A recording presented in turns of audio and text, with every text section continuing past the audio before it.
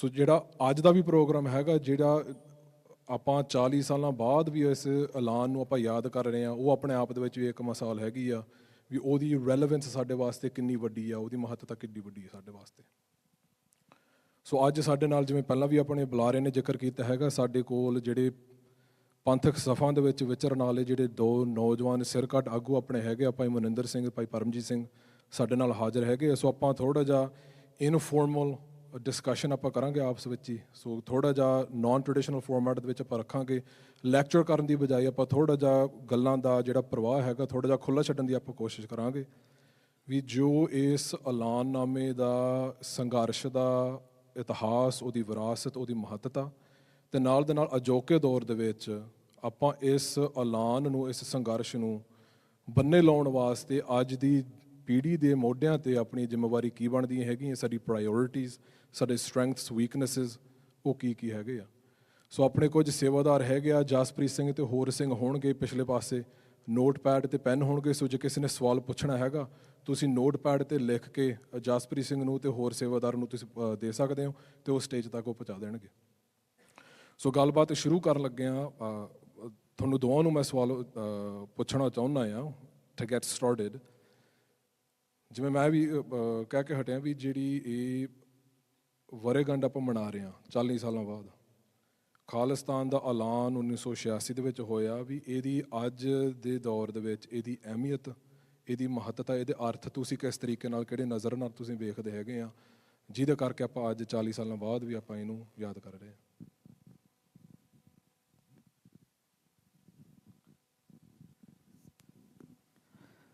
ਵਾਹਿਗੁਰੂ ਜੀ ਕਾ ਖਾਲਸਾ, ਵਾਹਿਗੁਰੂ ਜੀ ਕੀ ਫਤਿਹ।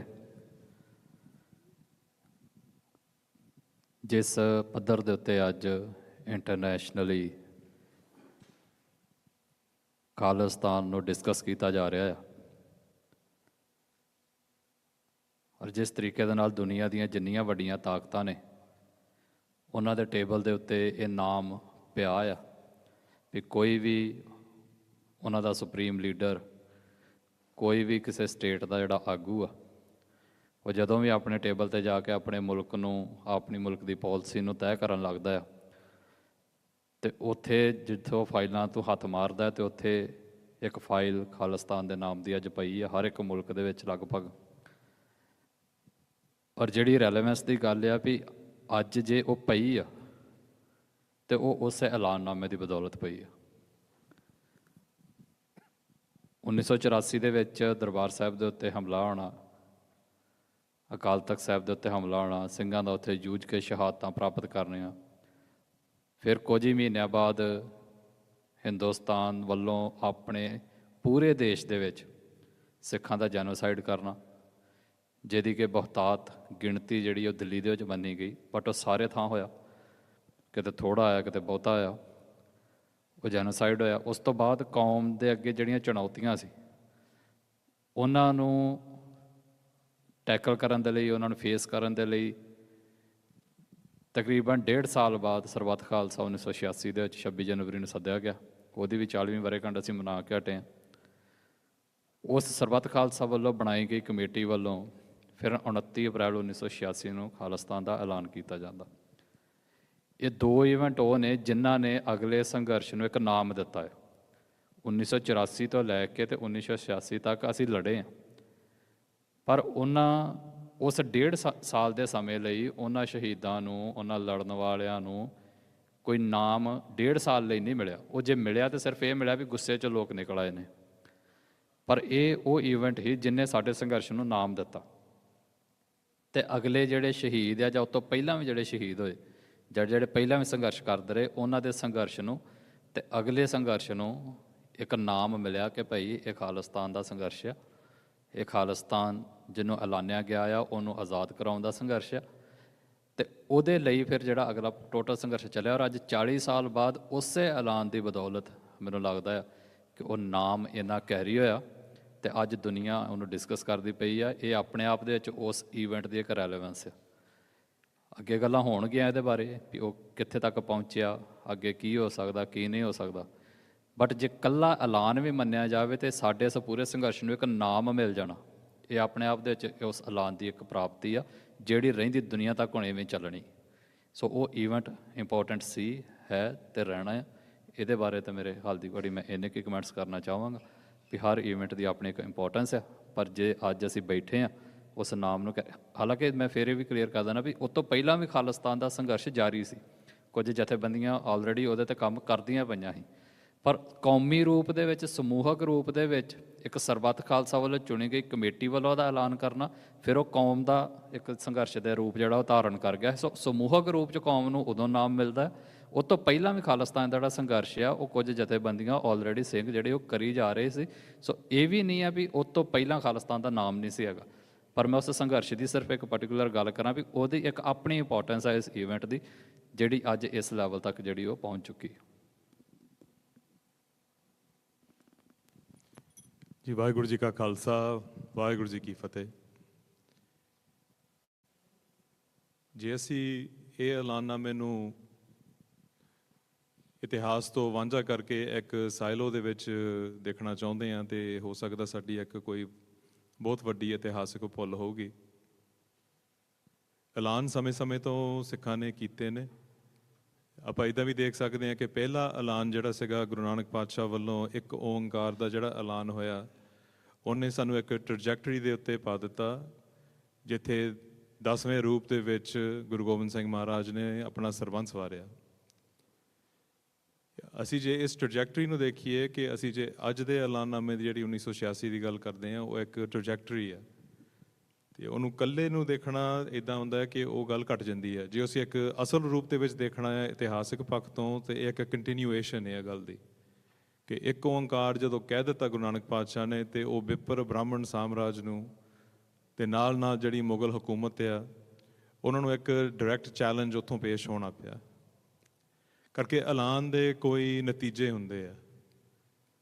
ਇੱਕ ਐਲਾਨ ਹੋ ਜਾਵੇ ਤੇ ਉਹਦੇ ਬਾਅਦ ਦੇ ਵਿੱਚ ਕੋਈ ਨਤੀਜੇ ਨਾ ਹੋਣ, ਉਹ ਅਸਲ ਦੇ ਵਿੱਚ ਕੋਈ ਇਹੋ ਜਿਹਾ ਐਲਾਨ ਨਹੀਂ ਹੈਗਾ ਜਿਹੜਾ ਪੰਥ ਨੇ ਕਦੀ ਐਲਾਨ ਕੀਤਾ। ਹਰੇਕ ਜਿਹੜਾ ਐਲਾਨ ਪੰਥ ਨੇ ਕੀਤਾ ਹੈ ਉਹਦੇ ਕੋਈ ਨਤੀਜੇ ਨਿਕਲੇ ਨੇ, ਤੇ ਉਹਦੇ ਵਿੱਚ ਤਨ ਮਨ ਧਨ ਜਿਹੜੇ ਆ ਸਿੱਖਾਂ ਨੂੰ ਵਾਰਨਾ ਪਿਆ। ਅਸੀਂ ਜੇ ਇਸ ਗੱਲ ਨੂੰ ਇੱਥੋਂ ਦੇਖ ਲਈਏ ਕਿ ਅਸੀਂ ਉਸ ਸਮੇਂ ਦੇ ਵਿੱਚ ਇਹਨੂੰ ਲਈਏ ਕਿ ਜਦੋਂ 18ਵੀਂ ਸਦੀ ਦੇ ਵਿੱਚ ਅਸੀਂ ਦੇਖਣਾ ਆ, ਕਰਕੇ ਅਸੀਂ ਉਹਨੂੰ ਇੱਕ ਸੁਨਹਿਰਾ ਇਤਿਹਾਸ, ਇੱਕ ਸੁਨਹਿਰਾ ਜਿਹੜਾ ਆ ਅਸੀਂ ਇੱਕ ਸਮਾਂ ਗਿਣਦੇ ਹਾਂ। ਤੇ ਜੇ ਅਸੀਂ ਉਹਨੂੰ ਇੱਕ ਸੁਨਹਿਰਾ ਜਿਹੜਾ ਸਮਾਂ ਗਿਣਦੇ ਹਾਂ, ਤੇ ਸਭ ਤੋਂ ਜਿਹੜੀਆਂ ਇੱਕ ਵੱਡੀਆਂ ਸ਼ਹੀਦੀਆਂ, ਘੱਲੂਕਾਰੇ, ਸਭ ਕੁਝ ਉਸ ਸਮੇਂ ਦੇ ਵਿੱਚ ਹੋਇਆ, ਪਰ ਅਸੀਂ ਉਹਨੂੰ ਸੁਨਹਿਰਾ ਕਹਿੰਦੇ ਹਾਂ। ਕਰਕੇ ਉਹਦੇ ਵਿੱਚ ਜਿਹੜੀ ਗੱਲ ਅਰਦਾਸ ਦੇ ਵਿੱਚ ਵੀ ਆਉਂਦੀ ਆ ਕਿ ਧਰਮ ਨਹੀਂ ਹਾਰਿਆ, ਸਿੱਖੀ ਕੇਸਾਂ ਸਵਾਸਾਂ ਸੰਗ ਨਿਭਾਈ, ਉਹ ਸਿੰਘ ਸਿੰਘਣੀਆਂ ਦੀ ਅਸੀਂ ਗੱਲ ਕਰ ਰਹੇ ਹਾਂ ਕਿ ਜਿਨ੍ਹਾਂ ਨੇ ਇਹ ਕਰਕੇ ਦਿਖਾਇਆ। ਸੋ ਅਲਟੀਮੇਟਲੀ ਉਹਨਾਂ ਨੇ ਵੀ ਐਲਾਨ ਕੀਤੇ ਸੀਗੇ। ਖਾਲਸਾ ਪੰਥ ਦਾ ਇੱਕ ਐਲਾਨ ਸੀਗੀ ਅਕਾਲ ਪੁਰਖ ਕੀ ਫੌਜ ਜਿਹੜੀ ਗੁਰੂ ਗੋਬਿੰਦ ਸਿੰਘ ਨੇ ਸਾਜੀ, ਉਹ ਵੀ ਇੱਕ ਐਲਾਨ ਸੀ, ਸਾਡੇ ਮੋਢਿਆਂ ਤੇ ਜ਼ਿੰਮੇਵਾਰੀ ਪਾਤੀ। ਅਸੀਂ ਅੱਗੇ ਨੂੰ ਆਉਂਦੇ ਹਾਂ ਤੇ ਉੱਥੇ ਜਦੋਂ ਅਸੀਂ ਆਪਣੀ ਜਿਹੜੀਆਂ ਸ਼ਹੀਦੀਆਂ ਗਿਣਦੇ ਹਾਂ, ਗੁਰੂ ਅਰਜਨ ਪਾਤਸ਼ਾਹ ਤੋਂ ਲੈ ਕੇ ਹੁਣ ਤੱਕ ਭਾਈ ਹਰਦੀਪ ਸਿੰਘ ਨਿੱਜਰ ਤੱਕ, ਅਸੀਂ ਉਹਨੂੰ ਵੀ ਇੱਕ ਐਲਾਨ ਦੇ ਰੂਪ ਦੇ ਵਿੱਚ ਦੇਖੀਏ। ਉਹ ਵੀ ਸਾਡੇ ਫਤਿਹ ਦੀ ਐਲਾਨ ਆ ਕਿ ਬੰਦੇ ਡੋਲੇ ਨਹੀਂ, ਉਹਨਾਂ ਨੇ ਉਹ ਸ਼ਹੀਦੀ ਦੇ ਰਾਹੀਂ ਫਤਿਹ ਪ੍ਰਾਪਤ ਕੀਤੀ, ਪੰਥ ਦਾ ਜਿਹੜਾ ਸਿਰ ਉਠਾਇਆ। ਤੇ ਕੁਝ ਗੱਲਾਂ ਜਿਹੜੀਆਂ ਸਾਨੂੰ ਇਤਿਹਾਸ 'ਚੋਂ ਹੀ ਮਿਲ ਜਾਂਦੀਆਂ ਕਿ ਅਸੀਂ ਉਸ ਐਲਾਨ ਨੂੰ ਕਿੱਦਾਂ ਦੇਖੀਏ।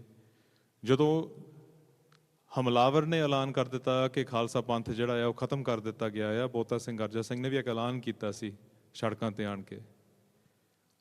ਸੋ ਉਹ ਐਲਾਨ ਉਹਨਾਂ ਨੇ ਪੰਥ ਪ੍ਰਕਾਸ਼ ਦੇ ਵਿੱਚ ਵੀ ਦਰਜ ਆ।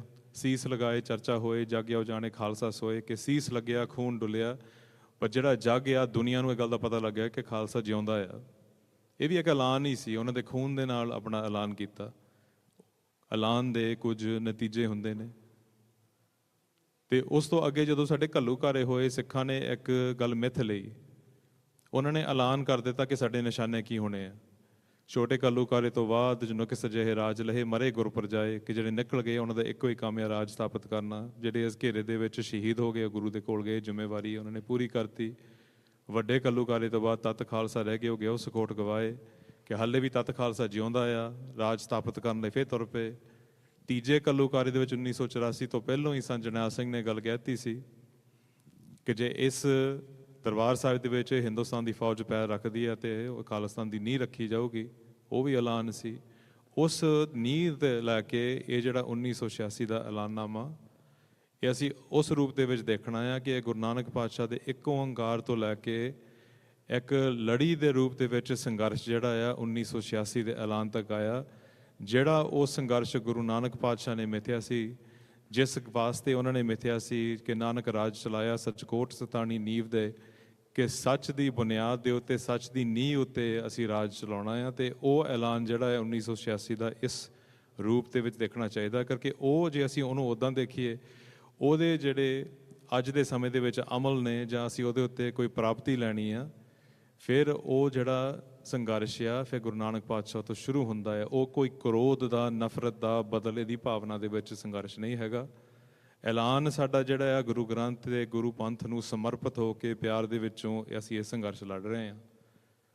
ਤੇ ਇਹ ਗੱਲ ਜਾਣਨੀ ਸਾਡੇ ਲਈ ਬਹੁਤ ਜ਼ਰੂਰੀ ਹੈ ਕਿ ਇਹ ਜਿਹੜੀ ਐਲਾਨ ਦੀ ਗੱਲ ਆ, ਐਲਾਨ ਦੇ ਨਤੀਜੇ ਹੁੰਦੇ ਨੇ। ਤੇ ਅਸੀਂ ਭਾਈ ਅਵਤਾਰ ਸਿੰਘ ਖੰਡੇ ਨੂੰ ਲੈ ਕੇ ਜਾਂ ਭਾਈ ਹਰਦੀਪ ਸਿੰਘ ਨਿੱਜਰ ਨੂੰ ਜਿਹੜੇ ਬਾਹਰ ਬੈਠੇ ਸੀ, ਉਹਨਾਂ ਨੇ ਵੀ ਕੁਝ ਗੱਲਾਂ ਐਲਾਨ ਕੀਤੀਆਂ, ਉਸ ਕਰਕੇ ਉਹਨਾਂ ਦੀ ਸ਼ਹੀਦੀ ਹੋਈ।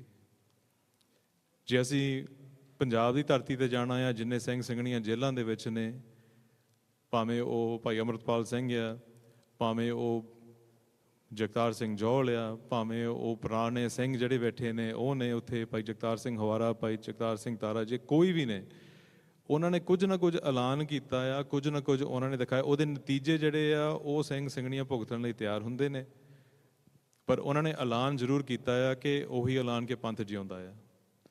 ਤੇ ਆਈ ਥਿੰਕ ਇਹ ਆਪਾਂ ਇਸ 1986 ਦੇ ਐਲਾਨਨਾਮੇ ਤੋਂ ਲੈ ਸਕਦੇ, ਕਿਉਂਕਿ ਇਹ ਕੰਟੀਨਿਊਏਸ਼ਨ ਆ, ਇਹਨੂੰ ਅਸੀਂ ਵੱਖਰਾ ਹੋ ਕੇ ਨਾ ਦੇਖੀਏ।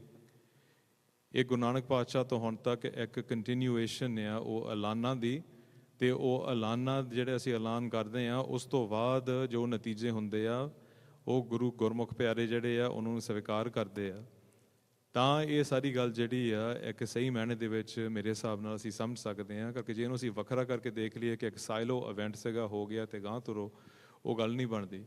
ਉਹ ਲਗਾਤਾਰ, ਮੈਂ ਤਾਂ ਕੁਝ ਜ਼ਿਕਰ ਕੀਤੇ ਆ, ਤੁਸੀਂ ਸਾਰੇ ਜਾਣੇ ਸਿਆਣੇ ਹੋ, ਤੁਸੀਂ ਇਤਿਹਾਸ ਨੂੰ ਦੇਖ ਕੇ ਕੱਲੇ ਜਨਰੇਸ਼ਨ ਦੇ ਵਿੱਚ 10-10 ਵਾਰ ਜਿਹੜੇ ਐਗਜ਼ਾਮਪਲਸ ਲੱਭ ਸਕਦੇ ਹਾਂ ਕਿ ਕਿੰਨੀ ਵਾਰ ਅਸੀਂ ਐਲਾਨ ਕੀਤਾ ਤੇ ਕਿੰਨੀ ਵਾਰ ਅਸੀਂ ਐਲਾਨ ਤੇ ਖੜੇ, ਅਸੀਂ ਸ਼ਹੀਦ ਹੋਏ ਜਾਂ ਜੇਲ੍ਹਾਂ ਨੂੰ ਗਏ, ਜਾਂ ਅਸੀਂ ਜੋ ਵੀ ਕੀਤਾ ਸੰਘਰਸ਼ ਨੂੰ ਅੱਗੇ ਤੋਰਨ ਲਈ। ਪਰ ਸੰਘਰਸ਼ ਦੀ ਜਿਹੜੀ ਸਭ ਤੋਂ ਵੱਡੀ ਇਹ ਗੱਲ ਸੀ ਕਿ ਰਾਜ ਦਾ ਸੰਘਰਸ਼ ਸੀ, ਕਿ ਰਾਜ ਵੱਲ ਨੂੰ ਕਿੱਦਾਂ ਵਧਣਾ ਆ।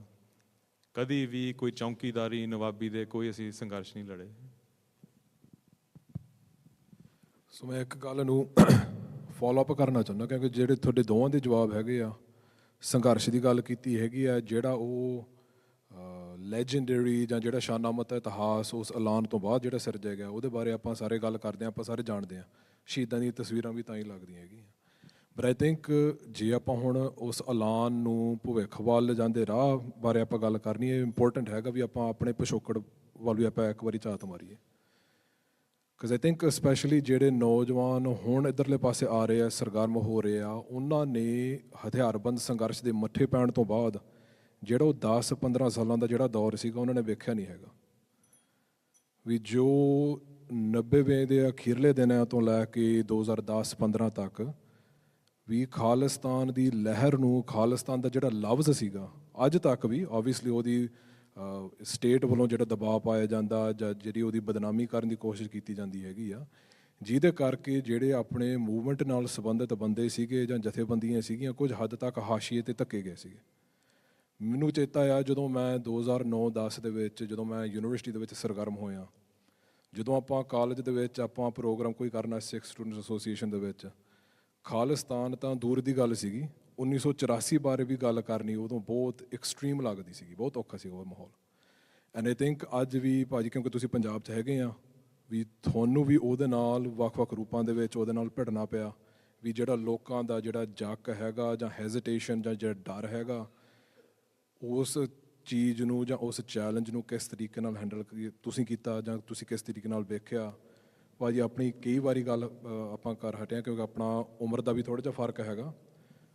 ਤੁਸੀਂ ਛੋਟੀ ਉਮਰ ਦੇ ਵਿੱਚ, ਕਿਉਂਕਿ ਤੁਹਾਡਾ ਪਰਿਵਾਰਾਂ ਦੇ ਵਿੱਚ ਵੀ ਤੁਹਾਡਾ ਪਾਲਣ ਪੋਸ਼ਣ ਹੋਇਆ, ਵੀ ਜਿਹੜੇ ਸੰਘਰਸ਼ ਦੇ ਨਾਲ ਜੁੜੇ ਸੀਗੇ, ਜਿਹੜੇ ਉਹ ਸਿਖਰਲੇ ਪਲ ਸੀਗੇ ਉਹ ਵੀ ਵੇਖੇ ਹੈਗੇ ਆ, ਅਤੇ ਜਿਹੜੇ ਉਹ ਬਾਟਮ ਜਿਹੜੇ ਵੈਲੀ ਸੀਗੇ, ਜਿਹੜੇ ਲੋ ਪੁਆਇੰਟ ਸੀਗੇ, ਉਹ ਵੀ ਤੁਸੀਂ ਵੇਖੇ ਹੈਗੇ ਆ।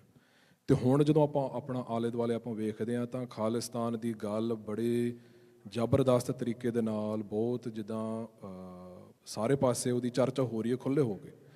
But I think it's important ਜਿਹੜੇ ਖਾਸ ਕਰਕੇ ਜਿਹੜੇ ਆਪਣੇ ਨਵੇਂ ਨੌਜਵਾਨ ਹੈਗੇ ਆ ਵੀ ਇਸ ਮੁਕਾਮ ਤੱਕ ਦੁਬਾਰਾ ਪਹੁੰਚਣ ਵਾਸਤੇ ਇਸ ਪੱਧਰ ਦੇ ਸਮਾਗਮ ਕਰਨੇ, ਵੀ ਇਹਦੇ ਪਿੱਛੇ ਮਿਹਨਤ, ਕਿਹੜੀਆਂ ਚੁਣੌਤੀਆਂ ਤੇ ਬੜੀ ਮੱਚ ਤੁਹਾਡਾ ਜਿਹੜਾ ਤਜਰਬਾ ਉਹ ਕਿੱਦਾਂ ਦਾ ਰਿਹਾ ਪਰਸਨਲੀ ਵੀ ਤੇ ਕਲੈਕਟਿਵਲੀ, ਤੁਸੀਂ ਕਿਸ ਤਰੀਕੇ ਨਾਲ ਵੇਖਿਆ? 40 ਸਾਲ ਦਾ ਜਿਹੜਾ ਸੰਘਰਸ਼ ਆ, ਤਕਰੀਬਨ ਮੈਨੂੰ ਲੱਗਦਾ 3 ਪੀੜ੍ਹੀਆਂ ਬਦਲ ਜਾਂਦੀਆਂ ਨੇ ਇੰਨੇ ਦੌਰ ਦੇ ਵਿੱਚ। ਵੀ ਨਾਰਮਲੀ ਜੇ 20 ਸਾਲ ਇੱਕ ਲਾ ਕੇ ਚੱਲੀਏ ਤੇ ਫਿਰ ਅੱਗੇ ਉਹਦੇ ਬੱਚੇ ਤੇ ਫਿਰ ਅੱਗੇ ਉਹਦੇ ਬੱਚੇ, ਤਕਰੀਬਨ 3 ਪੀੜ੍ਹੀਆਂ ਇੰਨੇ ਦੌਰ ਦੇ ਵਿੱਚ ਲੰਘ ਜਾਂਦੀਆਂ ਨੇ। ਵੀ 84 ਦਾ ਸੰਘਰਸ਼ ਜਾਂ ਉਸ ਤੋਂ ਬਾਅਦ ਵਾਲਾ ਜਿਹੜਾ ਸੰਘਰਸ਼ ਆ ਉਸ ਪੀੜ੍ਹੀ ਨੇ ਲੜਿਆ ਜਿਹੜੀ 84 ਤੋਂ ਪਹਿਲਾਂ ਪੈਦਾ ਹੋਈ ਸੀ। ਫਿਰ ਇੱਕ ਉਹ ਪੀੜ੍ਹੀ ਹੈ ਜਿਹੜੀ 84 ਤੋਂ ਲੈ ਕੇ 92-95 ਤੱਕ ਪੈਦਾ ਹੋਈ, ਜਿਨ੍ਹਾਂ ਨੇ ਉਹ ਸੰਘਰਸ਼ ਨਹੀਂ ਲੜਿਆ ਬਟ ਵੇਖਿਆ ਜ਼ਰੂਰ ਕਿਤੇ ਨਾ ਕਿਤੇ। ਉਹਨਾਂ ਨੂੰ ਧੁੰਦਲੀਆਂ ਯਾਦਾਂ ਨੇ ਉਹਨਾਂ ਦੀਆਂ, ਆਪਣੇ ਪਰਿਵਾਰਾਂ ਦੀਆਂ ਜਾਂ ਆਪਣੇ ਆਲੇ ਦੁਆਲੇ ਦੇ ਮਾਹੌਲ ਦੀਆਂ। ਤੀਸਰੀ ਪੀੜ੍ਹੀ ਉਹ ਹੀ ਫਿਰ ਜਿਹੜੀ ਉਸ ਸੰਘਰਸ਼ ਦੇ ਇੱਕ ਵਾਰੀ ਮੱਧਮ ਪੈਣ ਤੋਂ ਬਾਅਦ, ਮੈਂ ਖ਼ਤਮ ਨਹੀਂ ਕਹਿੰਦਾ, ਉਹ ਸਾਡਾ ਸੰਘਰਸ਼ ਜਿਹੜਾ ਹਥਿਆਰਬੰਦ ਸੰਘਰਸ਼ ਉਹਦੇ ਮੱਧਮ ਪੈਣ ਤੋਂ ਬਾਅਦ ਪੈਦਾ ਹੋਈ, ਜਿਹੜੀ 92-95-97 ਉਹ ਸਾਰੀ ਪੀੜ੍ਹੀ ਪੈਦਾ ਹੋਈ ਤੇ ਜਿਹੜੀ ਅੱਜ ਦੇ ਰੂਪ ਦੇ ਵਿੱਚ ਖੜੀ ਹੈ। ਇਹਨਾਂ ਤਿੰਨਾਂ ਨੇ ਇਹਨੂੰ ਅਲੱਗ-ਅਲੱਗ ਤਰੀਕੇ ਨਾਲ ਵੇਖਿਆ ਹੈ। ਔਰ ਜਿਹੜੀ ਤੁਸੀਂ ਗੱਲ ਕੀਤੀ ਵੀ ਉਸ ਸੰਘਰਸ਼ ਤੋਂ ਬਾਅਦ ਜਦੋਂ ਇੱਕ ਵਾਰੀ ਮੱਧਮ ਪਿਆ, ਉਸ ਤੋਂ ਬਾਅਦ ਜਿਸ ਤਰ੍ਹਾਂ ਦੇ ਚੈਲੰਜਿਸ ਆਏ, ਉਹ ਜਿੰਨਾ ਕੁ ਅਸੀਂ ਪੰਜਾਬ ਦੇ ਵਿੱਚ ਵੇਖਿਆ ਉਹ ਇਹ ਹੈ ਕਿ ਜਿਹੜੇ ਲੋਕ, ਜਿਹੜੇ ਪਰਿਵਾਰ 84 ਦੇ ਵਿੱਚ ਵਾਪਰੇ ਘੱਲੂਘਾਰੇ ਤੋਂ ਨਹੀਂ ਉੱਠੇ ਮਤਲਬ ਜਿਹੜੇ ਘਰੋਂ ਨਿਕਲੇ ਹੀ ਨਹੀਂ, ਜਿਨ੍ਹਾਂ ਨੇ ਆਪਣੇ ਨਿੱਜੀ ਪਾਲੀ ਰੱਖੇ, ਉਹ ਅੱਜ ਤੱਕ ਵੀ ਨਹੀਂ ਨਿਕਲੇ। ਉਹਨਾਂ ਲੋਕਾਂ ਨੇ ਖਾਲਿਸਤਾਨ ਦਾ ਨਾਮ ਕੈਰੀ ਕੀਤਾ ਅੱਗੇ, ਜਿਨ੍ਹਾਂ ਨੇ ਜਾਂ ਤਾਂ 84 ਤੋਂ ਬਾਅਦ ਵਾਲਾ ਸੰਘਰਸ਼ ਆਪਣੇ ਪਿੰਡੇ 'ਤੇ ਆਪ ਲੜਿਆ, ਜੇਲਾਂ ਹੰਢਾਈਆਂ ਹੋਣ, ਜਿਨ੍ਹਾਂ ਨੇ ਜਾਂ ਹਥਿਆਰਬੰਦ ਸੰਘਰਸ਼ ਲੜਿਆ, ਉਹਨਾਂ ਦੇ ਵਿੱਚ ਜਿਹੜੇ ਬਚ ਗਏ ਉਹਨਾਂ ਨੇ ਕੈਰੀ ਕੀਤਾ, ਜਾਂ ਉਹਨਾਂ ਦਾ ਫਿਰ ਸਾਥ ਉਹਨਾਂ ਨੇ ਦਿੱਤਾ ਜਿਹੜੇ ਉਹਨਾਂ ਦੇ ਸਪੋਰਟਰ ਸੀਗੇ, ਕੋਈ ਉਹਨਾਂ ਦੀਆਂ 18 ਸੀਗੀਆਂ ਜਾਂ ਉਹਨਾਂ ਦੇ ਨਾਲ ਕੋਈ ਰਿਲੇਸ਼ਨ ਸੀਗਾ, ਉਹਨਾਂ ਲੋਕਾਂ ਨੇ ਦਿੱਤਾ। ਜਿਹੜੀ ਦੂਸਰੀ ਇੱਕ ਪ੍ਰੋਪਰ ਜਨਰੇਸ਼ਨ ਉਸ ਸਮੇਂ ਦੀ ਰਹੀ 84 ਤੋਂ ਪਹਿਲਾਂ ਵਾਲੀ, ਉਹਨਾਂ ਨੇ ਨਾ ਤੇ ਉਦੋਂ ਕੋਈ ਕੰਮ ਕੀਤਾ ਤੇ ਨਾ ਬਾਅਦ 'ਚ ਅੱਗੇ ਕੀਤਾ। ਹਾਂ, ਤੀਸਰੀ ਪੀੜ੍ਹੀ ਜਿਹੜੀ ਆਈ ਉਹ ਆਈ ਵੀ ਜਿਨ੍ਹਾਂ ਦੀਆਂ ਪਿਛਲੀਆਂ ਪੀੜ੍ਹੀਆਂ ਬੇਸ਼ੱਕ ਉਸ ਸੰਘਰਸ਼ 'ਚ ਨਹੀਂ ਸੀ, ਪਰ ਅਗਲੇ ਜਿਹੜੇ ਬੱਚੇ ਪੈਦਾ ਹੋਏ 92-95-97 ਤੋਂ ਬਾਅਦ ਵਾਲੇ, ਉਹ ਫਿਰ ਉਸ ਸੰਘਰਸ਼ ਵੱਲ ਨੂੰ ਉਹਨੂੰ ਸਮਝਣਾ ਸ਼ੁਰੂ ਕਰਨ ਲੱਗੇ, ਉਹਦੇ ਵਿੱਚ ਅੱਗੇ ਵਧਣ ਲੱਗੇ। ਉਹ ਪਰਿਵਾਰ ਤੀਸਰੀ ਪੀੜ੍ਹੀ 'ਚ ਜਾ ਕੇ ਸ਼ਾਮਲ ਹੋਣੇ ਸ਼ੁਰੂ ਹੋਏ ਨੇ। ਸੋ ਇਹ ਤਿੰਨੇ ਚੀਜ਼ਾਂ ਨੇ। ਜਿਹੜੀ ਤੀਸਰੀ ਪੀੜ੍ਹੀ ਆ ਅੱਜ, ਉਹਦੀ ਸ਼ਾਇਦ ਗਿਣਤੀ ਬਹੁਤਾਤ ਹੋਵੇ ਜਿਹੜੇ ਤੀਸਰੇ ਨੰਬਰ ਵਾਲੇ ਨੇ, ਪਰ ਤੀਸਰੀ ਪੀੜ੍ਹੀ ਨੂੰ ਇਹ ਭੁਲੇਖਾ ਪੈ ਜਾਂਦਾ ਹੈ ਕਿ ਇਹ ਗੱਲ ਅਸੀਂ ਸ਼ੁਰੂ ਕੀਤੀ, ਵੀ ਸਾਡੇ ਤੋਂ ਪਹਿਲਾਂ ਤਾਂ ਖਾਲਿਸਤਾਨ ਦੀ ਕੋਈ ਗੱਲ ਹੀ ਨਹੀਂ ਕੀਤੀ, ਵੀ ਉਸ ਜਾਂ ਤਾਂ ਸਿਰਫ ਉਹ 84 ਤੋਂ 92 ਤੱਕ ਆਉਣਗੇ, ਉਸ ਤੋਂ ਬਾਅਦ ਕਹਿਣਗੇ 92 ਤੋਂ ਬਾਅਦ ਹੁਣ ਅਸੀਂ 22 'ਚ ਹੀ ਸ਼ੁਰੂ ਕੀਤੀ ਹੈ ਜੀ, ਵਿੱਚ ਵਾਲੇ ਤੇ ਪੁਰਾਣੇ ਬਜ਼ੁਰਗਾਂ ਕੁਝ ਕੀਤਾ ਨਹੀਂ, ਆਉਂਦਿਆਂ ਆਮ ਹੀ ਡਾਇਲੋਗ ਮਾਰਨਗੇ। ਉਹਦਾ ਕਾਰਨ ਇਹ ਆ ਵੀ ਉਹਨਾਂ ਨੂੰ ਪਤਾ ਨਹੀਂ ਵੀ ਜੋ ਕੁਝ ਉਹਨਾਂ ਨੇ ਕੀਤਾ ਆ, ਉਹਨਾਂ ਦੇ ਕਰਨ ਦੇ ਕਾਰਨ ਹੀ ਅਸੀਂ ਇੱਥੇ ਪਹੁੰਚੇ ਹਾਂ। ਮੈਨੂੰ ਯਾਦ ਆ, ਸਾਨੂੰ ਦੱਸਿਆ ਹੈਗਾ ਸਾਡੇ ਬਜ਼ੁਰਗਾਂ ਨੇ ਵੀ ਜਿਵੇਂ ਤੁਸੀਂ ਕਿਹਾ ਵੀ 84 ਦਾ ਨਾਮ ਲੈਣਾ ਵੀ ਜਿਹੜਾ ਬੜਾ ਔਖਾ ਸੀ, ਉੱਥੇ ਵੀ ਹਾਲ ਪੰਜਾਬ 'ਚ ਉਦੋਂ ਵੀ ਮੰਦਾ ਸੀ ਵੀ ਉੱਥੇ ਨਾਮ ਲੈਣਾ, ਸੰਤ ਜਰਨੈਲ ਸਿੰਘ ਦੀ ਗੱਲ ਕਰਨੀ, ਖਾਲਿਸਤਾਨ ਦੀ ਗੱਲ ਕਰਨੀ ਤੇ ਦੂਰ ਦੀ ਗੱਲ, ਇਹਨਾਂ ਸ਼ਹੀਦਾਂ ਦਾ ਨਾਮ ਲੈਣਾ ਤੇ ਪ੍ਰੋਗਰਾਮ ਕਰਨਾ ਮਤਲਬ ਸੈਡੀਸ਼ਨ। UAPA ਦੇ ਕੇਸ ਚੱਲੇ ਨੇ ਲੋਕਾਂ ਨੇ, ਸਾਡਿਆਂ ਨੇ ਸੈਡੀਸ਼ਨ ਚੱਲੀ ਆ, ਉਹਨੇ 2-2 3-3 ਸਾਲ ਜੇਲ੍ਹਾਂ ਕੱਟੀਆਂ ਨੇ, ਦੇਸ਼ ਧਰੋਹ ਦੇ ਮੁਕੱਦਮੇ ਜਿਹੜੇ ਨੇ ਉਹ ਚੱਲੇ ਨੇ, ਸਿਰਫ ਇਸ ਕਰਕੇ ਵੀ ਉਹਨਾਂ ਦੇ ਨਾਮ ਤੇ ਪ੍ਰੋਗਰਾਮ ਹੋ ਰਹੇ ਨੇ। ਔਰ ਪਹਿਲੀ ਵਾਰੀ ਜਦੋਂ ਸੰਤ ਜਰਨੈਲ ਸਿੰਘ ਤੇ ਉਹਨਾਂ ਦੇ ਸਾਥੀਆਂ ਦਾ ਸ਼ਹੀਦੀ ਦਿਹਾੜਾ ਮਨਾਉਣਾ ਸੀ, ਤੇ ਜਿਹੜੀ ਗਰਾਊਂਡ ਲਈ ਗਈ, ਰਾਤ ਤੱਕ ਉਸ ਦੀ ਪਰਮਿਸ਼ਨ ਆ, ਸਵੇਰ ਜਦੋਂ ਉੱਠ ਕੇ ਗਏ ਤੇ ਉਹਦੇ ਵਿੱਚ ਮੋਟਰ ਚਲਾ ਕੇ ਪਾਣੀ ਭਰ ਦਿੱਤਾ ਗਿਆ ਲੱਗੇ ਟੈਂਟ ਦੇ ਵਿੱਚ ਵੀ ਕਿਤੇ ਪ੍ਰੋਗਰਾਮ ਹੋ ਨਾ ਜਾਵੇ, ਤੇ ਪ੍ਰੋਗਰਾਮ ਹੋਇਆ ਨਹੀਂ ਹੋਇਆ, ਪਰਚੇ ਅੱਡ ਪਏ ਨੇ। ਸੋ ਉਹ ਲੋਕ ਦੇ ਉੱਥੋਂ ਉਹਨਾਂ ਨੇ ਸੰਘਰਸ਼ ਕਰਦਿਆਂ ਆਪਣੇ ਸਾਥੀਆਂ ਨੂੰ ਯਾਦ ਰੱਖਦਿਆਂ ਸਾਨੂੰ ਇੱਥੇ ਤੱਕ ਲਿਆਂਦਾ ਵੀ ਉਹਨਾਂ ਨੇ ਉਹਨਾਂ ਦੀਆਂ ਸ਼ਹਾਦਤ, ਸ਼ਹੀਦੀ ਦਿਹਾੜੇ ਮਨਾਉਣ ਲਈ ਵੀ ਮਨਾ, ਆਪਣੇ ਨਾਲ ਜਿਹੜੇ ਹੋਏ ਉਹਨਾਂ ਦੇ ਜਿਹੜੇ ਸਾਡੇ ਜੈਨੋਸਾਈਡ ਨੇ, ਨਸਲਕੁਸ਼ੀ ਆ, ਉਹਨੂੰ ਮਨਾਉਣਾ ਵੀ ਮਨਾ, ਉਹਨਾਂ ਦੀ ਫੋਟੋਆਂ ਲੈ ਕੇ ਤੁਰਨਾ ਤੇ ਦੂਰ ਦੀ ਗੱਲ, ਕਮਰਿਆਂ 'ਚ ਬਹਿ ਕੇ ਗੱਲ ਕਰਨ ਲੱਗਿਆ ਵੀ ਡਰਨਾ ਜਦੋਂ ਲੋਕਾਂ ਨੇ, ਉਦੋਂ ਵੀ ਉਹਨਾਂ ਨੇ ਜਦੋਂ ਫੋਟੋਆਂ ਤਸਵੀਰਾਂ ਲੈ ਕੇ ਉਹ ਸੜਕਾਂ 'ਤੇ ਨਿਕਲੇ ਨੇ।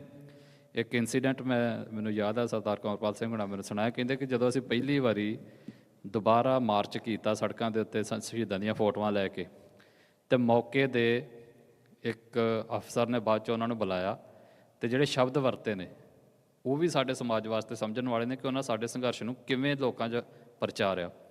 ਉਹਨੇ ਸ਼ਬਦ ਵਰਤੇ, ਕਹਿੰਦਾ ਅੱਜ ਤੁਸੀਂ ਅੰਮ੍ਰਿਤਸਰ ਦਾ ਹਿੰਦੂ ਡਰਾਤਾ। ਮਤਲਬ ਤਸਵੀਰ ਤੋਂ ਆਪਣੇ, ਅਸੀਂ ਕਿਸੇ ਨੂੰ ਕੁਝ ਨਹੀਂ ਉਹਨਾਂ ਕਿਹਾ, ਸ਼ਹੀਦ ਦੀ ਤਸਵੀਰ ਲੈ ਕੇ ਉਹ ਮਾਰਕੀਟ ਦੇ ਵਿੱਚੋਂ ਲੰਘੇ ਨੇ, ਤੇ ਇੱਕ ਅਫਸਰ ਆ ਕੇ ਉਹਨਾਂ ਨੂੰ ਇਹ ਕਹਿੰਦਾ ਕਿ ਤੁਸੀਂ ਅੰਮ੍ਰਿਤਸਰ ਦਾ ਹਿੰਦੂ ਡਰਾਤਾ। ਇੰਨਾ ਟੈਰਰਾਈਜ਼ ਕੀਤਾ ਗਿਆ ਉਹਨਾਂ ਚਿਹਰਿਆਂ ਤੋਂ ਲੋਕਾਂ ਨੂੰ ਵੀ ਸਾਡੇ ਸੰਘਰਸ਼ ਨੂੰ ਇੰਨਾ ਡੀਫੇਮ ਕੀਤਾ ਗਿਆ ਵੀ ਸਿਰਫ ਇੱਕ ਮਾਰਚ ਦੇ ਰਾਹੀਂ ਜਿਹੜਾ ਉਹ ਸਾਰੇ ਸ਼ਹਿਰ ਦਾ ਇੱਕ ਵਰਗ ਡਰਨ ਦੀ ਜਿਹੜੀਆਂ ਗੱਲਾਂ ਉਹ ਕੀਤੀਆਂ ਗਈਆਂ। ਸੋ ਉਹ ਗੱਲਾਂ ਅੱਜ ਵੀ ਕੰਟੀਨਿਊ ਅੱਗੇ ਹੁੰਦੀਆਂ ਨੇ, ਬਟ ਇਹ ਆ ਵੀ ਕਿਉਂਕਿ ਉਹ ਵਾਰ-ਵਾਰ ਕੀਤੀਆਂ ਗਈਆਂ, ਉਹਨਾਂ ਨੂੰ ਨੋਰਮਲਾਈਜ਼ ਕੀਤਾ, ਉਹਨਾਂ ਲੋਕਾਂ ਨੇ ਡਰ ਕੱਢਿਆ, ਉਹਦੇ ਵਿੱਚੋਂ ਜਿਹੜਾ ਸੰਘਰਸ਼ ਅੱਗੇ ਚੱਲਦਾ। ਅੱਜ ਵੀ ਜਦੋਂ ਪ੍ਰੋਗਰਾਮ ਕਰਨਾ ਹੋਵੇ ਤਾਂ ਇਹ ਗੱਲਾਂ ਫੇਰ ਕੀਤੀਆਂ ਜਾਂਦੀਆਂ ਨੇ, ਖਾਲਿਸਤਾਨ ਦੀ ਗੱਲ ਨਾ ਕਰਿਓ, ਨਾਅਰੇ ਨਾ ਮਾਰਿਓ, ਆਹ ਨਾ ਕਰਿਓ, ਬਟ ਉਹ ਕੰਟੀਨਿਊ ਰਹੇਗਾ ਐਸਾ ਚ, ਕਿਉਂਕਿ ਸੰਘਰਸ਼ ਦੀ ਉਹ ਲੈਗੇਸੀ ਆ। ਸੋ ਉਹਨੂੰ ਕਰਦਿਆਂ ਉਹ ਜਿਹੜੀ ਹਾਰਡਸ਼ਿਪ ਉਹਨਾਂ ਬਜ਼ੁਰਗਾਂ ਨੇ ਝੱਲੀ ਆ, ਉਹ ਹਮੇਸ਼ਾ ਸਾਡੇ ਵਾਲੀ ਪੀੜ੍ਹੀ ਨੂੰ ਅੱਗੇ ਯਾਦ ਰੱਖਣੀ ਚਾਹੀਦੀ ਆ ਵੀ ਭਾਈ ਜੇ ਅੱਜ ਅਸੀਂ ਉੱਚੀ ਆਵਾਜ਼ ਦੇ ਨਾਲ ਖਾਲਿਸਤਾਨ ਕਹਿਣ ਜੋਗੇ ਹੋਏ ਆ ਤੇ ਉਹ ਤਾਂ ਹੀ ਆ ਜੇ ਉਹਨਾਂ ਨੇ ਦੱਬੀ ਆਵਾਜ਼ ਦੇ ਵਿੱਚ ਕਹਿੰਦੇ ਰਹੇ ਨੇ। ਸੋ ਉਹ ਜਿਹੜੇ ਹਾਲਾਤਾਂ 'ਚ ਉਹ ਆਏ ਨੇ, ਜਿੱਥੋਂ ਉਹ ਮਤਲਬ ਪਹਿਲਾਂ ਤਾਂ ਉਹਨਾਂ ਨੇ ਹਥਿਆਰਬੰਦ ਸੰਘਰਸ਼ ਲੜਿਆ, ਫਿਰ ਜਿਹੜੇ ਬਚ ਗਏ ਫਿਰ ਉਹਨਾਂ ਨੇ ਪੋਲੀਟੀਕਲ ਸੰਘਰਸ਼ ਲੜਿਆ, ਮਤਲਬ ਉਹਨਾਂ ਨੇ ਤਾਂ ਹਰ ਤਰ੍ਹਾਂ ਦਾ ਸੰਘਰਸ਼ ਕੰਟੀਨਿਊ ਰੱਖਿਆ। ਤੇ ਅਸੀਂ ਜਿਨ੍ਹਾਂ ਨੇ ਅਜੇ ਸੰਘਰਸ਼ 'ਚ ਮਤਲਬ ਜੁਮਾ ਪੈਰ ਰੱਖਿਆ, ਤਾਜ਼ੇ ਸੰਘਰਸ਼ 'ਚ ਆਏ ਆ, ਸਾਨੂੰ ਲੱਗਦਾ ਵੀ ਅਸੀਂ ਸੰਘਰਸ਼ ਸ਼ੁਰੂ ਲੱਗੇ ਕਰਨ, ਪਿਛਲੇ ਦੇ ਸਾਰੇ ਕੋਈ ਸਾਡੇ ਤੋਂ ਪਹਿਲਾਂ ਤਾਂ ਦੁਨੀਆ ਹੋਈ ਨਹੀਂ। ਸੋ ਇੱਦਾਂ ਦੀ ਕੋਈ ਗੱਲ ਨਹੀਂ ਗੀ, ਪੰਜਾਬ ਵਾਲਿਆਂ ਨੇ ਆਪਣੀ ਤਰ੍ਹਾਂ ਦਾ ਝੱਲਿਆ, ਜਿਹੜੇ ਬਾਹਰ ਵਾਲੇ ਨੇ ਇਹਨਾਂ ਨੇ ਆਪਣੀ ਤਰ੍ਹਾਂ ਦਾ ਸੰਘਰਸ਼ ਕੀਤਾ ਹੈ ਵੀ ਕਿਵੇਂ ਇੱਥੇ ਬਾਹਰ ਜਿਹੜੇ ਸਾਡੇ ਨੌਜਵਾਨ ਉਦੋਂ ਆਏ ਸੀਗੇ ਉਹਦੇ ਬਾਰੇ ਇਹ ਗੱਲ ਕਰਨਗੇ ਆਪਣੇ ਪਰਿਵਾਰਾਂ ਦੀ ਵੀ ਭਾਜੀ ਹੋਣੀ, ਵੀ ਜਿੱਦਾਂ ਜਿਸ ਤਰੀਕੇ ਨਾਲ ਇੱਥੇ ਪੱਬਾਂ ਦੇ ਵਿੱਚ ਨੱਚਣ ਵਾਲੇ ਨੌਜਵਾਨ, ਜਾ ਕੇ ਸ਼ਰਾਬਾਂ ਪੀਣ ਵਾਲੇ ਨੌਜਵਾਨ ਕਿਵੇਂ ਰਾਤੋਂ ਰਾਤ ਬਦਲ ਕੇ ਸੰਘਰਸ਼ਾਂ 'ਚ ਆਏ ਨੇ, ਕਿਵੇਂ ਇੱਥੇ ਗੁਰਦੁਆਰੇ ਸਾਹਿਬਾਨਾਂ ਨੂੰ ਅਸਲੀ ਜਿਹੜੇ ਉਹਨਾਂ ਦੇ ਵਾਰਸ ਨੇ ਉਹਨਾਂ ਨੇ ਆਪਣੇ ਹੱਥਾਂ ਦੇ ਵਿੱਚ ਕਿਵੇਂ ਲਿਆਂਦੇ ਗੁਰੂ ਮਹਾਰਾਜ ਦੀ ਕਿਰਪਾ ਦੇ ਨਾਲ, ਕਿਵੇਂ ਉਹਨਾਂ ਨੇ ਜਿਹੜੇ ਗੁਰਦੁਆਰਿਆਂ ਤੇ ਕਾਬਜ ਬੈਠੇ ਪਤਤ ਤੇ ਸ਼ਰਾਬਾਂ ਪੀਣ ਵਾਲੇ ਬੰਦੇ ਉਹ ਬਾਹਰ ਕੱਢੇ, ਤੇ ਕਿਵੇਂ ਮਤਲਬ ਗੁਰਦੁਆਰਿਆਂ ਦੇ ਵਿੱਚ ਗੁਰੂ ਗ੍ਰੰਥ ਸਾਹਿਬ ਮਹਾਰਾਜ ਸੱਚੇ ਪਾਤਸ਼ਾਹ ਦੇ ਪ੍ਰਕਾਸ਼ ਜਿਹੜੇ ਨੇ ਉਹ ਅਸਲੀ ਰੂਪ ਦੇ ਵਿੱਚ ਪ੍ਰਕਾਸ਼ਮਾਨ ਕੀਤੇ ਨੇ, ਇੱਜ਼ਤ ਮਾਣ ਸਤਿਕਾਰ ਬਹਾਲ ਕੀਤਾ। ਉਹ ਇੱਕ ਆਪਣੇ ਤਰ੍ਹਾਂ ਦਾ ਸੰਘਰਸ਼ ਆ। ਸੋ ਉਹ ਇਹ ਦੱਸਣਗੇ ਬੈਟਰ, ਬਟ ਪੰਜਾਬ ਦੇ ਵਿੱਚ ਜੋ ਕੁਝ ਹੋਇਆ ਆ ਉਹ ਜੇਲ੍ਹਾਂ ਤੋਂ ਲੈ ਕੇ ਤਸੀਹੇ, ਤਸ਼ੱਦਦ, ਜਲਾਲਤ, ਹਰ ਚੀਜ਼ ਉਹਨਾਂ ਸਿੰਘਾਂ ਨੇ ਝੱਲੀ ਆ। ਫਿਰ ਅੱਜ ਸਾਨੂੰ ਇਸ ਸਟੇਜ ਦੇ ਉੱਤੇ ਪਹੁੰਚਾਇਆ ਹੈ ਕਿ ਭਾਈ ਤੁਸੀਂ ਗੱਲ ਕਰੋ। ਸੋ ਇਹਨੂੰ ਕੰਟੀਨਿਊ ਰੱਖਣਾ ਚਾਹੀਦਾ ਆ, ਔਰ ਇਹ ਮੰਨ ਕੇ ਰੱਖਣਾ ਚਾਹੀਦਾ ਵੀ ਅੱਗੇ ਵੀ ਹਾਰਡਸ਼ਿਪ ਖਲੋਤੀ ਆ, ਉਹ ਸਾਨੂੰ ਤੁਹਾਨੂੰ ਵੀ ਫੇਸ ਕਰਨੀ ਪਏਗੀ। ਸੋਰੀ ਮੈਂ ਮਾੜਾ ਜਿਹਾ ਫੋਲੋ ਅਪ ਕਰਨਾ ਚਾਹੁੰਦਾ, ਬਿਕਾਜ਼ ਆਈ ਥਿੰਕ ਜਿੰਨੀ ਗੱਲਾਂ ਤੁਸੀਂ ਕੀਤੀਆਂ ਵੀ ਖਾਸ ਕਰਕੇ ਵੀ ਜਿਹੜੇ ਆਪਣੇ ਬਜ਼ੁਰਗਾਂ ਨੇ ਜਿਹੜੀ ਮਿਹਨਤ ਕੀਤੀ ਆ ਹਥਿਆਰਬੰਦ ਸੰਘਰਸ਼ ਲੜਨ ਤੋਂ ਪਹਿਲਾਂ, ਸੰਘਰਸ਼ ਲੜ ਕੇ, ਤੇ ਉਸ ਤੋਂ ਬਾਅਦ ਵੀ ਉਸ ਜਿਹੜੇ ਦੌਰ ਨੂੰ ਕਾਲਾ ਦੌਰ ਕਿਹਾ ਗਿਆ, ਉਸ ਸਮੇਂ ਦੇ ਵਿੱਚ ਵੀ ਖਾਲਿਸਤਾਨ ਦੀ ਗੱਲ ਜੀਂਦੀ ਰੱਖਣੀ, ਮਾਣ ਸਨਮਾਨ ਉਹਦਾ ਪੂਰਾ ਉੱਚਾ ਰੱਖਣਾ, ਤੇ ਉਸ ਗੱਲਬਾਤ ਨੂੰ ਜਾਰੀ ਰੱਖਣ ਵਾਸਤੇ ਸਪੇਸ ਬਣਾਉਣ ਦੇ ਵਿੱਚ ਬਹੁਤ ਵੱਡਾ ਯੋਗਦਾਨ ਤੁਹਾਡਾ ਆਪ ਦਾ, ਕਿਉਂਕਿ ਤੁਸੀਂ ਪੰਜਾਬ ਦੇ ਵਿੱਚ ਤੁਹਾਡਾ ਵੀ ਐਕਸਪੀਰੀਅੰਸ ਕੁਝ ਵੱਖਰਾ ਆ, ਡਿਫਰੈਂਟ ਆ। ਜਦੋਂ ਤੁਸੀਂ ਇੱਧਰਲੇ ਪਾਸੇ ਆਪਣਾ ਪੈਰ ਪਾਉਣਾ ਸ਼ੁਰੂ ਕੀਤਾ, ਉਦੋਂ ਖਾਲਿਸਤਾਨ ਦੀ ਗੱਲ ਕਰਨੀ, 84 ਦੀ ਗੱਲ ਕਰਨੀ, ਤੁਹਾਨੂੰ ਕਿਸ ਤਰ੍ਹਾਂ ਮਹਿਸੂਸ ਹੋਇਆ ਜਾਂ ਕਿਹੋ ਜਿਹੀਆਂ ਔਕੜਾਂ ਦਾ ਤੁਹਾਨੂੰ ਸਾਹਮਣਾ ਕਰਨਾ ਪਿਆ ਵੀ ਇਹ ਜਿਹੜੀ ਜੱਕ ਸੀ ਜਾਂ ਹੈਜ਼ੀਟੇਸ਼ਨ ਸੀ ਉਸ ਦੇ ਪਾਰ ਤੁਸੀਂ ਕਿਸ ਤਰੀਕੇ ਨਾਲ ਹੋਏ ਉੱਥੇ ਰਹਿੰਦੇ ਹੋਏ ਤੇ ਜਿਹੜੇ ਤੁਹਾਡੇ ਪਰਿਵਾਰ ਸੀ ਜਾਂ ਹਮ ਉਮਰ ਸੀਗੇ ਉਹਨਾਂ ਦਾ ਰਿਸਪੌਂਸ ਜਾਂ ਉਹਨਾਂ ਦਾ ਰਿਐਕਸ਼ਨ ਕਿੱਦਾਂ ਦਾ ਸੀਗਾ? ਦੇਖੋ ਇਹ ਹਮੇਸ਼ਾ ਹੀ ਰਿਹਾ ਆ, ਇਹ ਮਤਲਬ ਕਦੇ ਵੀ ਕਿਸੇ ਲਈ ਵੀ ਇੰਨਾ ਸੌਖਾ ਨਹੀਂ ਹੁੰਦਾ, ਬਟ ਫਿਰ ਵੀ ਮੈਂ ਕਹੂੰਗਾ ਵੀ ਸਾਡੇ ਵਾਸਤੇ ਬਹੁਤ ਸੌਖਾ ਸੀ ਸਾਡੇ ਬਜ਼ੁਰਗਾਂ ਦੇ ਮੁਕਾਬਲੇ। ਉਹ ਜਿਹੜੇ ਹਾਲਾਤਾਂ 'ਚੋਂ ਜਿਸ ਤਰੀਕੇ ਨਾਲ ਨਿਕਲੇ ਉਹਦੇ ਹਿਸਾਬ ਨਾਲ ਅਸੀਂ ਬਹੁਤ ਸੌਖੇ ਨਿਕਲ ਆਏ ਹਾਂ।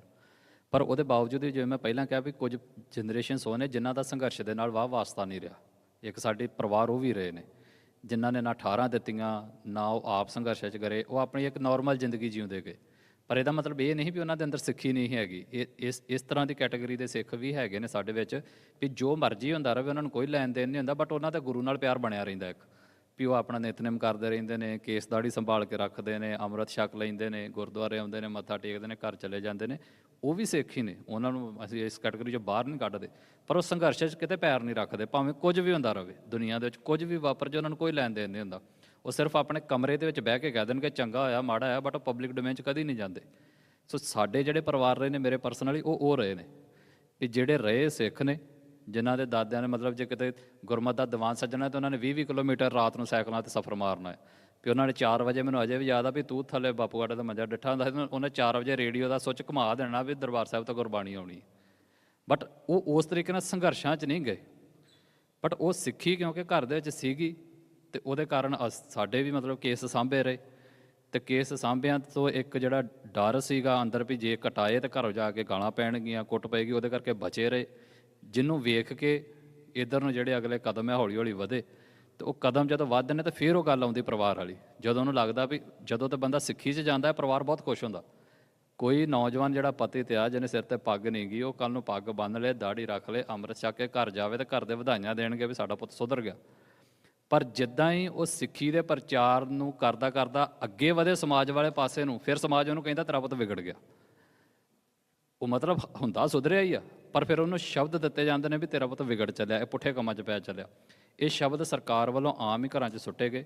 ਫਿਰ ਜਦੋਂ ਵੀ ਕੋਈ ਨੌਜਵਾਨ ਇੱਧਰ ਨੂੰ ਤੁਰਦਾ ਆ, ਤੇ ਫਿਰ ਪੰਜਾਬ ਦੀ ਇੱਕ ਕਾਮਨ ਪ੍ਰੈਕਟਿਸ ਆ, ਤੁਹਾਡਾ ਲੋਕਲ SHO, ਥਾਣੇਦਾਰ ਜਾਂ ਕੋਈ ਸਿਵਲ ਦੇ ਵਿੱਚ ਕੋਈ ਏਜੰਸੀ ਦਾ ਬੰਦੇ ਦੋ ਤੁਹਾਡੇ ਘਰ ਆਉਣਗੇ, ਉਹ ਆ ਕੇ ਪੁੱਛਣਗੇ ਵੀ ਫਲਾਣੇ ਦਾ ਘਰ ਕਿਹੜਾ ਆ, ਉਹ ਆ ਕੇ ਤੁਹਾਡੇ ਸੋਫੇ ਤੇ ਬਹਿਣਗੇ, ਤੁਹਾਡੇ ਪਰਿਵਾਰ ਬਹਿ ਜਾਏਗਾ ਲਾਗੇ। ਉਹ ਜ਼ਾਹਿਰ ਜੀ ਗੱਲ ਹੈ, ਜਦੋਂ ਕੋਈ ਆਏਗਾ ਤਾਂ ਪਰਿਵਾਰ ਬਹਿ ਜਾਣਾ, ਤੁਹਾਡਾ ਬਾਪੂ ਬਹਿ ਜਾਏਗਾ, ਤੁਸੀਂ ਬਹੋਗੇ। ਅੱਛਾ, ਫਿਰ ਉਹ ਬਹਿ ਕੇ ਤੁਹਾਡੇ ਪਰਿਵਾਰ ਦੇ ਸਾਹਮਣੇ ਗੱਲਾਂ ਕਰਨਗੇ, ਤੁਹਾਨੂੰ ਕੁਝ ਨਹੀਂ ਕਹਿਣਗੇ। ਉਹ ਆ ਕੇ ਆਪਣਾ ਕਾਗਜ਼ ਪੈਨ ਕੱਢਣਗੇ, ਹਾਂਜੀ ਆਪਣਾ ਨਾਮ ਲਿਖ, ਬਸ ਜੀ ਉੱਪਰੋਂ ਹੁਕਮ ਆਏ ਨੇ ਜੀ, ਬਸ ਮਾੜਾ ਜਿਹਾ ਲਿਖ ਕੇ ਖੜਨਾ। ਅੱਛਾ ਜੀ, ਨਾਮ ਲਿਖਾ ਦਿਓ, ਕੀ ਕਰਦੇ ਹੋ, ਕਿੱਥੇ ਜੌਬ ਕਰਦੇ ਹੋ, ਕਿੰਨੀਆਂ ਭੈਣਾਂ ਨੇ, ਕਿੱਥੇ ਵਿਆਹੀਆਂ ਨੇ, ਭੂਆ ਕਿੰਨੀਆਂ ਨੇ, ਫੁੱਫੜ ਕਿੰਨੇ ਨੇ, ਕਿੱਥੇ ਰਹਿੰਦੇ ਨੇ, ਅਸਲੀ ਨਾਮ ਕੀ ਆ, ਚਾਚੇ ਤਾਏ, ਉਹ ਸਾਰੀ ਇੱਕ ਲਿਸਟ ਭਰ ਕੇ ਉਹ ਲੈ ਜਾਂਦੇ ਨੇ। ਤੇ ਨਾਲ ਉਹ ਨਾਮ ਲਿਖਦਿਆਂ ਲਿਖਦਿਆਂ ਪੋਲੇ ਪੋਲੇ ਗੱਲਾਂ ਕਰੀ ਜਾਣਗੇ।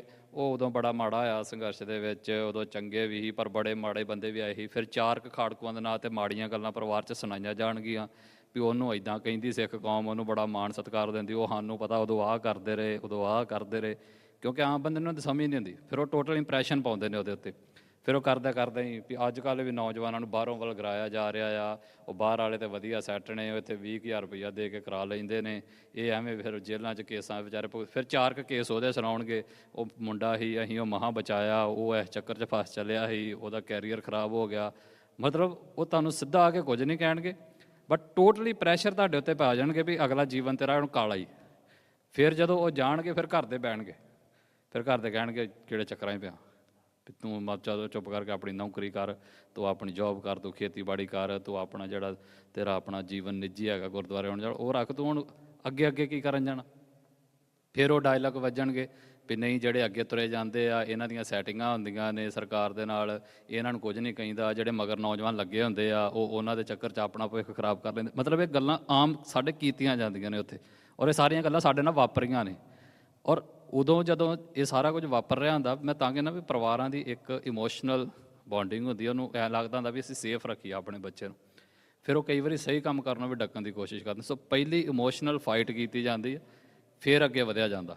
ਸੋ ਉਹ ਬਹੁਤੀ ਸਾਡੀ ਜਿਹੜੀ ਸੰਗਤ ਆ, ਹੋ ਸਕਦਾ ਕੱਲ੍ਹ ਨੂੰ ਗੁਰੂ ਮਹਾਰਾਜ ਮਿਹਰ ਰੱਖਣ ਕਿਤੇ ਅਸੀਂ ਵੀ ਇਸ ਟਰੈਪ ਦੇ ਵਿੱਚ ਇਹਨਾਂ ਫਸ ਜਾਈਏ ਵੀ ਜਦੋਂ ਇਮੋਸ਼ਨਲ ਜਿਹੜੇ ਬੌਂਡ ਨੇ ਤੁਹਾਡੇ, ਉਹਨਾਂ ਨੂੰ ਤੋੜ ਕੇ ਅੱਗੇ ਵਧਣਾ ਸਭ ਤੋਂ ਵੱਡਾ ਸੰਘਰਸ਼ ਹੈ। ਜਦੋਂ ਤੁਹਾਨੂੰ ਇਹ ਲੱਗੇ ਵੀ ਇਸ ਇਮੋਸ਼ਨਲ ਬੌਂਡ ਨਾਲੋਂ ਵੱਡਾ ਵੀ ਕੋਈ ਬੌਂਡ ਹੈਗਾ ਹੈ ਤੁਹਾਡਾ ਇੱਕ ਕੌਮ ਦੇ ਨਾਲ, ਗੁਰੂ ਦੇ ਨਾਲ, ਉਹ ਫਿਰ ਟੁੱਟਦੇ ਨੇ, ਅਦਰਵਾਈਜ਼ ਨਹੀਂ ਟੁੱਟਦੇ। ਸੋ ਉਹ ਬੌਂਡ ਜਦੋਂ ਤੱਕ ਤੁਹਾਨੂੰ ਨਹੀਂ ਹੁੰਦਾ, ਜਦੋਂ ਤੱਕ ਮਹਿਸੂਸ ਨਹੀਂ ਕਰਦੇ, ਉਦੋਂ ਤੱਕ ਉਹ ਫਿਰ ਘਰ ਵਾਲੇ ਜਿਹੜੇ ਬੌਂਡ ਨੇ ਉਹ ਨਹੀਂ ਟੁੱਟਦੇ। ਉਹ ਆਪਣੇ ਆਪ ਦਾ ਇੱਕ ਸੰਘਰਸ਼ ਆ, ਬਟ ਉਹ ਫਿਰ ਚੱਲਦਾ ਆ। ਫਿਰ ਜੇ ਉਹਨਾਂ ਲੱਗੇ ਵੀ ਬੰਦਾ ਘਰ ਬੈਠਿਆਂ ਸਮਝਾਇਆ ਨਹੀਂ ਗਿਆ, ਫਿਰ ਕਿਸੇ ਪ੍ਰੋਗਰਾਮ ਦੇ ਉੱਤੇ ਕੋਈ ਘਟਨਾ ਵਾਪਰੀ, ਫਿਰ ਪੁਲਿਸ ਵਾਲੇ ਵਰਦੀ 'ਚ ਆਉਣਗੇ, ਪ੍ਰੋਪਰ ਗੱਡੀਆਂ 'ਚ ਆਉਣਗੇ, ਮੋਢਿਆਂ ਦੇ ਉੱਤੇ 47 ਟੰਗੀਆਂ ਹੋਣਗੀਆਂ, ਆ ਕੇ ਤੁਹਾਡੇ ਘਰਾਂ ਵਾਲੇ ਦੁਆਲੇ ਘੇਰਾ ਪਾਏਗਾ। ਸਵੇਰੇ 4 ਵਜੇ ਆ ਕੇ ਦਰਵਾਜ਼ਾ ਖੜਕਾਇਆ ਜਾਏਗਾ, ਬਾਪੂ ਦਾ ਨਾਂ ਲੈ ਕੇ ਵੀ ਦਰਵਾਜ਼ਾ ਖੋਲੋ, ਦਰਵਾਜ਼ਾ ਖੋਲੋ। ਕੀਤਾ ਕੁਝ ਨਹੀਂ ਹੁੰਦਾ। ਘਟਨਾ ਮੰਨ ਲਓ ਵੀ ਅਜਨਾਲੇ ਵਾਪਰੀ ਕੋਈ, ਉਹਨਾਂ ਨੂੰ ਪਤਾ ਹੁੰਦਾ ਵੀ ਮੇਰਾ ਉਹ 'ਚ ਕੋਈ ਲੈਣ ਦੇਣ ਨਹੀਂ ਗਾ। ਘਟਨਾ ਅਜਨਾਲੇ ਵਾਪਰੀ, ਆ ਕੇ ਗੁਰਦਾਸਪੁਰ ਦਰਵਾਜ਼ਾ ਖੜਕਾਇਆ ਜਾਏਗਾ। ਉਹ ਨਹੀਂ ਜੀ, ਉਹ ਜਿਹੜੀ ਘਟਨਾ ਵਾਪਰੀ ਉਹਦੇ 'ਚ ਕੁਝ ਪੁੱਛਗਿੱਛ ਕਰਨ ਜਾਣੀ, ਉਹਨਾਂ ਨੂੰ ਪਤਾ ਹੁੰਦਾ ਇਹਦਾ ਕੋਈ ਲੈਣ ਦੇਣ ਨਹੀਂ। ਗੱਡੀ 'ਚ ਭਾਲ ਕੇ ਲੈ ਕੇ ਜਾਣਗੇ, ਸਾਰੀ ਦਿਹਾੜੀ ਥਾਣੇ ਭਾਲਣਗੇ। ਬਾਪੂ ਜਿਹੜਾ ਆ ਉਹ ਕਿਸੇ ਪਿੰਡ ਦੇ ਮੋਹਦਵਾਰ ਦੇ ਨਾਲ ਥਾਣੇ ਦੇ ਗੇਟ ਤੇ ਰਹੇਗਾ, ਸਾਰੀ ਦਿਹਾੜੀ ਡੀਕਣਗੇ ਮੁੰਡਾ ਅੰਦਰੋਂ ਕਦੋਂ ਆਵੇ। ਅੰਦਰੋਂ ਫਿਰ ਉਹੀ ਸਾਰੀ ਪੁੱਛਗਿੱਛ ਕਰਕੇ ਸ਼ਾਮ ਨੂੰ ਕਹਿ ਦੇਣਗੇ ਨਹੀਂ ਕੁਝ ਹੈਗਾ ਜੀ, ਹੁਣ ਘਰ ਲੈ ਜਾਓ। ਉਹਦੇ ਨਾਲ ਕੀ ਹੋਇਆ ਵੀ ਉਸ ਪਰਿਵਾਰ ਨੂੰ ਵੀ ਟੈਰਰਾਈਜ਼ ਕੀਤਾ, ਤੇ ਜਿਹੜੇ ਆਲੇ ਦੁਆਲੇ ਵਾਲਾ ਪੂਰਾ ਪਿੰਡ ਆ ਉਹਦੇ 'ਚ ਵੀ ਗੱਲ ਫੈਲਾਈ ਵੀ ਭਾਈ ਇਹ ਬੰਦਾ ਉੱਥੇ, ਇਸ ਕਰਕੇ ਉੱਥੇ ਪੁਲਿਸ ਆਈ। ਔਰ ਇਹ ਗੱਲਾਂ ਇਹ ਮੈਂ ਸਿਰਫ ਉਹ ਦੱਸ ਰਿਹਾ ਜਿਹੜੀਆਂ ਮੇਰੇ ਨਾਲ ਵਾਪਰੀਆਂ ਨੇ, ਬਾਕੀ ਨਾਲ ਤੇ ਇਹ ਤੋਂ ਵੱਧ ਵਾਪਰੀਆਂ ਹੋਣਗੀਆਂ। ਔਰ ਪਿੰਡਾਂ ਦਾ ਮਾਹੌਲ ਤੇ ਇਹ ਹੁੰਦਾ ਹੈ ਵੀ ਇਕੱਲਾ ਤੁਹਾਡਾ ਗੁਆਂਢੀ ਨਹੀਂ, ਤੁਹਾਡੇ ਗੁਆਂਢ ਦੇ ਪਿੰਡ ਨੂੰ ਪਤਾ ਲੱਗ ਜਾਂਦਾ ਵੀ ਫਲਾਣੇ ਥਾਂ ਪੁਲਿਸ ਆਈ। ਉਹ ਜਦੋਂ 10 ਗੱਡੀਆਂ ਆਉਂਦੀਆਂ ਨੇ ਜਿਪਸੀਆਂ ਧੂੜਾਂ ਪੱਟਦੀਆਂ, ਤੇ ਗੱਲ ਤੇ ਉੱਥੇ ਪਿੰਡਾਂ 'ਚ ਇੰਝ ਫੈਲਦੀ ਆ। ਤੇ ਮੈਨੂੰ ਯਾਦ ਜਦੋਂ ਪਹਿਲੀ ਰੈਵੈਨਿਊ ਲੈ ਕੇ ਗਏ, ਤੇ ਸਾਡੇ ਤੋਂ ਤੀਜੇ ਪਿੰਡ ਤੋਂ ਮੇਰੇ ਬੰਦਾ ਸ਼ਾਮ ਨੂੰ ਸਾਡੇ ਘਰ ਅਗਲੇ ਦਿਨ ਪਤਾ ਲੈਣ ਆਇਆ ਵੀ ਮੁੰਡੇ ਨੂੰ ਕੀ ਹੋਇਆ ਹੈ, ਇਹ ਕਿਹੜੇ ਰਾਏ ਪੈ ਗਿਆ, ਇਹ ਕੀ ਕਰਦਾ। ਸੋ ਇੱਦਾਂ ਦੇ ਮਾਹੌਲ ਜਿਹੜੇ ਨੇ ਉਹ ਅੱਜ ਵੀ ਸਿਰਜੇ ਜਾਂਦੇ ਨੇ, ਤੇ ਇਹ ਐਸ ਸੱਚ ਹੀ ਰਹਿਣੇ ਨੇ। ਤੇ ਤੁਹਾਡੇ ਇੱਥੇ ਅਲੱਗ ਤਰ੍ਹਾਂ ਦੇ ਹੋਣਗੇ, ਸਾਡੇ ਉੱਥੇ ਇੱਦਾਂ ਦੇ ਨੇ। ਸੋ ਭਾਈ ਜੇ ਤੁਸੀਂ ਆਪਣੀ ਜਿਹੜੇ ਤਜਰਬਾ ਜਾਂ ਜਿਹੜੇ ਇਨਸਾਈਟ ਹੈਗੇ ਜੇ ਤੁਸੀਂ ਸ਼ੇਅਰ ਕਰ ਸਕਦੇ ਹੋ। ਮੈਨੂੰ ਚੇਤੇ ਹੈ ਇੱਕ ਵਾਰੀ ਆਪਾਂ ਇਕੱਠੇ 2012 ਦੇ ਵਿੱਚ ਇੱਕ ਪ੍ਰੋਗਰਾਮ 'ਚ ਆਪਾਂ ਇਕੱਠੇ ਬੈਠੇ ਸੀ, ਜਿਹੜਾ ਇੱਕ ਐਕਟਿਵਿਸਟ ਦੇ ਗਰੁੱਪ ਦੇ ਵਿੱਚ ਆਪਾਂ ਬੈਠੇ ਹਾਂ, ਤੇ ਲਗਾਤਾਰ ਟੇਬਲ ਦੇ ਆਲੇ ਦੁਆਲੇ ਕੀ ਵਰਡ ਦੀ ਗੱਲ ਹੁੰਦੀ ਸੀਗੀ, ਕੀ ਵਰਡ।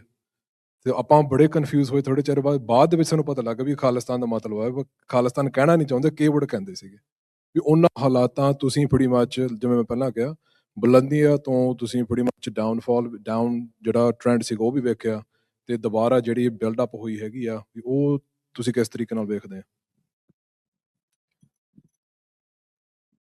ਆਈ ਥਿੰਕ ਮੇਰੇ ਫਾਦਰ ਸਾਹਿਬ ਨੇ ਤਕਰੀਬਨ ਜੂਨ 10 1984 ਚ ਅੰਮ੍ਰਿਤ ਛਕਿਆ,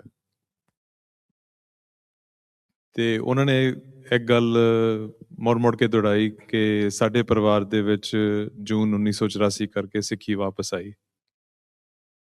ਜਿਹੜੇ ਕਿ ਜੇ ਅਸੀਂ ਇਤਿਹਾਸਕ ਪਹਿਲੂਆਂ ਤੋਂ ਦੇਖਦੇ ਹਾਂ ਕਿ ਜਿਹੜੇ ਸਾਡੇ ਪੁਰਾਣੇ ਬੋਲ ਬਾਲੇ ਆ ਕਿ ਮੰਨੂ ਸਾਡੀ ਦਾਤਰੀ ਅਸੀਂ ਮੰਨੂ ਦੇ ਸੋਏ, ਜਿਉਂ ਮੰਨੂ ਵੱਢਦਾ ਸੀ ਦੂਣ ਸਵਾਣ ਹੋਏ, ਇਹ ਇੱਦਾਂ ਲੱਗਦਾ ਕਦੀ ਕਦੀ ਕਿ ਐਕਚੁਅਲੀ ਇਹੀ ਹੁੰਦਾ ਆ ਕਿ ਉਹ ਆਏ ਸੀ ਕੁਚਲਣ ਲਈ, ਦਬਾਉਣ ਲਈ, ਮਟਾਉਣ ਲਈ, ਤੇ ਗੱਲ ਜਿਹੜੀ ਆ ਉਹ ਬਿਲਕੁਲ ਹੀ ਦੂਜੇ ਪਾਸੇ ਨੂੰ ਚਲੇ ਗਈ। ਤੇ ਬਾਹਰਲੇ ਦੇਸ਼ਾਂ ਦੇ ਵਿੱਚ ਇੱਥੇ ਕਾਫੀ ਜਾਣੇ ਬੈਠੇ ਹੋਣੇ ਆ ਕਿ ਉਹਨਾਂ ਦੇ ਘਰ ਦੇ ਵਿੱਚ ਵੀ ਸਿੱਖੀ 1984 ਕਰਕੇ ਹੀ ਵਾਪਸ ਆਈ। ਸਾਡੇ ਘਰ ਦੇ ਵਿੱਚ ਅੰਮ੍ਰਿਤਧਾਰੀ ਤਾਂ ਦੂਰ, ਕੋਈ ਸਰਦਾਰ ਵੀ ਨਹੀਂ ਸੀ, ਦੋਨੇ ਪਾਸੇ, ਨਾਨਕੇ ਪਾਸੇ ਵੀ ਤੇ ਦਾਦਕੇ ਪਾਸੇ ਵੀ ਸਾਡਾ ਕੋਈ ਨਹੀਂ ਸੀ। ਹੁਣ ਉਹ ਚਲੋ ਮਹਾਰਾਜ ਦੀ ਕਿਰਪਾ ਆ ਕਿ ਐਜ਼ ਐਨ ਇੱਕ ਬਹੁਤ ਵੱਡਾ ਪਰਿਵਾਰ ਆ ਸਾਡਾ, ਤੇ ਲਗਾਤਾਰ ਬਹੁਤ ਜਾਣੇ ਉਹਦੇ ਕੇਸਾਧਾਰੀ ਆ ਜਾਂ ਅੰਮ੍ਰਿਤਧਾਰੀ ਆ, ਤੇ ਇਸ ਸੰਘਰਸ਼ ਦੇ ਵਿੱਚ ਕੋਈ ਨਾ ਕੋਈ ਉਹਨਾਂ ਦੇ ਹੱਥ ਪੈਰ ਹੈਗਾ ਆ ਜਿੰਨਾ ਕੁ ਵੀ ਉਹ ਕਰ ਸਕਦੇ ਆ। ਸੋ ਅਸੀਂ ਕਦੀ ਅਸੀਂ ਮੈਂ ਦੇਖਦਾ ਕਿ ਅਸੀਂ ਇੱਕ ਦੌਰ ਦੇਖਿਆ, ਅਸੀਂ ਉਦੋਂ ਛੋਟੇ ਸੀਗੇ, ਪਰ ਜਦੋਂ ਤੱਕ 90 ਤੱਕ ਜਾਂ 92 ਤੱਕ ਉਹ ਸਾਰੀਆਂ ਗੱਲਾਂ ਅਸੀਂ ਚੇਤੇ ਆ ਕਿ ਅਸੀਂ ਕੀ ਦੇਖ ਰਹੇ ਸੀ, ਕੀ ਹੋ ਰਿਹਾ ਸੀ ਆਲੇ ਦੁਆਲੇ, ਇੱਥੇ ਕੀ ਮੀਟਿੰਗਾਂ ਹੋ ਰਹੀ ਸੀ। ਉਦੋਂ ਇੱਕ ਬੜੀ ਚੜ੍ਹਾਈ ਸੀਗੀ, ਪੋਪੂਲਰ ਸੀ ਸਾਰਾ ਕੁਝ।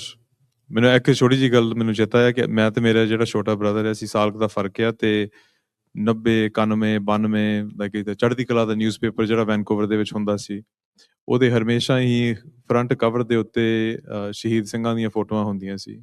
ਜ਼ਿਆਦਾਤਰ ਜਿਹੜੇ ਸਿੰਘ ਉਸ ਟਾਈਮ ਤੇ ਸ਼ਹੀਦ ਹੋ ਰਹੇ ਆ ਤੇ ਉਹਨਾਂ ਦੀ ਫੋਟੋ ਲੱਗੀ ਹੁੰਦੀ ਸੀ।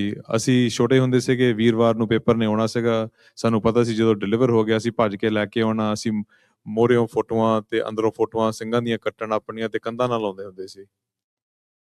ਤੇ ਜਦੋਂ ਭਾਈ ਸੁੱਖੇ ਜਿੰਦੇ ਦੀ ਸ਼ਹੀਦੀ ਹੋਈ, ਮੈਨੂੰ ਚੇਤਾ ਮੇਰੇ ਫਾਦਰ ਸਾਹਿਬ ਘਰ ਆਏ, ਉਹ ਮਿਲ 'ਚ ਕੰਮ ਕਰਦੇ ਸੀਗੇ, ਤੇ ਉਹਨਾਂ ਨੇ ਪਰਿਵਾਰ ਨੂੰ ਇਕੱਠਾ ਕੀਤਾ, ਖੜ ਕੇ ਅਰਦਾਸ ਕੀਤੀ, ਤੇ ਉਹਨਾਂ ਨੇ ਸੁੱਖੇ ਜਿੰਦੇ ਦਾ ਨਾਂ ਲਿਆ ਅਰਦਾਸ ਦੇ ਵਿੱਚ। ਸਾਨੂੰ ਬੜਾ ਪਤਾ ਨਹੀਂ ਸੀ, ਛੋਟੇ ਸੀਗੇ, ਪਰ ਇੱਕ ਇੰਟਰਸਟ ਇਹ ਸੀਗਾ ਕਿ ਸਾਨੂੰ ਇਹ ਚਿਹਰੇ ਦੱਸਦੇ ਸੀ ਕਿ ਸਾਨੂੰ ਇਹ ਸੀਗਾ ਕਿ ਸਾਡੇ ਜਿਹੜੇ ਵਾਰੀਅਰਸ ਆ ਜਾਂ ਸਾਡੇ ਯੋਧੇ ਆ, ਤੇ ਸਾਨੂੰ ਉਸ ਵੱਲੋਂ ਸੀਗਾ। ਸੋ ਉਸ ਤੋਂ ਬਾਅਦ ਅਸੀਂ ਪੁੱਛਿਆ ਵੀ ਕਿ ਸਾਡੇ ਫਾਦਰ ਸਾਹਿਬ ਨੂੰ ਕਿ ਸੁੱਖਾ ਜਿੰਦਾ ਕੌਣ ਨੇ, ਤੇ ਉਹਨਾਂ ਨੇ ਪਹਿਲੀ ਗੱਲ ਜਿਹੜੀ ਆਖੀ ਹੈ, ਕਿਉਂਕਿ ਮੈਂ ਉਦੋਂ 11-12 ਸਾਲਾਂ ਦਾ ਸੀ, ਮੈਨੂੰ ਹਾਲੇ ਚੇਤਾ ਹੈ, ਉਹ ਕਹਿੰਦੇ ਕਿ ਉਹ ਵੀ ਕਿਸੇ ਦੇ ਪੁੱਤ ਸਨ।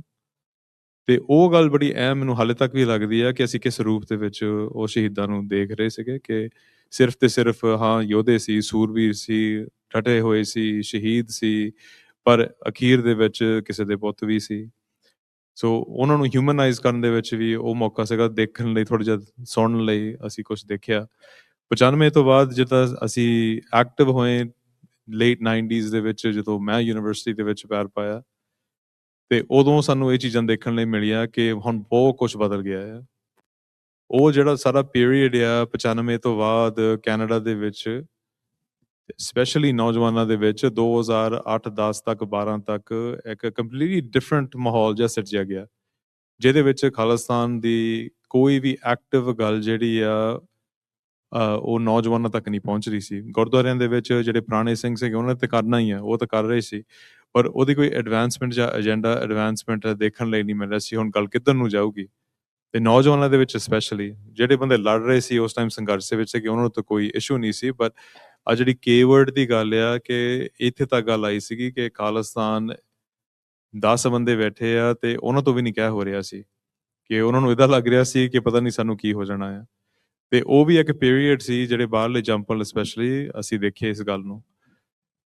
ਸੋ ਆਈ ਥਿੰਕ ਇਹਦੇ ਵਿੱਚ ਉਹਨੂੰ ਟ੍ਰਾਂਸਗ੍ਰੈਸ ਕਰਨ ਲਈ, ਜਿਵੇਂ ਆਪਣੀ ਗੱਲ ਥੋੜ੍ਹੀ ਜਿਹੀ ਆਪਣੇ ਤੌਰ ਤੇ ਰੱਖਾਂ, ਇੱਥੇ ਕੈਨੇਡਾ ਦੇ ਵਿੱਚ, US UK ਦੇ ਵਿੱਚ ਕੁਝ ਚੀਜ਼ਾਂ ਹੋਈਆਂ ਜਿਹੜੀਆਂ ਪਿਛਲੇ ਸਪੈਸ਼ਲੀ 10 ਸਾਲਾਂ ਦੇ ਵਿੱਚ ਮੂਵਮੈਂਟ ਜਿਹੜੀ ਆ ਉਹ ਪੋਪੂਲਰ ਕਿੱਥੋਂ ਹੋਣ ਆ ਪਈ। ਆਈ ਥਿੰਕ ਪੋਪੂਲਰ ਤਾਂ ਹਮੇਸ਼ਾ ਹੀ ਸੀ, ਤੇ ਉਹਦੇ ਵਿੱਚੋਂ ਸਾਨੂੰ ਇੱਦਾਂ ਲੱਗਦਾ ਸੀਗਾ ਕਿ ਮੇਰੇ ਫਾਦਰ ਸਾਹਿਬ ਜਿਹੜੇ ਆ ਉਹਨਾਂ ਨੇ ਗੱਲ ਕਹੀ ਸੀ ਮੈਨੂੰ, ਤੇ ਮੈਂ ਉਹਨਾਂ ਨੂੰ ਪੁੱਛਿਆ ਕਿ ਪੰਜਾਬ ਦੇ ਹਾਲਾਤ ਕਿੱਦਾਂ ਦੇ ਆ ਕਰਕੇ, ਉਹ ਲੇਟਲੀ ਉਹ ਪਿਛਲੇ 5-7 ਸਾਲਾਂ ਪਹਿਲਾਂ ਉਹ ਜਾਣ ਆਪੇ ਤੇ ਮੁੜ ਕੇ ਫਿਰ ਉਹਨਾਂ ਦਾ ਸਭ ਕੁਝ ਬੰਦ ਹੀ ਹੈ, ਪਰ ਉਹ ਉੱਥੇ ਜਾਣ ਆਪੇ ਸੀ ਥੋੜੇ ਚਿਰ ਲਈ।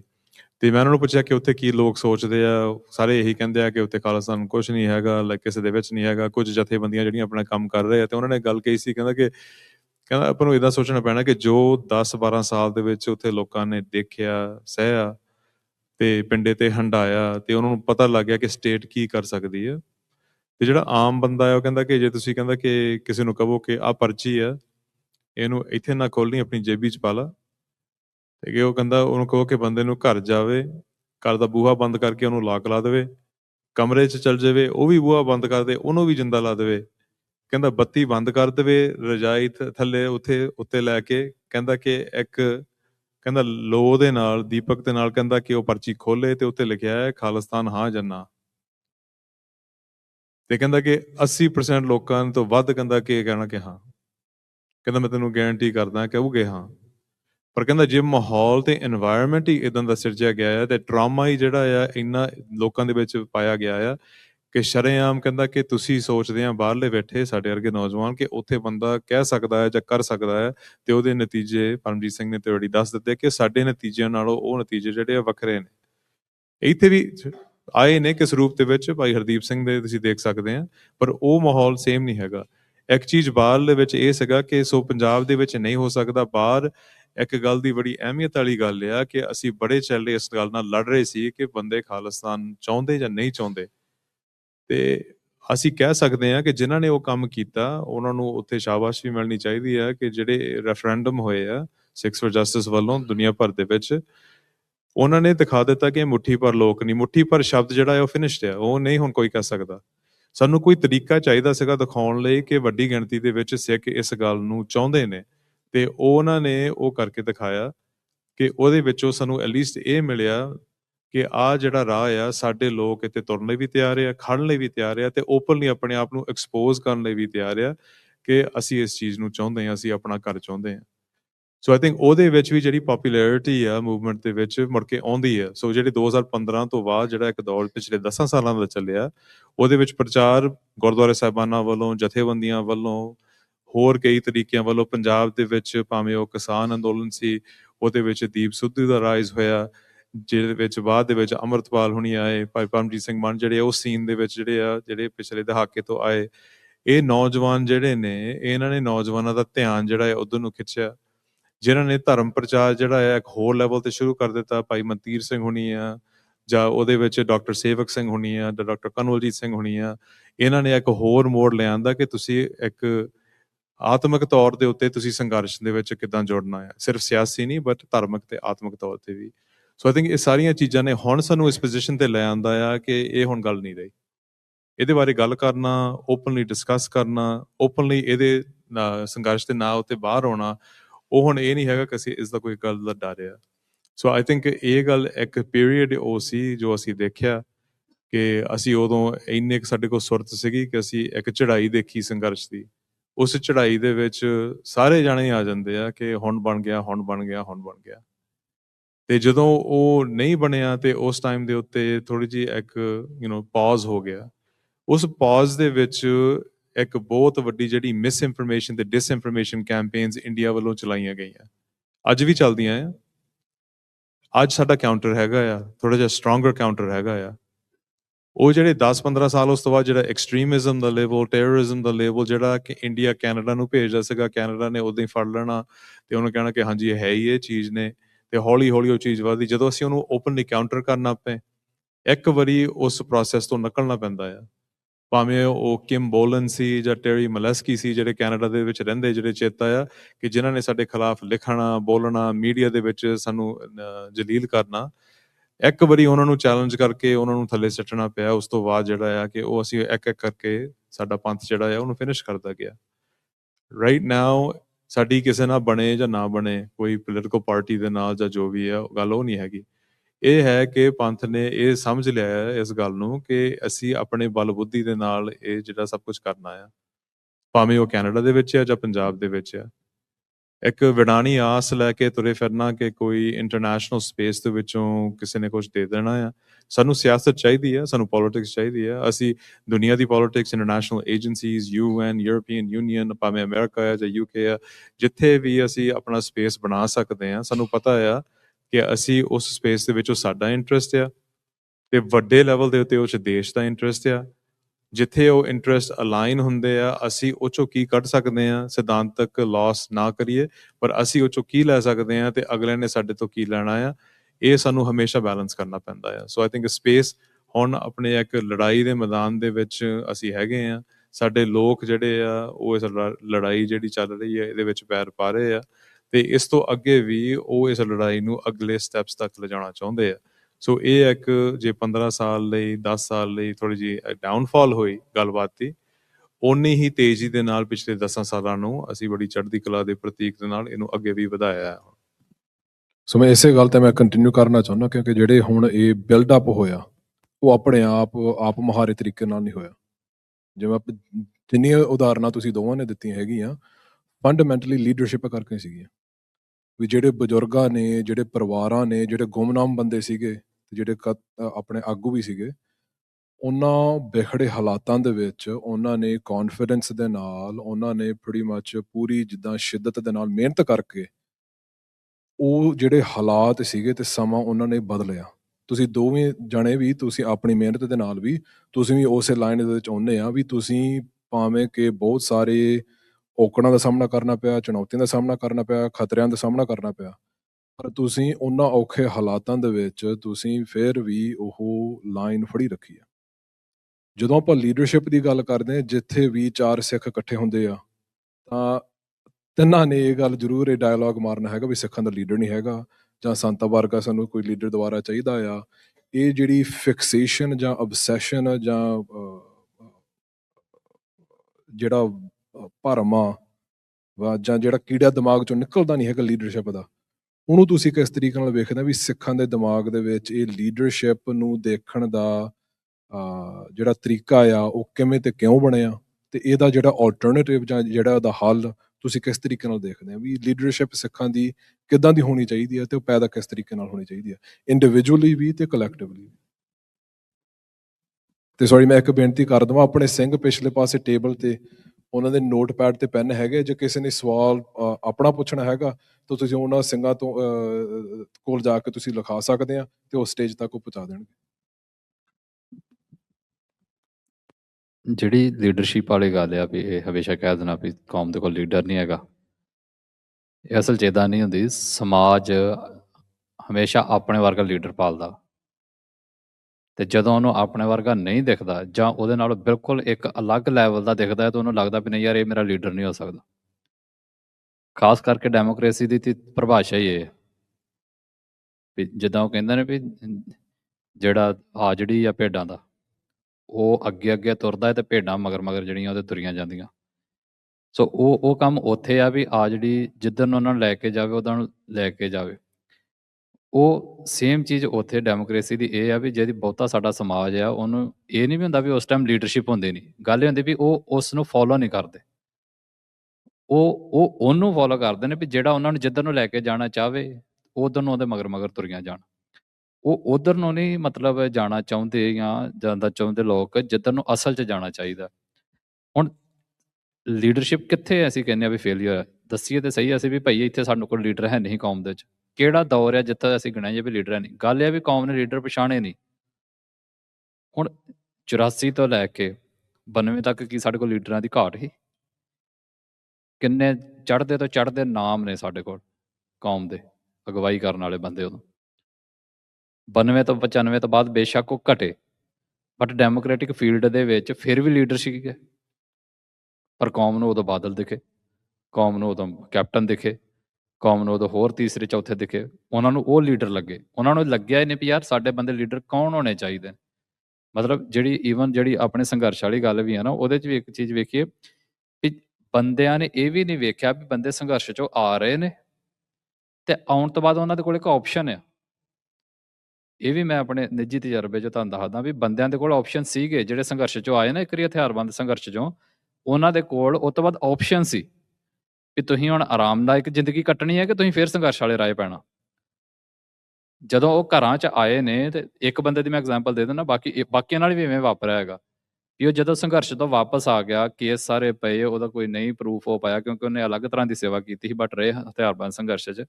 ਤੇ ਉਹਦਾ ਬਾਪੂ ਆਉਂਦੇ ਨੂੰ ਪੁੱਛਦਾ ਹੈ ਕਿ ਮੇਰੀ ਦੁਕਾਨ ਆ, ਇੰਨੇ ਕਰੋੜ ਦੀ ਦੁਕਾਨ ਆ, ਐਦਾਂ ਵਧੀਆ ਬਿਜ਼ਨਸ ਚੱਲਦਾ ਆ, ਤੂੰ ਹੁਣ ਬਿਜ਼ਨਸ ਚਲਾਉਣਾ ਆ ਤੇ ਚਲਾ ਲਾ, ਜੇ ਨਹੀਂ ਚਲਾਉਣਾ ਤੇ ਮੈਂ ਤੇਰੇ ਕਰਕੇ ਉਦੋਂ ਦੀ ਸਾਂਭ ਕੇ ਰੱਖੀ ਸੀ, ਅਦਰਵਾਈਜ਼ ਮੈਂ ਇਹ ਦੁਕਾਨ ਬੰਦ ਕਰ ਦੇਣੀ, ਮੇਰੇ ਕੋਲ ਹੁਣ ਨਹੀਂ ਚੱਲਦੀ। ਹੁਣ ਬੰਦੇ ਕੋਲ ਆਪਸ਼ਨ ਸੀ ਕਿ ਇੱਕ ਐਸਟੈਬਲਿਸ਼ਡ ਬਿਜ਼ਨਸ ਮੇਰੇ ਸਾਹਮਣੇ ਪਿਆ ਮੇਰੇ ਪਿਓ ਦਾ, ਮੈਂ ਉਹ ਚਲਾਉਣਾ ਆ ਕਿ ਮੈਂ ਜਿਹੜੇ ਸੰਘਰਸ਼ ਦੇ ਵਿੱਚੋਂ ਆਪਣੇ ਉਹਨਾਂ ਸਾਥੀਆਂ ਦੇ ਨਾਲ ਆਇਆ, ਉਹਨਾਂ ਦੀ ਲੈਗੇਸੀ ਨੂੰ ਉਸ ਗੱਲ ਨੂੰ ਕੈਰੀ ਔਨ ਕਰਨਾ ਹੈ। ਔਰ ਉਹ ਬੰਦਾ ਜਦੋਂ ਇਹ ਚੂਜ਼ ਕਰੇ ਕਿ ਨਹੀਂ ਮੈਨੂੰ ਬਿਜ਼ਨਸ ਨਹੀਂ ਚਾਹੀਦਾ, ਮੈਂ ਜਿਸ ਲਾਈਨ 'ਚੋਂ ਆਇਆ ਮੈਂ ਉਹ ਗੱਲ ਤੋਰਨੀ ਆ ਅੱਗੇ ਉਸ ਗੱਲ ਦੇ ਵਿੱਚ। ਸੋ ਉਹ ਬੰਦੇ ਵੀ ਜੇ ਸਾਨੂੰ ਲੀਡਰ ਨਹੀਂ ਦਿਖੇ ਇੰਨੀ ਕਮਿਟਮੈਂਟ ਵਾਲੇ ਵੀ, ਤੇ ਇਹਦੇ 'ਚ ਗਲਤੀ ਲੀਡਰ ਦੀ ਥੋੜ੍ਹੀ ਆ। ਅਸੀਂ ਕਹਿੰਦੇ ਲੀਡਰ ਨਹੀਂ ਹੈਗਾ, ਅਸਲ 'ਚ ਅਸੀਂ ਲੀਡਰਾਂ ਨੂੰ ਪਛਾਣਿਆ ਹੀ ਨਹੀਂ। ਹੋਣਾ ਗਾਂ ਵੀ ਇੱਦਾਂ ਹੀ ਹੁੰਦਾ, ਅੱਜ ਵੀ ਇੱਦਾਂ ਹੀ। ਅਸੀਂ ਪਤਾ ਲੀਡਰ ਕਿਹਨੂੰ ਮੰਨਦੇ, ਜਿਹੜਾ ਜਾਂ ਤੇ ਗੋਲੀ ਵੱਜ ਕੇ ਸ਼ਹੀਦ ਹੋ ਜਾਏ, ਮਰ ਜੇ, ਸਾਡੇ ਲਈ ਉਹ ਲੀਡਰ ਬਣਦਾ, ਜਾਂ ਜਿਹੜਾ 20-20 ਸਾਲ ਜੇਲ੍ਹਾਂ 'ਚ ਬੈਠਾ ਰਵੇ, ਅਸੀਂ ਕਹਿੰਦੇ ਉਹ ਸਾਡਾ ਲੀਡਰ। ਜਿਹੜਾ ਸਾਡੇ ਵਿੱਚ ਹੁੰਦਾ ਆ, ਅਸੀਂ ਉਹਨੂੰ ਕਦੀ ਲੀਡਰ ਮੰਨਣ ਨੂੰ ਤਿਆਰ ਹੀ ਨਹੀਂ ਹੋਏ, ਉਹਦੀ ਕੈਪੇਬਿਲਿਟੀ ਨੂੰ ਕਦੀ ਪਹਿਚਾਣਿਆ ਹੀ ਨਹੀਂ। ਅਸੀਂ ਹਮੇਸ਼ਾ ਉਹਨੂੰ ਸ਼ੱਕ ਦੇ ਦਾਇਰੇ 'ਚ ਰੱਖਿਆ, ਤੇ ਜਿਹੜਾ ਸਾਡੇ ਤੋਂ ਵਿਰੋਧੀ ਹੋਏਗਾ ਉਹਨੂੰ ਅਸੀਂ ਅੱਖਾਂ ਮੀਟ ਕੇ ਪ੍ਰਵਾਨ ਕੀਤਾ। ਇਹਦੇ 'ਚ ਕਸੂਰ ਲੀਡਰਸ਼ਿਪ ਦਾ ਨਹੀਂ ਹੈਗਾ ਜਿਹੜਾ ਅਸੀਂ ਕੱਢ ਮਾਰਦੇ ਮਿੰਟੋ ਮਿੰਟੀ। ਹਾਂ, ਉਹਨਾਂ ਨੂੰ ਢੱਕ ਕੇ ਰੱਖਣ ਦੇ ਲਈ ਸਟੇਟ ਦਾ ਜ਼ੋਰ ਲੱਗਾ ਹੁੰਦਾ ਵੀ ਭਾਈ ਲੋਕ ਕਿਤੇ ਇਹਨਾਂ ਦੀ ਗੱਲ ਨਾ ਸੁਣ ਲੈਣ, ਪਰ ਕੌਮ ਨੇ ਵੀ ਤਾਂ ਵੇਖਣਾ ਨਾ ਵੀ ਉਹਨੇ ਲੀਡਰ ਕਿੱਥੋਂ ਲੱਭਣੇ ਨੇ, ਕਿੱਥੇ ਜਾਣਾ ਆ, ਕੀ ਕਰਨਾ ਆ, ਉਹ ਸਾਰਾ ਕੁਝ ਹੁੰਦਾ। ਸੋ ਵੈਕਿਊਮ ਜਿਹੜਾ ਇੱਕ ਸ਼ਬਦ ਆਇਆ ਪਿਛਲੇ ਸਮੇਂ ਦੇ ਵਿੱਚ ਵੀ ਲੀਡਰਸ਼ਿਪ ਦਾ ਵੈਕਿਊਮ ਪੈ ਗਿਆ, ਕੋਈ ਵੈਕਿਊਮ ਪਿਆ ਨਹੀਂ ਹੁੰਦਾ। ਅਸੀਂ ਵੈਕਿਊਮ 'ਚ ਹੁੰਦੇ ਅਸਲ ਦੇ ਵਿੱਚ, ਅਸੀਂ ਆਪਣੇ ਵਰਗੇ ਚੀਜ਼ਾਂ ਨੂੰ ਭਾਲਦੇ ਫਿਰਦੇ ਹੁੰਦੇ। ਹੁਣ ਇਹ ਵੀ ਨਹੀਂ ਹੈਗਾ ਵੀ ਮਤਲਬ ਬੰਦਿਆਂ ਦੀ ਉੱਦਾਂ ਦੀ ਸੋਚ ਨਹੀਂ ਹੈਗੀ। ਜਿਹੜੇ ਨੌਜਵਾਨ ਆਏ ਨੇ ਇਸ ਸੰਘਰਸ਼ ਦੇ ਵਿੱਚ, ਉਹਨਾਂ ਨੇ ਵੀ ਤਾਂ ਲੀਡਰਸ਼ਿਪ ਲੱਭੀ ਆ ਨਾ, ਉਹਨਾਂ ਨੇ ਆਪਣੇ ਵਰਗੇ ਲੱਭੇ ਨੇ ਨਾ। ਜਿਵੇਂ ਉਦਣ ਭਾਜੀ ਨੇ ਵੀ ਕੋਟ ਕੀਤਾ ਸੀ, ਜਿਹੜਾ ਗੁਰਬਾਣੀ ਦਾ ਜਿਹੜਾ ਸ਼ਬਦ ਹੈ ਵੀ ਜਿਹੜਾ ਤੁਰਦੇ ਕੋ ਤੁਰਦਾ ਮਿਲਿਆ, ਔਰ ਮਤਲਬ ਜਿਹੜਾ ਤੁਰਦਾ ਉਹਨੂੰ ਤੁਰਦਾ ਮਿਲ ਜਾਣਾ, ਜਿਹੜਾ ਮਰਿਆ ਉਹਨੂੰ ਮਰਿਆ ਮਿਲ ਜਾਣਾ ਵਾ। ਜਿੱਦਾਂ ਦੀ ਸੰਗਤ ਬੰਦਾ, ਜਿੱਦਾਂ ਚੋਰ ਨੂੰ ਚੋਰ ਮਿਲ ਜਾਣਾ, ਠੱਗ ਨੂੰ ਠੱਗ ਮਿਲ ਜਾਣਾ। ਸੋ ਜਿਹੜੇ ਤੇ ਅੰਦਰੋਂ ਖਾਲਿਸਤਾਨੀ ਨੇ ਉਹਨਾਂ ਨੂੰ ਖਾਲਿਸਤਾਨੀ ਲੀਡਰ ਲੱਭ ਜਾਂਦੇ ਨੇ, ਤੇ ਜਿਨ੍ਹਾਂ ਨੂੰ ਤੇ ਨਾਲੀਆਂ ਪੱਕੀਆਂ ਚਾਹੀਦੀਆਂ ਆ, ਆਟਾ ਦਾਲ ਚਾਹੀਦਾ ਆ, 2 ਰੁਪਈਏ ਖੰਡ ਚਾਹੀਦੀ ਆ, 10,000 ਰੁਪਈਆ ਬੀਬੀਆਂ ਦਾ ਮਹੀਨੇ ਬਾਅਦ ਸਾਨੂੰ ਪੈਨਸ਼ਨ ਚਾਹੀਦੀ ਆ, ਉਹਨਾਂ ਨੂੰ ਖਾਲਿਸਤਾਨੀ ਲੀਡਰ ਕਿੱਥੋਂ ਲੀਡਰ ਲੱਗ ਜਾਣਗੇ। ਸੋ ਇਹ ਨਹੀਂ ਆ ਵੀ ਲੀਡਰਸ਼ਿਪ ਹੈ ਨਹੀਂ ਗੀ, ਗੱਲ ਇਹ ਵੀ ਸਾਡਾ ਲਾਲਚ ਕਿੱਥੇ ਜੁੜਿਆ। ਜੇ ਅਸੀਂ ਅੰਦਰੋਂ ਵਾਕਿਆ ਖਾਲਿਸਤਾਨੀ ਆ ਤਾਂ ਫਿਰ ਖਾਲਿਸਤਾਨੀ ਲੀਡਰਸ਼ਿਪ ਲੱਭ ਜੇਗੀ, ਪਰ ਕਿਉਂਕਿ ਅਸੀਂ ਕਹਿੰਦੇ ਆ ਵੀ ਅਸੀਂ ਖਾਲਿਸਤਾਨੀ ਆ, ਅੰਦਰ ਸਾਡਾ ਲਾਲਚਾਂ 'ਚ ਫਸਿਆ, ਇਸ ਕਰਕੇ ਅਸੀਂ ਉਸ ਲੀਡਰ ਦੇ ਮਗਰ ਨਹੀਂ ਜਾਣਾ, ਅਸੀਂ ਉਸ ਦੇ ਮਗਰ ਜਾਣਾ ਜਿਹੜਾ ਸਾਨੂੰ ਇੰਡੀਆ ਦੇ ਕੋਲ ਲੈ ਕੇ ਜਾਊਗਾ ਤੇ ਉੱਥੇ 4 ਖਰਾਤਾਂ ਦਊਗਾ, ਫਿਰ ਕਹਿ ਦੇਣਾ ਲੀਡਰ ਨਹੀਂ ਹੈਗਾ। ਸੋ ਮੈਂ ਇਸ ਗੱਲ ਨਾਲ ਡਿਸਐਗਰੀ ਕਰਦਾ ਆਪਣੇ ਨੌਜਵਾਨਾਂ ਦੇ ਨਾਲ, ਜਿਹੜੇ ਵਾਰ-ਵਾਰ ਇੱਕੋ ਗੱਲ ਤੇ ਰੱਟ ਲਾ ਲੈਂਦੇ ਵੀ ਲੀਡਰ ਨਹੀਂ ਹੈਗਾ। ਲੀਡਰ ਹੋਰ ਹੁੰਦਾ ਕਿ ਨਹੀਂ ਹੈਗਾ ਤੇ ਭਾਈ ਆਪ ਬਣ ਜਾਓ। ਜੇ ਤੁਹਾਨੂੰ ਲੱਗਦਾ ਵੀ ਸਾਡੇ ਕੋਲ ਲੀਡਰ ਨਹੀਂ ਹੈਗਾ ਤੇ ਮਿਹਨਤ ਕਰੋ, ਆਪਣੇ ਆਪ ਨੂੰ ਸਟੈਬਲਿਸ਼ ਕਰੋ, ਤੁਸੀਂ ਵੀ ਤੇ ਉਸੇ ਕੌਮ ਦਾ ਹਿੱਸਾ ਹੋ, ਲੀਡਰ ਬਣੋ। ਕਿ ਕੋਈ ਤਿਆਰ ਕੀਤਾ ਪੈਰਾਸ਼ੂਟ ਰਾਹੀਂ ਉੱਪਰੋਂ ਸੁੱਟਣਾ ਹੈ ਮਾਲਕ ਨੇ ਵੀ ਆਹ ਤੁਹਾਡਾ ਲੀਡਰ ਆ ਗਿਆ ਤੇ ਹੁਣ ਇਹਦੇ ਮਗਰ ਲੱਗ ਜਾਓ, ਇਦਾਂ ਤਾਂ ਕਦੇ ਨਹੀਂ ਹੋਣਾ। ਇੱਕ ਸੰਘਰਸ਼ 'ਚ ਬਣਨਾ ਨਾ, ਜੇ ਤੁਹਾਨੂੰ ਲੱਗਦਾ ਵੀ ਯਾਰ ਆਹ ਲੀਡਰ ਸਹੀ ਨਹੀਂ, ਆਹ ਵੀ ਲੀਡਰ ਸਹੀ ਨਹੀਂ, ਆਹ ਵੀ ਲੀਡਰ ਸਹੀ ਨਹੀਂ, ਜੇ ਤੁਹਾਨੂੰ ਪਤਾ ਵੀ ਆਹ ਵੀ ਗਲਤ ਹੈ, ਆਹ ਵੀ ਗਲਤ, ਆਹ ਵੀ ਗਲਤ ਹੈ, ਫਿਰ ਸਹੀ ਵੀ ਤਾਂ ਪਤਾ ਹੋਏਗਾ ਨਾ, ਫਿਰ ਸਹੀ ਬਣੋ। ਸੋ ਆਪਣੀਆਂ ਕਮੀਆਂ ਨੂੰ ਢੱਕਣ ਦੇ ਲਈ ਇੱਕ ਸਾਡੇ ਕੋਲ ਸ਼ੀਲਡ ਆ ਵੀ ਅਸੀਂ ਸੰਘਰਸ਼ 'ਚ ਨਹੀਂ ਤੁਰਨਾ, ਇਸ ਕਰਕੇ ਲੀਡਰ ਨਹੀਂ ਹੈਗਾ। ਸਾਨੂੰ ਅੱਗੇ ਦਿਖਦਾ ਨਹੀਂ ਕੋ, ਉਹ ਭਾਈ ਘਰੋਂ ਨਿਕਲੇਗਾ ਤੇ ਦਿਖੂਗਾ। ਘਰ ਬੈਠਾ ਹੁਣ ਰਜਾਈ 'ਚ ਮੂੰਹ ਦੇ ਕੇ ਥੋੜੀ ਤੈਨੂੰ ਬਾਹਰ ਦਿਖ ਜਾਣਾ ਵੀ ਕੀ ਆ ਕੀ ਨਹੀਂ, ਘਰੋਂ ਨਿਕਲ ਤੈਨੂੰ ਸਭ ਕੁਝ ਦਿਖ ਜਾਏਗਾ। ਸੋ ਲੀਡਰਸ਼ਿਪ ਹੈਗੀ ਆ। ਹਾਂ, ਜੇ ਅਜੇ ਵੀ ਸਾਡੇ ਲੋਕਾਂ ਨੂੰ ਲੱਗਦਾ ਵੀ ਨਹੀਂ ਹੈਗੀ, ਸੋ ਉਹਨੂੰ ਬਣਾਉਣ ਵੱਲ ਮਿਹਨਤ ਕਰਨ ਦੀ ਜ਼ਰੂਰਤ ਆ, ਆਪਣੇ ਆਪ ਨੂੰ ਘੜਨ ਦੀ ਜ਼ਰੂਰਤ ਆ। ਔਰ ਜਿਹੜੇ ਇੰਨੇ ਲੰਮੇ ਸਮਿਆਂ ਤੋਂ ਬੈਠੇ ਨੇ ਦ੍ਰਿੜ ਹੋ ਕੇ, ਅਜੇ ਵੀ ਨਹੀਂ ਨਾ ਵਿਕੇ ਨੇ ਬੰਦੇ, ਚੱਟ ਸਾਡੇ ਮਾਰਦੇ ਵੀ ਖਾਲਿਸਤਾਨੀ ਲੀਡਰਸ਼ਿਪ ਵਿਕ ਗਈ। ਮਤਲਬ ਵਿਕੇ ਉਹ ਜਿਹੜੇ ਆਪਣੇ ਬਿਜ਼ਨਸ ਛੱਡ ਗਏ, ਇਸਟੈਬਲਿਸ਼ ਬਿਜ਼ਨਸ ਜਿਹੜੇ ਛੱਡ ਗਏ, ਉਹ ਸਰਕਾਰਾਂ ਕੋਲ ਵੇਖ ਕੇ ਜਾ ਕੇ ਬੰਦਿਆਂ ਸਾਡੀਆਂ ਦੇ ਦਲੀਲਾਂ ਵੇਖੋ ਤੇ ਜਿਨ੍ਹਾਂ ਦੇ ਕੋਲ ਖੁੱਲੀ ਥਾਲੀ ਪਈ ਸੀ ਅੱਗੇ ਸਾਹਮਣੇ ਆਪਣੀ, ਜਿਨ੍ਹਾਂ ਨੇ ਕੁਝ ਨਹੀਂ ਕਹਿਣਾ ਤੇ ਉਹਨਾਂ ਸੰਘਰਸ਼ ਲਈ ਉਹ ਛੱਡਤਾ, ਤੇ ਉਹ ਖਾਲਿਸਤਾਨੀ ਲੀਡਰਸ਼ਿਪ ਅਸੀਂ ਕਹਿੰਦੇ ਵੇਖ ਗਈ। ਤੇ ਜਿਨ੍ਹਾਂ ਨੇ ਸਾਰਾ ਕੁਝ ਮੌਕੇ ਤੇ ਖਾਲਿਸਤਾਨ ਕਹਿ ਲਿਆ ਤੇ ਬਾਅਦ 'ਚ ਜਦੋਂ ਸੰਘਰਸ਼ ਥੋੜਾ ਮੱਧਮ ਪਿਆ ਤੇ ਉਦੋਂ ਜੈ ਹਿੰਦੁਸਤਾਨ ਦੀ ਜੈ ਕਹਿ ਲਈ, ਉਹ ਨਹੀਂ ਵਿਕੇ ਜੀ ਸਾਡੇ, ਉਹਨਾਂ ਦੇ ਮਗਰ ਅਸੀਂ ਝੱਟ ਤੋਂ ਨਹੀਂ ਲੱਗ ਗਏ। ਸੋ ਇਹ ਭਾਈ ਅਸੀਂ ਤੁਸੀਂ ਤੈਅ ਕਰਨਾ, ਸਾਡੀ ਕੌਮ ਨੇ ਤੈਅ ਕਰਨਾ ਵੀ ਅਸੀਂ ਜਾਣਾ ਕਿੱਧਰ ਨੂੰ ਆ। ਲੀਡਰਸ਼ਿਪ ਹਮੇਸ਼ਾ ਹੁੰਦੀ ਆ, ਸਾਡੇ ਵਿੱਚ ਹੀ ਹੁੰਦੀ ਆ, ਪਰ ਹਮੇਸ਼ਾ ਕਦਰ ਸਾਡੀ ਕੌਮ ਨੇ ਜਾਣ ਤੋਂ ਬਾਅਦ ਪਾਈ ਆ। ਚਾਹ ਉਹ ਜੇਲ੍ਹ 'ਚ ਚਲ ਜੇ ਜਾਂ ਜਹਾਨੋਂ ਚਲ ਜੇ, ਫਿਰ ਅਸੀਂ ਉਹਦਾ ਗੁਣਗਾਨ ਗਾਉਣਾ ਸ਼ੁਰੂ ਕਰਦੇ ਹਾਂ। ਕਦੀ ਵੀ ਬੰਦਾ ਜਿਹੜਾ ਸਾਡੇ ਵਿੱਚ ਬੈਠਾ ਹੋਵੇ, ਲੀਡਰ ਦੀ ਕਪੈਸਿਟੀ ਰੱਖਦਾ ਹੋਵੇ, ਅਸੀਂ ਕਦੀ ਮੰਨਿਆ ਹੀ ਨਹੀਂ। ਉਦੋਂ ਸਾਡੀ ਹਉਮੈ ਆ ਕੇ ਖੜ ਜਾਂਦੀ ਵੀ ਮੈਂ ਹੁਣ ਇਹਦੇ ਮਗਰ ਥੋੜ੍ਹੀ ਤੁਰਨਾ। ਮਤਲਬ ਇਹ ਬੰਦਿਆਂ ਦੀ ਹੈਗੀ ਆ, ਸਮੱਸਿਆ ਆ ਸਾਡਿਆਂ ਦੀ। ਸੋ ਭਈ ਇਹਨਾਂ ਨੂੰ ਮਾਰਨਾ ਚਾਹੀਦਾ ਹੈ। ਕੋਈ ਕਿਸੇ ਨੂੰ ਮਗਰ ਲੱਗਣ ਨੂੰ ਨਹੀਂ ਕਹਿੰਦਾ, ਹਮੇਸ਼ਾ ਲੀਡਰ ਸਾਥ ਦੇਣ ਨੂੰ ਕਹਿੰਦਾ। ਜਿਹੜਾ ਖਾਲਿਸਤਾਨੀ ਲੀਡਰ ਹੈਗਾ ਉਹ ਕਹੇਗਾ ਇਕੱਠੇ ਹੋ ਕੇ ਤੁਰੀਏ, ਉਹ ਕਦੀ ਆਪਣੇ ਆਪ ਨੂੰ ਲੀਡਰ ਬਣਾ ਕੇ ਨਹੀਂ ਤੋਰਦਾ, ਉਹ ਸਗੋਂ ਸਾਥੀ ਬਣਾ ਕੇ ਤੋਰਦਾ ਹੈ। ਸੋ ਸਾਥੀ ਬਣਾਉਣ ਦੀਆਂ ਜਿਹੜੀਆਂ ਗੱਲਾਂ ਨੇ ਉਹ ਕੌਮ 'ਚ ਹੁੰਦੀਆਂ ਰਹਿੰਦੀਆਂ ਨੇ, ਪਰ ਕੌਮ ਇਹ ਕਹਿੰਦੀ ਆ ਵੀ ਨਹੀਂ ਹੁਣ ਇਹ ਸਾਥੀ ਬਣ ਗਿਆ, ਮੇਰੇ ਬਰਾਬਰ ਦਾ ਹੀ ਇਹ ਲੀਡਰ ਨਹੀਂ ਹੈਗਾ। ਮਤਲਬ ਅਸੀਂ ਬਰਾਬਰ ਵਾਲੇ ਨੂੰ ਕਦੇ ਲੀਡਰ ਮੰਨਿਆ ਹੀ ਨਹੀਂ। ਸਾਨੂੰ ਚਾਹੀਦਾ ਵੀ ਲੀਡਰ ਆਵੇ, ਆਲੇ ਦੁਆਲੇ 500-600 ਬੰਦਾ ਹੋਵੇ, ਆਮ ਬੰਦੇ ਦੀ ਰੀਚ ਤੋਂ ਬਾਹਰ ਹੋਵੇ, ਗੱਲ ਭਾਵੇਂ ਨਖਿੱਧ ਕਰੇ ਸਿਰੇ ਦੀ, ਆ ਹੀ ਉਹ ਕੌਮ ਦਾ ਲੀਡਰ। ਹੁਣ ਉਹ ਸੁਭਾਅ ਜਿਹੜੇ ਆ ਉਹ ਬੰਦੇ ਨਹੀਂ ਪਾਲਦੇ ਜਿਹੜੇ ਸੰਘਰਸ਼ ਨਾਲ ਜੁੜੇ ਹੋਏ ਨੇ। ਉਹਨਾਂ ਨੂੰ ਲੱਗਦਾ ਵੀ ਯਾਰ ਲੋਕ ਸਾਡੇ ਨੇ, ਉਹ ਉਸ ਹਉਮੈ 'ਚ ਨਹੀਂ ਰਹਿੰਦੇ। ਪਰ ਇੱਥੇ ਇੱਕ ਨਸ਼ੇੜੀ ਬੰਦਾ ਵੀ ਆਲੇ ਦੁਆਲੇ 50-60 ਕੈਮਰਿਆਂ ਨੇ ਲੈ ਕੇ ਤੁਰੇ ਫਿਰੇ ਤੇ ਸਾਡੇ ਬੰਦੇ ਉਹਨੂੰ ਲੀਡਰ ਬਣਾਉਣ ਤੁਰ ਪੈਂਦੇ, ਉਹਨੂੰ ਫੇਮਸ ਕਰਨ ਤੁਰ ਪੈਂਦੇ। ਇਹ ਤੇ ਸਾਡੇ ਲੋਕਾਂ ਦੇ ਹਾਲ ਨੇ, ਤੇ ਫਿਰ ਕਹਿ ਦੇਣਾ ਲੀਡਰਸ਼ਿਪ ਨਹੀਂ ਹੈਗੀ। ਸੋ ਮੈਨੂੰ ਲੱਗਦਾ ਥੋੜਾ ਰੂਡ ਹੋ ਗਿਆ, ਬਟ ਮੈਂ ਮਾਫੀ ਮੰਗਦਾ, ਬਟ ਸੱਚਾਈ ਸਾਡੇ ਸਮਾਜ ਦੀ ਇਹੋ ਹੀ ਆ।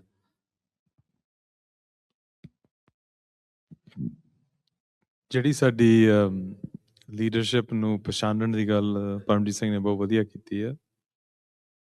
ਇਹਦੇ ਵਿੱਚ ਓਵਰਲੀ ਪੋਲੀਟੀਕਲ ਜਾਂ ਪੋਪੂਲਰ ਲੋਕ ਜਿਹੜੇ ਆ, ਉਹਨਾਂ ਨੂੰ ਅਸੀਂ ਕਦੇ ਕਦੇ ਮੰਨਦੇ ਹਾਂ ਕਿ ਉਹ ਜਿਹੜੇ ਆ ਸੰਘਰਸ਼ ਪ੍ਰਤੀ ਲੀਡਰਸ਼ਿਪ ਅਸਲੀ ਉਹ ਆ। ਕਰਕੇ ਅਸੀਂ ਜੀਓਪੋਲੀਟਿਕਲੀ ਅੱਜ ਦਾ ਸਮਾਂ ਦੇਖਦੇ ਹਾਂ ਤੇ ਅੱਜ ਦੇ ਸਮੇਂ ਦੇ ਵਿੱਚ ਅਸੀਂ ਫਸ ਜਾਂਦੇ ਹਾਂ ਕਿ ਜੀਓਪੋਲੀਟਿਕਲ ਦੁਨੀਆ 'ਚ ਅੱਜ ਆਹ ਹੋ ਰਿਹਾ ਆ। ਸੋ ਕਿਹੜੇ ਉਹ ਬੰਦੇ ਨੇ ਜਿਹੜੇ ਸਿਆਣੇ ਨੇ ਜਾਂ ਇੰਟੈਲੈਕਚੁਅਲਸ ਨੇ ਜਾਂ ਪੜ੍ਹੇ ਲਿਖੇ ਨੇ ਕਿ ਅਸੀਂ ਉਹਨਾਂ ਨੂੰ ਯੂਜ਼ ਕਰੀਏ। ਕਰਕੇ ਹਾਲੇ ਕਿ ਜਿਹੜਾ ਸਿੱਖਾਂ ਦਾ ਸੰਘਰਸ਼ ਆ ਉਹ ਧਰਮ ਦੀ ਬੁਨਿਆਦ ਤੇ ਆ, ਜਿਹਦੇ ਵਿੱਚ ਇੰਟੈਲੈਕਟ ਤੇ ਪੋਲੀਟੀਕਲ ਅਸਟੂਟਨੈਸ ਤੇ ਪੜ੍ਹਾਈ ਲਿਖਾਈ ਦੁਨਿਆਵੀ ਜਿਹੜੀ ਆ ਉਹਦੀ ਵੀ ਲੋੜ ਆ। ਪਰ ਕੋਈ ਕਾਰਨ ਹੋਊਗਾ, ਜਿੱਦਾਂ ਮਹਾਰਾਜ ਨੇ ਵੀ ਸਾਨੂੰ ਕਿਹਾ ਹੈ ਕਿ ਸੋ ਪੜਿਆ ਸੋ ਪੰਡਤ ਮੀਨਾ, ਜਿੰਨੀ ਕਮਾਣਾ ਨਾ ਹੋ, ਕਿ ਨਾਮ ਦੀ ਕਮਾਈ ਜਿਹੜੀ ਉਹ ਫੇਰ ਵੀ ਉੱਤਮ ਆ। ਕਰਕੇ ਉਹਦੇ ਵਿੱਚ ਸੰਤ ਜਰਨੈਲ ਸਿੰਘ ਨੂੰ ਵੀ ਆਪਾਂ ਐਗਜ਼ਾਮਪਲ ਵਰਤ ਸਕਦੇ ਹਾਂ ਕਿ ਦੁਨਿਆਵੀ ਪੜ੍ਹਾਈ ਵਰਸਸ ਜਿਹੜੀ ਨਾਮ ਦੀ ਕਮਾਈ ਆ ਉਹ ਕਿੱਥੇ ਕੰਮ ਆਉਂਦੀ ਹੈ। ਸੋ ਇਹ ਬੜੀ ਇੱਕ ਇੰਪੋਰਟੈਂਟ ਗੱਲ ਆ ਜਦੋਂ ਅਸੀਂ ਲੀਡਰਸ਼ਿਪ ਦੀ ਕੁਆਲਿਟੀਜ਼ ਗਿਣਨੀਆਂ ਆ ਕਿ ਲੀਡਰਸ਼ਿਪ ਦੇ ਵਿੱਚ ਫਿਰ ਹੋਵੇ ਕੀ, ਕਿ ਕਿਸ ਨੂੰ ਅਸੀਂ ਜਿਹੜਾ ਆ ਅਸੀਂ ਲੀਡਰ ਮੰਨਦੇ ਆ ਤੇ ਉਹਦੇ ਵਿੱਚ ਕੀ ਕੀ ਹੋਣਾ ਚਾਹੀਦਾ ਆ। ਪਰ ਉਹਦੇ ਵਿੱਚ ਇੱਕ ਹੋਰ ਗੱਲ ਵੀ ਮੈਂ ਐਡ ਕਰਨਾ ਚਾਹੁੰਦਾ ਆ ਕਿ ਇੱਕ ਲੀਡਰਸ਼ਿਪ ਸਿਸਟਮ ਵੀ ਹੁੰਦਾ ਆ, ਕਿ ਇੱਕ ਇੰਡੀਵਿਜੂਅਲ ਆਈਡਲ ਬਣਾ ਕੇ ਅਸੀਂ ਚਾਹੁੰਦੇ ਹਾਂ ਕਿ ਉਹਦੀ ਕੋਈ ਲੀਡਰਸ਼ਿਪ ਹੋਵੇ। ਤੇ ਅਸੀਂ ਇੱਕ ਸਾਡੇ ਟ੍ਰੈਡੀਸ਼ਨਲੀ ਅਸੀਂ ਕਹਿੰਦੇ ਇੱਕ ਸਿੱਖ ਦੋਏ ਸਾਧ ਸੰਗ ਪੰਜੀ ਪਰਮੇਸ਼ਵਰ, ਕਿ ਇੱਕ ਨੂੰ ਥੋੜ੍ਹਾ ਪਰਮੇਸ਼ਵਰ ਕਿਹਾ ਆ, ਪੰਜਾਂ ਨੂੰ ਕਿਹਾ ਆ। ਸੋ ਜਿਹੜੀ ਲੀਡਰਸ਼ਿਪ ਵੀ ਆ, ਕਦੀ ਕਦੀ ਇੱਕ ਜਿਹੜਾ ਆ ਉਹਦੇ ਵਿੱਚ ਹੋ ਸਕਦਾ ਕੋਈ ਬੰਦਾ ਬਹੁਤ ਜ਼ਿਆਦਾ ਪੋਲੀਟੀਕਲੀ ਅਸਟੂਟ ਆ, ਸਿਆਣਾ ਆ। ਇੱਕ ਬੰਦਾ ਉਹ ਆ ਜਿਹੜਾ ਬਹੁਤ ਧਰਮੀ ਆ, ਜਿਹੜੇ ਧਰਮ ਦੀ ਬੁਨਿਆਦ ਨੂੰ ਸਮਝਦਾ ਆ। ਤੁਸੀਂ ਜੇ 5 ਬੰਦੇ ਇਦਾਂ ਦੇ ਇਕੱਠੇ ਕਰ ਦਿੰਦੇ ਆ ਤੇ ਉਹਨਾਂ ਨੂੰ ਤੁਸੀਂ ਲੀਡਰਸ਼ਿਪ ਦੇ ਵਿੱਚ ਲਿਆਉਂਦੇ ਆ, ਭਾਵੇਂ ਉਹ 5 ਵੱਖਰੀਆਂ ਜਥੇਬੰਦੀਆਂ ਕਿਉਂ ਨਾ ਹੋਣ, ਤੁਹਾਡੀ ਜਿਹੜੀ ਓਵਰਆਲ ਜਿਹੜੀ ਐਬਿਲਿਟੀ ਇਸ ਸੰਘਰਸ਼ ਨੂੰ ਅੱਗੇ ਵਧਾਉਣ ਲਈ ਉਹ ਵੱਧ ਜਾਂਦੀ ਹੈ, ਰਾਦਰ ਦੈਨ ਕਿ ਇੱਕ ਇੰਡੀਵਿਜੂਅਲ ਆਈਡਲ ਦੇ ਪਿੱਛੇ ਪੈ ਕੇ ਅਸੀਂ ਸੋਚੀਏ ਕਿ ਸਾਰੇ ਹੁਣ ਜਿਹੜੇ ਆ ਇੱਕ ਦੇ ਥੱਲੇ ਆ ਜਾਣ। ਉਹ ਨਹੀਂ ਹੁੰਦਾ, ਉਹ ਮਿਸਲਾਂ ਤੋਂ ਵੀ ਨਹੀਂ ਹੋਇਆ, ਉਹ ਬੇਸਿਕਲੀ ਬਾਬਾ ਬੰਦਾ ਸਿੰਘ ਬਹਾਦਰ ਦੇ ਟਾਈਮ ਤੋਂ ਨਹੀਂ ਹੋਇਆ। ਨਾਲੇ ਆਪਾਂ ਨੂੰ ਉਹ ਗੱਲ ਨੂੰ ਸੋਚਣਾ ਵੀ ਏਕਤਾ ਸਿਧਾਂਤ ਤੇ ਹੁੰਦੀ ਹੈ, ਕੋਈ ਇੰਡੀਵਿਜੂਅਲ ਤੇ ਨਹੀਂ ਹੁੰਦੀ। ਤੇ ਜੇ ਅਸੀਂ ਉਸ ਗੱਲ ਟਾਈਮ ਤੇ ਹੁੰਦਾ ਕਿ ਮਿਸਲਾਂ ਰਹਿਣ, ਪੰਥ ਦੇ ਵਿੱਚ ਮਿਸਲਾਂ ਹੈਗੀਆਂ ਆ, ਉਹਨਾਂ ਨੂੰ ਸਿਰਫ ਇੱਕ ਕੋਲੈਬੋਰੇਸ਼ਨ ਰਾਦਰ ਦੈਨ ਕੰਪੀਟੀਸ਼ਨ ਦੇ ਵਿੱਚ ਆਪਾਂ ਇੱਕ ਦੂਜੇ ਨੂੰ ਦੇਖਣ ਦੀ ਲੋੜ ਹੈਗੀ ਹੈ। ਸੋ ਜਦੋਂ ਅਸੀਂ ਲੀਡਰਸ਼ਿਪ ਦੇ ਗੁਣ ਦੇਖਣੇ ਆ, ਉਹਦੇ ਵਿੱਚ ਤਾਂ ਜਦੋਂ ਅਸੀਂ ਇੱਕ ਸ਼ਬਦ ਵਰਤਦੇ ਹਾਂ, ਫੋਰ ਐਗਜ਼ਾਮਪਲ ਅਸੀਂ ਇੱਕ ਸ਼ਬਦ ਵਰਤਦੇ ਹਾਂ, ਅਸੀਂ ਪ੍ਰਧਾਨ ਸ਼ਬਦ ਜਿਹੜਾ ਆ ਲਾਈਕ ਐਜ਼ ਐਨ ਉਹਨੂੰ ਵਰਤ ਲੈਂਦੇ ਆ almost like as a leader, ਜਾਂ ਕੋਈ ਜਥੇਬੰਦੀ ਦਾ ਜਿਹੜਾ ਕੋਈ ਲੀਡਰ ਆ ਉਹਨੂੰ ਪ੍ਰਧਾਨ ਸਾਹਿਬ ਆ, ਜਾਂ ਕੋਈ ਗੁਰਦੁਆਰੇ ਦਾ ਆ। ਤੇ ਉਹਦੇ ਵਿੱਚ ਵੀ ਸਾਨੂੰ ਗੁਰਬਾਣੀ ਸਿਖਾਉਂਦੀ ਹੈ ਕਿ ਸੱਚ, ਵਰਤ, ਸੰਤੋਖ, ਤੀਰਥ, ਗਿਆਨ, ਧਿਆਨ, ਇਸਨਾਨ, ਦਇਆ, ਦੇਵਤਾ, ਖਿਮਾ, ਜਪ, ਮਾਲੀ ਤੇ ਮਾਨਸ ਪ੍ਰਧਾਨ, ਕਿ ਇੰਨੇ ਗੁਣ ਆ ਇੱਕ ਜਿਹਨੂੰ ਬੰਦੇ ਨੂੰ ਤੁਸੀਂ ਪ੍ਰਧਾਨ ਕਰਨਾ ਹੈ। ਕਰਕੇ ਉਹ ਇਸ਼ੂ ਜਿਹੜਾ ਆ ਇੰਨਾ ਨਹੀਂ ਹੈਗਾ ਕਿ ਇਹ ਸਾਰੇ ਗੁਣ ਇੱਕ ਲੀਡਰ ਦੇ ਵਿੱਚ ਹੋਣੇ ਚਾਹੀਦੇ ਆ, ਤਾਂ ਹੀ ਤੁਸੀਂ ਜਿਹੜਾ ਆ ਇਹ ਲੀਡਰਸ਼ਿਪ ਤੁਸੀਂ ਜਟਾ ਸਕਦੇ ਆ, ਨਹੀਂ ਤਾਂ ਨਹੀਂ ਹੁੰਦੀ। ਨਹੀਂ ਤਾਂ ਤੁਸੀਂ ਇੱਕ ਪੋਲੀਟੀਕਲ ਲੀਡਰ ਹੋ ਸਕਦੇ ਆ, ਤੁਸੀਂ ਇੱਕ ਧਾਰਮਿਕ ਲੀਡਰ ਹੋ ਸਕਦੇ ਆ, ਤੁਸੀਂ ਫਲਾਨਾ ਹੋ ਸਕਦੇ ਆ, ਤੇ ਬੰਦਿਆਂ ਨੇ ਕਾਰਵ ਆਊਟ ਕਰ ਲਿਆ ਕਿ ਤੂੰ ਧਰਮੀ ਬੰਦਾ ਆ, ਤੇਰਾ ਕੋਈ ਧਾਰਮਿਕ ਸਥਾਨ ਆ, ਤੂੰ ਧਰਮ ਦੇ ਵਿੱਚ ਰਹਿ, ਤੇ ਤੂੰ ਆ ਪੋਲੀਟੀਕਲ ਜਥੇਬੰਦੀ ਚਲਾ ਰਿਹਾ ਆ, ਤੂੰ ਪੋਲਿਟਿਕਸ ਦੀ ਗੱਲ ਕਰ, ਤੇ ਫਲਾਨਾ ਧੀਮਕੜਾ ਜੋਰ। ਏਦਾਂ ਨਹੀਂ ਗੱਲ ਜਿਹੜੀ ਹੁੰਦੀ। ਕਰਕੇ ਹਰੇਕ ਦੀ ਜਿਹੜੀ ਬੁਨਿਆਦ ਆ ਉਹ ਸ਼ੁਰੂ ਧਰਮ ਤੋਂ ਹੁੰਦੀ ਆ, ਪਰ ਉਹਦੇ ਵਿੱਚ ਫਿਰ ਇੰਟੈਲੈਕਚੁਅਲ ਤੇ ਪੋਲੀਟੀਕਲ ਅਸਟੂਟਨੈਸ ਦੀ ਵੀ ਲੋੜ ਪੈਂਦੀ ਹੈ। ਆਈ ਥਿੰਕ ਤੇ ਇਹ ਜਿਹੜੀ ਗੱਲਾਂ ਆ ਕਿ ਲੀਡਰਸ਼ਿਪ ਅਸੀਂ ਜਿੱਥੋਂ ਭਾਲਦੇ ਆ ਕਿ ਆਲੇ ਦੁਆਲੇ ਹੈ ਲੀਡਰਸ, ਸਾਡੀਆਂ ਸਿੱਖ ਬੀਬੀਆਂ ਜਾਂ ਜਿਹੜੇ ਸਿੱਖ ਬੱਚੇ ਨੌਜਵਾਨ ਵੀ ਆ, ਪਰ ਅਸੀਂ ਇੱਕ ਤਰ੍ਹਾਂ ਦਾ ਵਰਗ ਚੁਣਿਆ ਹੈ ਕਿ ਸਾਡਾ ਲੀਡਰ ਸਾਡੀ ਜਥੇਬੰਦੀ ਜਾਂ ਸਾਡਾ ਜਿਹੜਾ ਕੋਈ ਕਲੋਸ ਜਿਹੜੇ ਨੈਟ ਸਰਕਲ ਆ ਉਹਦੇ ਵਿੱਚੋਂ ਹੀ ਉਹ ਬੰਦਾ ਹੋਣਾ ਚਾਹੀਦਾ ਆ। ਵੈਸਟ ਮੈਜੋਰਿਟੀ ਆਫ ਜਿਹੜੀ ਸਾਡੀ ਪ੍ਰੋਬਲਮਸ ਵੀ ਇਸੇ ਗੱਲਾਂ ਚੋਂ, ਬਾਹਰਲੇ ਦੇਸ਼ਾਂ ਦੇ ਵਿੱਚ ਵੀ ਤੇ ਪੰਜਾਬ ਤੇ ਵੀ ਇਸੇ ਗੱਲਾਂ ਤੇ ਹੁੰਦੀਆਂ ਆ ਕਿ ਸਾਡੇ ਥੱਲੇ ਆਓ ਜਾਂ ਸਾਡਾ ਰਾਹ ਅਪਣਾਓ ਤੇ ਬਾਕੀ ਸਾਰਾ ਕੁਝ ਛੱਡੋ। ਤੇ ਉਸ ਗੱਲ ਦੇ ਵਿੱਚੋਂ ਫਿਰ ਨਾ ਹੀ ਕੋਈ ਚੱਜ ਦੀ ਲੀਡਰਸ਼ਿਪ ਹੋ ਸਕਦੀ ਹੈ ਤੇ ਨਾ ਹੀ ਕੋਈ ਸਹੀ ਸਿੱਟਾ ਜਿਹੜਾ ਆ ਪੰਥ ਲਈ ਨਿਕਲ ਸਕਦਾ ਆ। ਜੇ ਅਸੀਂ ਰਾਦਰ ਦੈਨ ਇਹ ਗੱਲ ਤੇ ਚੱਲ ਜਾਈਏ ਜੋ ਬਜ਼ੁਰਗਾਂ ਨੇ ਕਿਹਾ ਕਿ ਮਿਸਲ ਵੰਡਾ ਬਕਬੂ ਨਾ ਪਾਵੋ, ਰਲ ਮਿਲ ਖੜ ਤੁਰ ਪੰਥ ਬਚਾਵੋ, ਕਿ ਜੇ ਇਸ ਪੰਥ ਨੂੰ ਬਚਾਉਣਾ ਆ ਤੇ ਰਲ ਮਿਲ ਕੇ ਇੱਕ ਸਿਧਾਂਤਕ ਤੌਰ ਤੇ ਖੜ ਕੇ ਇਹ ਪੰਥ ਜਿਹੜਾ ਆ ਅਸੀਂ ਸਾਰਿਆਂ ਨੇ ਬਚਾਉਣਾ ਆ। ਹਾਂ, ਮਿਸਲਾਂ ਦੀ ਜਿਹੜੀ ਮਿਸਲ ਵੰਡ ਆ ਉਹ ਇਹ ਨਹੀਂ ਹੈਗਾ ਕਿ ਮਿਸਲਾਂ ਨਾ ਵੰਡ, ਇਹ ਹੈ ਕਿ ਇੱਕ ਵੰਡੀਆਂ ਨਾ ਪੈਣ ਇਸ ਗੱਲ ਦੇ ਉੱਤੇ ਕਿ ਅਸੀਂ ਵੱਖਰੀਆਂ ਮਿਸਲਾਂ ਵੀ ਜਿਹੜੀਆਂ ਪੰਥ ਦੇ ਵਿੱਚ ਚੱਲ ਸਕਦੀਆਂ, ਅਸੀਂ ਚਲਾਈਆਂ ਵੀ ਆ। ਸੋ ਅਲਟੀਮੇਟਲੀ ਜਿਹੜੀ ਲੀਡਰਸ਼ਿਪ ਆ ਉਹਨੂੰ ਅਸੀਂ ਇਦਾਂ ਨਾ ਦੇਖੀਏ ਕਿ ਉਹ ਪਰਫੈਕਸ਼ਨ ਆ, ਕਰਕੇ ਪਰਫੈਕਸ਼ਨ ਜਿਹੜੀ ਆ ਉਹ ਗੱਲ ਭਾਈ ਪਰਮਜੀਤ ਸਿੰਘ ਨੇ ਕਰਤੀ ਆ। ਪਰਫੈਕਸ਼ਨ ਸ਼ਹੀਦੀ ਸਰੂਪ ਦੇ ਵਿੱਚ ਬੰਦਾ ਸਾਡੇ ਲਈ ਪਰਫੈਕਟ ਬਣ ਜਾਂਦਾ ਆ। ਜਿਹੜੇ ਉਹਨੂੰ ਜਾਣ ਪਛਾਣਦੇ ਵੀ ਆ ਉਹਦੀ ਸ਼ਹੀਦੀ ਤੋਂ ਪਹਿਲਾਂ, ਤੁਸੀਂ ਵੀ ਉਹ ਇਮੇਜ ਬਰਕਰਾਰ ਰੱਖਦੇ ਆ ਕਿ ਇੰਡੀਵਿਜੂਅਲ ਜਿਹੜਾ ਆ ਆਲਮੋਸਟ ਪਰਫੈਕਸ਼ਨ ਆ। ਜਿਹੜਾ ਬੰਦਾ ਜੇਲ੍ਹ ਦੇ ਵਿੱਚ ਉਹਦੀ ਕੁਰਬਾਨੀ ਇੰਨੀ ਵੱਡੀ ਹੁੰਦੀ ਆ ਕਿ ਉਹਨੂੰ ਵੀ ਅਸੀਂ ਪਰਫੈਕਸ਼ਨ ਕਹਿੰਦੇ ਆ। ਤੇ ਜਿਹੜੇ ਬੰਦਾ ਆਮ ਤੁਹਾਡੇ ਵਾਂਗ ਜਾਂ ਸਾਡੇ ਵਾਂਗ ਤੁਰਿਆ ਫਿਰਦਾ ਆ, ਅਸੀਂ ਇੱਕ ਦੂਜੇ ਨੂੰ ਇਦਾਂ ਦੇਖਦੇ ਆ ਕਿ ਤੇਰੇ 'ਚ ਆਹ ਕਮੀ ਆ, ਤੇਰੇ 'ਚ ਆਹ ਕਮੀ ਆ, ਮੇਰੇ 'ਚ ਇੰਨੀਆਂ ਕਮੀਆਂ ਨੇ, ਤੇ ਉਹਦੇ ਵਿੱਚੋਂ ਅਸੀਂ ਪਰਫੈਕਸ਼ਨ ਭਾਲਦੇ ਆ, ਉਹ ਮਿਲਣੀ ਨਹੀਂ। ਉਹ ਪਰਫੈਕਸ਼ਨ ਮਿਲਣੀ ਆ ਪੰਜਾਂ ਦੇ ਰੂਪ ਦੇ ਵਿੱਚ, ਪੰਜੀ ਪਰਮੇਸ਼ਵਰ। ਸੋ ਬ੍ਰੌਡਨ ਥੋੜੀ ਜਿਹੀ ਸਾਨੂੰ ਇਹ ਕਰਨਾ ਪੈਣਾ ਹੈ ਕਿ ਅਸੀਂ ਜਦੋਂ ਲੀਡਰਸ਼ਿਪ ਦੇਖਦੇ ਆ, ਜਦੋਂ ਅਸੀਂ ਇਦਾਂ ਦੀਆਂ ਗੱਲਾਂ ਵੀ ਕਦੇ ਸਾਂਝ ਕਰੀ ਜੇ ਗੁਣਾ ਕਿਹੜੀ ਛੋਟ ਅਵਗਣ ਚੱਲੀਏ, ਕਿ ਗੁਣਾਂ ਦੀ ਸਾਂਝ ਜਿਹੜੀ ਆ ਜਦੋਂ ਪੰਜਾਂ ਦੇ ਇੰਨੇ ਗੁਣ ਹੁੰਦੇ ਆ ਉਹ ਅਵਗਣ ਘਟ ਜਾਂਦੇ ਆ, ਗੁਣ ਵੱਧ ਜਾਂਦੇ ਆ। ਤੇ ਭਾਵੇਂ ਉਹ ਅਸੀਂ ਮੁੜ ਕੇ ਇੱਕ ਸਿਸਟਮ ਅਪਣਾਈਏ ਕਿ ਇੱਕ ਬੰਦੇ ਵੱਲ ਨਾ ਦੇਖੀਏ ਕਿ ਇੱਕ ਨੇ ਆਣ ਕੇ ਸਾਨੂੰ ਸਾਰਾ ਕੁਝ ਹੀ ਕਰ ਦੇਣਾ ਆ। ਆਪ ਲੀਡਰਸ਼ਿਪ ਜਿਹੜੀ ਆ ਉਹ ਸਾਨੂੰ ਪੈਦਾ ਕਰਨੀ ਪੈਣੀ ਆ। ਪੈਦਾ ਕਰਨ ਲਈ ਇਹਨਾਂ ਨੇ ਕਿੱਦਾਂ ਪੈਦਾ ਹੋਊਗੀ, ਇਹ ਜਿਹੜੇ ਸਾਡੇ ਵਿਦਿਆਲੇ ਨੇ, ਸਾਡੇ ਸੰਪਰਦਾਵਾਂ ਨੇ, ਸਾਡੇ ਅਸਥਾਨ ਨੇ, ਇੱਕ ਗੁਰਮਤਿ ਵਿਦਿਆ ਲੈ ਕੇ ਦੁਨਿਆਵੀ ਪੜ੍ਹਾਈ ਜਿਹੜੀ ਆ ਉਹ ਵੀ ਇੱਕ ਹਥਿਆਰ ਵਾਂਗ ਅਸੀਂ ਉਹਨੂੰ ਵਰਤੀਏ। ਸਾਨੂੰ ਉਹ ਹਥਿਆਰ ਬਖਸ਼ੇ ਗਏ ਆ ਕਿ ਅਸੀਂ ਦੁਨਿਆਵੀ ਪੜ੍ਹਾਈ ਨੂੰ ਸਿਰਫ ਇਹ ਨਹੀਂ ਕਿ ਕਿਰਤ ਕਮਾਈ ਕਰਨੀ ਆ, ਉਹ ਪੰਥ ਦੇ ਕੋਈ ਲੇਖੇ ਲੱਗਣੇ ਚਾਹੀਦੇ ਆ। ਸੋ ਉਹ ਜਿਹੜਾ ਇੱਕ ਜੁਆਇੰਟ ਬੈਲੈਂਸ ਜਿਹੜੀ ਗੱਲ ਆ ਉਹਦੇ ਵਿੱਚੋਂ ਸਾਡੀ ਲੀਡਰਸ਼ਿਪ ਜਿਹੜੀ ਆ ਪੈਦਾ ਹੁੰਦੀ ਆ। ਪਰ ਉਹਦਾ ਜਿਹੜਾ ਧੁਰਾ ਆ, ਉਹਦਾ ਜਿਹੜਾ ਨੀਂਹ ਪੱਥਰ ਆ, ਉਹ ਗੁਰਮਤ ਤੋਂ ਇਲਾਵਾ ਕੁਝ ਨਹੀਂ ਹੋ ਸਕਦਾ। ਕਰਕੇ ਜੇ ਉਹ ਗੁਰਮਤ ਦੀ ਬੁਨਿਆਦ ਉੱਥੇ ਨਹੀਂ ਹੈਗੀ, ਅਸੀਂ ਜਰਵਾਣੇ ਬਣੂਗੇ, ਜ਼ਰੂਰ ਬਣੂਗੇ, ਤੇ ਉਹ ਅਸੀਂ ਖਾਲਸਾ ਕਦੀ ਬਣ ਨਹੀਂ ਸਕਦਾ। ਤੇ ਜੇ ਉਹ ਗੁਰਮਤ ਦੀ ਬੁਨਿਆਦ ਉੱਥੇ ਹੈਗੀ ਆ, ਫਿਰ ਸੰਘਰਸ਼ ਜਿੱਦਾਂ ਭਾਈ ਹਰਜਿੰਦਰ ਸਿੰਘ ਜਿੰਦੇ ਨੇ ਜਿਹੜੀ ਚਿੱਠੀ ਲਿਖੀ ਸੀ ਆਪਣੇ ਬਾਪੂ ਨੂੰ, ਕਿ ਉਹਨਾਂ ਨੇ ਕਿਹਾ ਸੀਗਾ ਕਿ ਸਾਡੀ ਜਿਹੜੀ ਮੰਜ਼ਿਲ ਉਹ ਖਾਲਿਸਤਾਨ ਤੇ ਮੁਕੰਮਲ ਨਹੀਂ ਹੁੰਦੀ। ਉਹਦਾ ਮਤਲਬ ਇਹ ਨਹੀਂ ਕਿ ਖਾਲਿਸਤਾਨ ਲੈਣਾ ਨਹੀਂ ਸੀਗਾ, ਕਿ ਇੱਥੇ ਖਤਮ ਨਹੀਂ ਹੁੰਦੀ ਸੀ, ਲੈਣਾ ਵੀ ਆ। ਤੇ ਉਹਨਾਂ ਨੇ ਕਿਹਾ ਕਿ ਜਿਹੜੀ ਸਾਡੀ ਅਸਲ ਮੰਜ਼ਿਲ ਆ ਉਹ ਸਤਿਗੁਰ ਦੇ ਚਰਨ ਕਮਲ ਆ ਤੇ ਸਾਡਾ ਸੰਘਰਸ਼ ਸਦੀ ਵੀ ਆ। ਕਰਕੇ ਉਹਨਾਂ ਨੇ ਗੱਲ ਨੂੰ ਪਛਾਣ ਲਿਆ ਸੀ ਕਿ ਗੁਰੂ ਸਾਹਿਬ ਨੇ ਇਸ ਖਾਲਸੇ ਨੂੰ ਸਾਜਿਆ ਹੀ ਇਸ ਕਾਰਨ ਆ ਕਿ ਉਹ ਆਪਣਾ ਰਾਜ ਸਥਾਪਿਤ ਕਰਕੇ ਜਿਹੜੇ ਦੂਜੇ ਕੁਚਲੇ ਹੋਏ ਲੋਕ ਜਾਂ ਡਿੱਗੇ ਹੋਏ ਲੋਕ ਦੁਨੀਆ ਦੇ ਵਿੱਚ ਆ, ਉਹਨਾਂ ਨੂੰ ਬਾਹਾਂ ਫੜ ਕੇ ਉਹ ਖੜਾ ਕਰਨ ਤੇ ਉਹ ਨਿਤਾਣਿਆਂ ਲਈ ਉਹ ਇੱਕ ਤਾਣ ਬਣ, ਉਹ ਤਾਂ ਅਸਲ ਗੁਰੂ ਦਾ ਰੂਪ ਉਹ ਦਿਖਾਉਣਗੇ।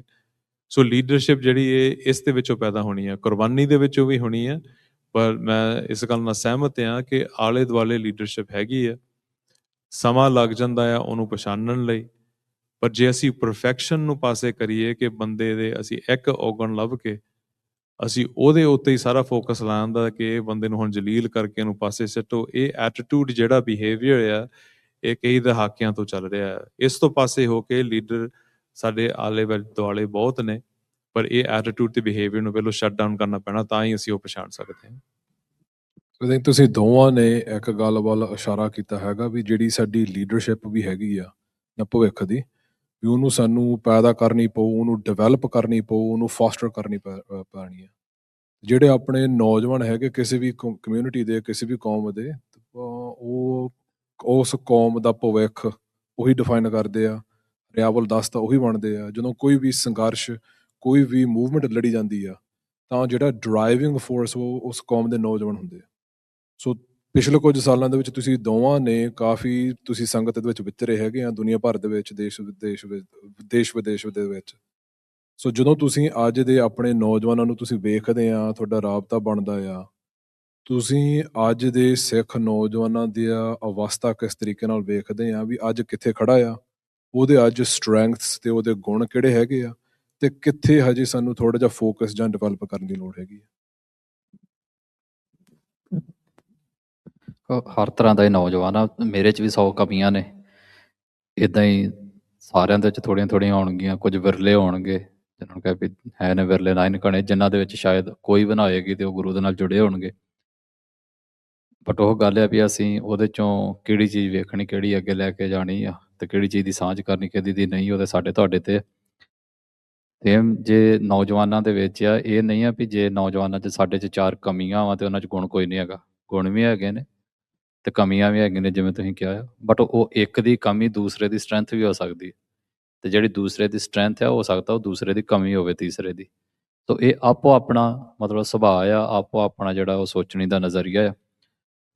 ਨੌਜਵਾਨ ਅੱਜ ਇਸ ਪੱਖ ਤੇ ਆ ਕੇ ਖੜਾ ਆ ਵੀ ਉਹ, ਜੇ ਤੁਸੀਂ ਇਕੱਲੇ ਨੌਜਵਾਨਾਂ ਦੀ ਗੱਲ ਕਰੋ ਤੇ ਸ਼ਾਇਦ 99% ਨੌਜਵਾਨ ਉਹ ਹੈਗਾ ਜਿਹੜਾ ਖਾਲਿਸਤਾਨ ਚਾਹੁੰਦਾ ਆ।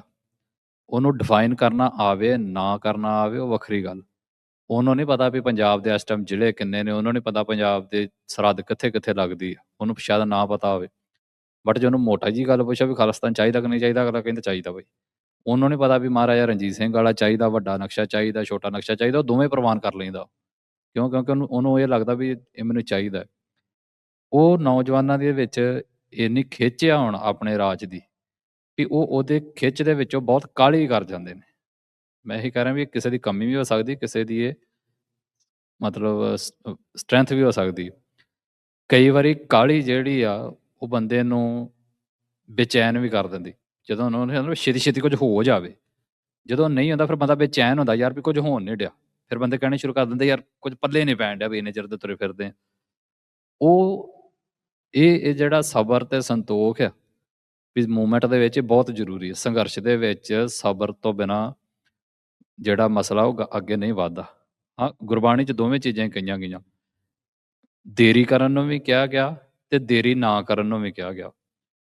ਇਹ ਨਹੀਂ ਹੈਗਾ ਵੀ ਕਿਹਾ ਹੋਵੇ ਵੀ ਸਭ ਪਾਸੇ ਤੋਂ ਦੇਰੀ ਰੱਖ ਵੀ ਤੂੰ ਢਿੱਲਾ ਜਿਹਾ ਤੁਰਿਆ ਫਿਰ, ਢਿੱਲਾ ਜਿਹਾ ਸੁਸਤ ਜਾ ਕੇ ਤੁਰਿਆ ਫਿਰ। ਉਹ ਸਬਰ ਸੰਤੋਖ ਨਹੀਂ ਗਾ। ਕਈ ਸਾਡੇ ਬੰਦਿਆਂ ਨੂੰ ਲੱਗਦਾ ਵੀ ਜਿਹੜੇ ਮਹਾਂਪੁਰਖ ਨੇ ਐਂ ਜੇ ਨੀਵੀਂ ਪਾਈ ਹੋਵੇ ਵੀ ਸ਼ਾਇਦ ਉਹਦੇ 'ਚ ਹੀ ਸਬਰ ਸੰਤੋਖ ਸਭ ਤੋਂ ਵੱਧ ਹੈ। ਕਈ ਵਾਰੀ ਹੋ ਸਕਦਾ ਜਿਹੜਾ ਬਹੁਤ ਤੇਜ਼ ਤੁਰਿਆ ਜਾ ਰਿਹਾ ਉਹਦੇ ਅੰਦਰ ਵੀ ਸਬਰ ਸੰਤੋਖ ਹੋਵੇ, ਇਹ ਵੀ ਗੱਲ ਹੁੰਦੀ। ਔਰ ਗੁਰਬਾਣੀ ਕਹਿੰਦੀ ਹੈ ਵੀ ਦੇਰੀ ਕਰ ਤੇ ਦੇਰੀ ਨਾ ਵੀ ਕਰ। ਜਿਹੜਾ ਉਹ ਸ਼ਬਦ ਨਾ ਵੀ ਵਿਲਮ ਪਾਪੰ ਨਹਿ ਵਿਲਮ ਧਰਮੰ, ਆਂਦੇ ਵੀ ਜਦੋਂ ਪਾਪ ਕਰਨ ਲੱਗੇ ਉਦੋਂ ਦੇਰੀ ਕਰ, ਪਰ ਜਦੋਂ ਧਰਮ ਦੀ ਗੱਲ ਆਵੇ ਫਿਰ ਨਹੀਂ, ਫਿਰ ਅੱਗੇ ਵਧ ਅੱਗੇ। ਬਟ ਉਹ ਅੱਗੇ ਜੇ ਵਧਣਾ ਵੀ ਆ ਤੇ ਪਰ ਉਹ ਵੀ ਇਸ ਤਰੀਕੇ ਨਾਲ ਵਧਣਾ ਆ ਵੀ ਜੇ ਉਸ ਰਾਹ ਦਾ ਤੱਤ ਨਾ ਮਾਰ ਦੇ ਕਿਤੇ ਵੀ ਹਰ ਕਾ ਬਿਲੋਵ ਨਾ ਬਿਲੋਵੋ ਮੇਰੇ ਭਾਈ, ਸਹਿਜ ਬਿਲੋਵੋ ਜੈਸੇ ਤੱਤ ਨਾ ਜਾਈ। ਆਂਦੇ ਵੀ ਉਸ ਵਾਹਿਗੁਰੂ ਦਾ ਨਾਮ ਵੀ ਜਪਣਾ ਤੇ ਇਵੇਂ ਸਹਿਜ ਦੇ ਨਾਲ ਜਪ ਵੀ ਉਹਦਾ ਤੱਤ ਨਾ ਮਾਰ ਪਈ। ਸੇਮ ਚੀਜ਼ ਸਾਡੇ ਨੌਜਵਾਨਾਂ ਨੇ ਸਮਝਣੀ ਚਾਹੀਦੀ ਵੀ ਸਾਡੇ ਸੰਘਰਸ਼ ਦਾ, ਸਾਡੇ ਖਾਲਿਸਤਾਨ ਦਾ ਤੱਤ ਨਹੀਂ ਮਰਨਾ ਚਾਹੀਦਾ ਕਾਲੀ ਦੇ ਵਿੱਚ। ਸਾਡੇ ਬੰਦੇ ਕਹਿੰਦੇ ਵੀ ਜਿੱਦਾਂ ਵੀ ਮਿਲਦਾ ਵਾ, ਜਿਵੇਂ ਮਿਲਦਾ ਲੈ ਲਓ ਬਸ ਹੁਣ। ਵੀ ਫਿਰ ਭਾਵੇਂ ਉਹ ਤੁਸੀਂ ਚੋਰਾਂ ਦੇ ਹੱਥ ਫੜਾ ਦਿਓ, ਭਾਵੇਂ ਠੱਗੀਆਂ ਦੇ ਹੱਥ ਫੜਾ ਦਿਓ, ਜਿਹਦੇ ਮਰਜ਼ੀ ਹੱਥ ਫੜਾ ਦਿਓ, ਖਾਲਿਸਤਾਨ ਮਿੰਟੋ ਮਿੰਟ ਕੱਲ੍ਹ ਨੂੰ ਲਿਆ ਕੇ ਸਾਡੀ ਝੋਲੀ 'ਚ ਪਾ ਦਿਓ। ਉਹ ਠੀਕ ਆ, ਇਹ ਕਾਹਲੀ ਚਾਹੀਦੀ ਆ ਕਿਉਂਕਿ ਇਹ ਧਰਮ ਵਾਲੀ ਆ ਵੀ ਸਾਨੂੰ ਕੱਲ੍ਹ ਨੂੰ ਹੀ ਭਾਵੇਂ ਦਿਓ, ਅਸੀਂ ਲੈਣਾ ਆ ਵੀ ਅਸੀਂ ਕੱਲ੍ਹ ਨੂੰ ਲੈ ਲੈਣਾ। ਇਹ ਕਾਹਲੀ ਚਾਹੀਦੀ ਕਿਉਂਕਿ ਧਰਮ ਦਾ ਰਾਹ ਆ। ਪਰ ਇਹ ਕਾਹਲੀ ਇਸ ਤਰੀਕੇ ਦੀ ਕਾਹਲੀ ਨਹੀਂ ਚਾਹੀਦੀ ਵੀ ਜਿੱਦਾਂ ਦਾ ਵੀ ਬਣਿਆ ਜੀ ਅਸੀਂ ਬਸ ਬਣਾ ਦੇਣਾ ਜੀ, ਬਸ ਗੱਲ ਖਤਮ ਕਰ ਦੇਣੀ। ਉਹਦੇ ਵਿੱਚ ਉਹ ਸਹਿਜ ਨਹੀਂ ਮਰਨਾ ਚਾਹੀਦਾ ਸੰਘਰਸ਼ ਨੂੰ ਲੜਨ ਦੇ ਲਈ ਵੀ ਭਾਈ ਇਹ ਸਹਿਜੇ ਸਹਿਜੇ ਗੱਲ ਬਣਨੀ ਆ। ਇਹਨੂੰ ਕਾਹਲੀ ਦੇ ਵਿੱਚ ਇੰਨਾ ਵੀ ਡੀਰੇਲ ਨਾ ਕਰ ਦਿਓ ਵੀ ਸਾਡੇ ਲੀਡਰਸ਼ਿਪ ਇੱਦਾਂ ਦੀ ਵੀ ਨਾ ਅਸੀਂ ਚੁਣ ਲਈਏ ਕਾਹਲੀ ਦੇ ਵਿੱਚ ਖਾਲਿਸਤਾਨ ਦੀ, ਵੀ ਜਿਹੜੀ ਅੱਜ ਦੇ ਪੰਜਾਬ ਨਾਲੋਂ ਵੀ ਜ਼ਿਆਦਾ ਭੱਠਾ ਬਾਲ ਕੇ ਰੱਖਦੇ ਸਾਡਾ। ਜਿਹੜੀ ਅੱਜ ਦੇ ਸਿੱਖੀ ਸਿਧਾਂਤਾਂ ਦੀ ਜਿਹੜੀ ਲੀਡਰਸ਼ਿਪ ਉੱਥੇ ਜਿਸ ਤਰੀਕੇ ਨਾਲ ਥਿੜਕੀ ਪਈ ਆ ਵੀ ਕੱਲ੍ਹ ਨੂੰ ਖਾਲਿਸਤਾਨ ਦੀ ਲੀਡਰਸ਼ਿਪ ਉਹ ਆ ਜਾਏ ਜਿਹਦੀ ਸਿੱਖੀ ਦੂਰ ਦੂਰ ਤੱਕ ਨਾ ਕਿਤੇ ਨੇੜੇ ਲੰਘਦੀ ਹੋਵੇ, ਸਿਰਫ ਇਸ ਕਰਕੇ ਵੀ ਨਹੀਂ ਜੀ ਸਾਨੂੰ ਦੇ ਦਿਓ, ਤੇ ਬਾਅਦ 'ਚ ਜਿਨ੍ਹਾਂ ਦੀ ਐਗਜ਼ਾਮਪਲ ਦੇ ਦੇਣੀ ਵੀ ਜਿਨ੍ਹਾਂ ਤੇ ਭਾਵੇਂ ਜੀ ਸੂਰ ਦਾ ਮਾਸ ਵੀ ਖਾਂਦਾ ਸੀ ਜਾਂ ਆਹ ਖਾਂਦਾ ਸੀ ਤੇ ਬੀੜੀ ਉਹਦੇ ਮੂੰਹ 'ਚ ਤਾਂ ਵੀ ਪਾਕਿਸਤਾਨ ਲੈ ਕੇ ਦੇ ਗਿਆ। ਉਹ ਕਿਸੇ ਦੇ ਢੁੱਕ ਸਕਦੀ ਆ, ਉਹ ਸਿੱਖ ਰਾਜ ਤੇ ਨਹੀਂ ਢੁੱਕ ਸਕਦੀ। ਕਿਸੇ ਦੀ ਐਗਜ਼ਾਮਪਲ ਤੁਸੀਂ ਆਪਣੇ ਤੇ ਸਿੱਧੀ ਨਹੀਂ ਟਿਕਾ ਸਕਦੇ ਵੀ ਜੇ ਉਹਨੂੰ ਕਿਸੇ ਮਾੜੇ ਬੰਦੇ ਨੇ ਲੈ ਕੇ ਦੇਤਾ ਤਾਂ ਸਾਨੂੰ ਵੀ ਕੋਈ ਮਾੜਾ ਬੰਦਾ ਲੈ ਕੇ ਦੇ ਦੇ। ਸੋ ਭਾਈ ਸਬਰ ਸੰਤੋਖ ਉਹਦੇ 'ਚ ਜ਼ਰੂਰੀ ਆ। ਉਹ ਰੱਖ ਕੇ ਅੱਗੇ ਵਧਣਾ ਚਾਹੀਦਾ। ਨੌਜਵਾਨਾਂ 'ਚ ਵਿਚਰਦਿਆਂ ਜਿੰਨੀ ਕੁ ਮੈਂ ਗੱਲ ਮਹਿਸੂਸ ਕੀਤੀ ਉਹ ਇਹੀ ਆ ਕਿ ਧਰਮ ਵਾਲੇ ਰਾਹ ਨੂੰ ਉਹ ਦੇਰੀ ਨਹੀਂ ਕਰਨਾ ਚਾਹੁੰਦੇ, ਅੱਗੇ ਵਧਦੇ ਨੇ। ਬਟ ਦੂਸਰੀ ਚੀਜ਼ ਜਿਹੜੀ ਆ ਕੇ ਖੜ ਜਾਂਦੀ ਆ, ਮੇਰੇ 'ਚ ਵੀ ਹੋ ਸਕਦੀ, ਉਹ ਕਮਜ਼ੋਰੀ ਹੋ ਸਕਦਾ, ਮੈਂ ਵੀ ਕਿਸੇ ਟਾਈਮ ਕਾਹਲਾ ਪੈ ਜਾਂਦਾ ਵਾਂ, ਤੇ ਉਹਨੂੰ ਸਹਿਜ ਨਾਲ ਨਹੀਂ ਅਜੇ ਅੱਗੇ ਜਾ ਰਹੇ। ਉਹ ਸਹਿਜਾਰ, ਹਾਂ ਦੂਸਰਾ ਇਹ ਵੀ ਆ ਵੀ ਜਿਹਨੇ ਸਹਿਜ ਪਾਲ ਲਿਆ, ਉਹਨੇ ਸਹਿਜ ਹੀ ਇੰਨਾ ਪਾਲ ਲਿਆ ਵੀ ਉਹ ਘਰੋਂ ਨਹੀਂ ਨਿਕਲਣ ਨੂੰ ਤਿਆਰ ਧਰਮ ਦੇ ਰਾਹ ਨੂੰ। ਉਹ ਸਹਿਜ ਨੂੰ ਫਿਰ ਉਹ ਆਪਣੀ ਉਹਦੇ 'ਚ ਲੈ ਜਾਂਦਾ। ਉਹ ਸਹਿਜ ਹੁੰਦਾ ਨਹੀਂ ਅਸਲ 'ਚ, ਪਰ ਸਹਿਜ ਅਸਲ 'ਚ ਉਹਦੀ ਹੁੰਦੀ ਆ, ਉਹਦੀ ਆਪਾਂ ਕਹਿੰਦੇ ਲੇਜ਼ੀਨੈਸ ਜਿਹਨੂੰ ਕਹਿੰਦੇ ਆ, ਵੀ ਆਪਾਂ ਕਰਨਾ ਹੀ ਕੁਝ ਨਹੀਂ ਕੌਮ ਲਈ, ਤੇ ਉਦਾਂ ਕਹਿ ਦੇਣਾ ਜੀ ਗੁਰੂ ਮਹਾਰਾਜ ਭਲੀ ਕਰਨਗੇ ਜੀ, ਮੇਰੇ 'ਚ ਬਹੁਤ ਸਹਿਜ ਆ, ਮੈਂ ਇਹਦੇ ਚਾਹ ਨਹੀਂ ਕਰਦਾ। ਬੰਦੇ ਉਹ ਵੀ ਸ਼ੀਲਡ ਵਰਤਦੇ ਨੇ ਵੀ ਨਹੀਂ ਜੀ ਕੋਈ ਨਹੀਂ, ਆਪੇ ਹੌਲੀ ਜਿਹੇ ਹੋ ਜਾਣਾ। ਉਹ ਭਾਈ ਹੋ ਤੇ ਜਾਣਾ ਆ, ਪਰ ਉਹਦੇ ਸਾਡਾ ਤੁਹਾਡਾ ਕੰਟਰੀਬਿਊਸ਼ਨ ਆ। ਸੋ ਇਹ ਦੋਵਾਂ ਚੀਜ਼ਾਂ ਨੂੰ ਕੰਬਾਈਨ ਕਰਕੇ ਚੱਲਣਾ ਪੈਣਾ ਵੀ ਜਲਦੀ ਵੀ ਹੋਵੇ, ਪਰ ਸਹਿਜ ਦੇ ਨਾਲ ਜਲਦੀ ਹੋਵੇ। ਸੋ ਉਹ ਜੇ ਨੌਜਵਾਨ ਇਹਨਾਂ ਦੋਵਾਂ ਚੀਜ਼ਾਂ ਨੂੰ ਮਿਲਾ ਲੈਣਗੇ ਤੇ ਫਿਰ ਉਹਨਾਂ ਨੂੰ ਪਤਾ ਲੱਗ ਜਾਏਗਾ ਵੀ ਐਸੇ ਚੀਜ਼ 'ਤੇ ਰਿਐਕਟ ਕਰਨਾ ਕਿ ਨਹੀਂ ਕਰਨਾ। ਜੇ ਕਰਨਾ ਹੈ ਤਾਂ ਕਿੰਨੀ ਤੇਜ਼ੀ ਨਾਲ ਕਰਨਾ, ਤੇ ਕਿਹੜੀ ਚੀਜ਼ ਦੇ ਉੱਤੇ ਰਿਐਕਟ ਕਰਨ ਤੋਂ ਪਹਿਲਾਂ ਸਮਾਂ ਪਾਉਣਾ ਹੈ ਵੀ ਨਹੀਂ ਯਾਰ ਅਜੇ ਇਹਨੂੰ ਜੇ ਪੈਂਦਾ ਸਮਾਂ ਤੇ ਪਾ ਲੈਣ ਦਿਓ। ਸੋ ਇਹ ਜੇ ਕੰਬੀਨੇਸ਼ਨ ਸਾਡੇ ਵਿੱਚ ਹੋ ਜੇ, ਵਿੱਚ ਸਣੇ ਮੇਰੇ ਵੀ ਸਾਡੇ ਵਿੱਚ ਜੇ ਕੰਬੀਨੇਸ਼ਨ ਹੋ ਜੇ ਤਾਂ ਸ਼ਾਇਦ ਸੋਨੇ ਤੇ ਸੁਹਾਗਾ ਬਣ ਜੇ, ਤਾਂ ਨੌਜਵਾਨਾਂ ਨੂੰ ਸੰਘਰਸ਼ ਦੀ ਬੈਟਰ ਸਮਝ ਆ ਜਾਏਗੀ।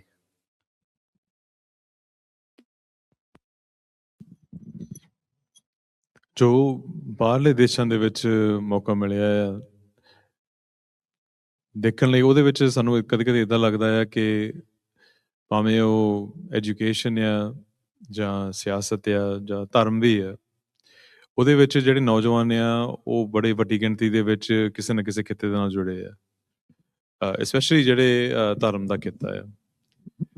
ਤੇ ਉਹਦੇ ਵਿੱਚ ਭਾਵੇਂ ਆਸਟ੍ਰੇਲੀਆ, ਨਿਊਜ਼ੀਲੈਂਡ ਆ ਜਾਂ ਯੂਰਪ ਆ ਜਾਂ ਯੂਕੇ ਆ ਜਾਂ ਕੈਨੇਡਾ, USA ਦੇਖਣ ਲਈ ਮਿਲਦਾ ਆ।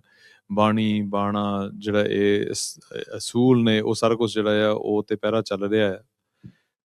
ਤੇ ਇਹਦੇ ਵਿੱਚੋਂ ਜਦੋਂ ਅਸੀਂ ਦੇਖਦੇ ਹਾਂ ਕਿ ਸਾਡੀਆਂ ਗਿਣਤੀਆਂ ਜਿਹੜੀਆਂ ਉਹ ਵੱਧ ਰਹੀਆਂ ਆ, ਤੇ ਨੌਜਵਾਨਾਂ ਦੇ ਵਿੱਚ ਇੱਕ ਸਪੇਸ ਜਿਹੜਾ ਹੈ ਉਹਨਾਂ ਨੂੰ ਮਿਲ ਰਿਹਾ ਆ ਜਾਂ ਉਹ ਬਣਾ ਰਹੇ ਆ, ਪਰ ਉਹਦੇ ਵਿੱਚ ਇੱਕ ਜਿਹੜੀ ਨਾਲ ਦੀ ਨਾਲ ਜਿਹੜੀ ਗੱਲ ਲੱਗਦੀ, ਉਹ ਕਦੀ ਕਦੀ ਇੱਦਾਂ ਲੱਗਦਾ ਹੈ ਕਿ ਉਹ ਇੱਕ ਮਹਿਸੂਸ ਕਰ ਰਹੇ ਆ ਕਿ ਇਹ ਜਿਹੜਾ ਕਨੈਕਟਿੰਗ ਪੁਆਇੰਟ ਕੀ ਹੈ ਸਾਡੇ ਲਈ, ਕਿ ਜੇ ਅਸੀਂ ਸੰਘਰਸ਼ ਦੇ ਵਿੱਚ ਪੈਰ ਪਾਉਣਾ ਆ ਜਾਂ ਕੁਝ ਕਰਨਾ ਆ, ਅਸੀਂ ਕਿੱਧਰ ਨੂੰ ਜਾਈਏ। ਇੱਕ ਗਾਈਡੈਂਸ ਜਿਹੜੀ ਆ ਉਹ ਕਦੀ ਕਦੀ ਲੈਕਿੰਗ ਹੁੰਦੀ ਹੈ ਉਹਨਾਂ ਲਈ, ਪਰ ਉਹ ਇੰਨੇ ਪਿਆਰ ਦੇ ਨਾਲ, ਇੱਕ ਕਹਿ ਲਓ ਕਿ ਲਾਈਕ ਇੱਕ ਇਮਾਨਦਾਰੀ ਦੇ ਨਾਲ ਇਸ ਸਪੇਸ ਦੇ ਵਿੱਚ ਨੇ।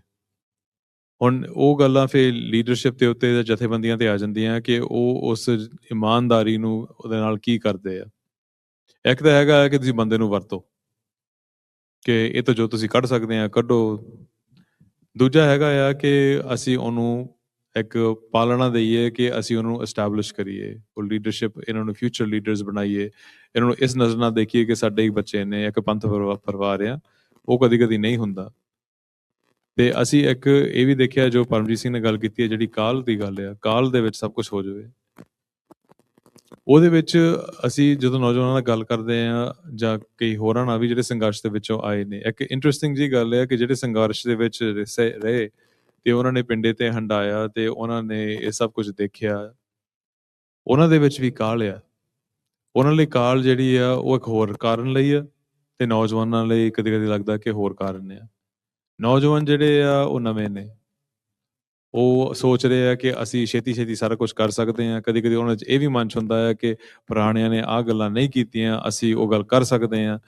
ਤੇ ਜਿਹੜੇ ਵਿੱਚੋਂ ਨਿਕਲੇ ਆ, ਜੋ ਸਭ ਕੁਝ ਦੇਖਿਆ ਹੰਡਾਇਆ, ਉਹਨਾਂ ਨੂੰ ਇਹ ਆ ਕਿ ਹੁਣ ਜਿਹੜਾ ਅੱਗਾ ਜਿਹੜਾ ਆ ਉਹ ਨੇੜੇ ਆ ਗਿਆ ਹੈ, ਕਿ ਉਹਨਾਂ ਨੂੰ ਕਾਲ ਇਹ ਆ ਕਿ ਅਸੀਂ ਇੰਨਾ ਸਮਾਂ ਇਸ ਸੰਘਰਸ਼ ਦੇ ਵਿੱਚ ਬਤੀਤ ਕੀਤਾ, 40-50 ਸਾਲ, ਤੇ ਹੁਣ ਉਹ ਜਿਹੜਾ ਅੱਗਾ ਨੇੜੇ ਆ ਗਿਆ ਹੈ, ਤੇ ਉਹ ਹੁਣ ਜਿਹੜੀ ਗੱਲ ਹੈ ਇੱਕ ਵਾਰੀ ਅਸੀਂ ਦੇਖ ਲਈਏ ਜਾਂ ਜਾਂਦੇ ਜਾਂਦੇ ਅਸੀਂ ਕੁਝ ਕਰ ਜਾਈਏ।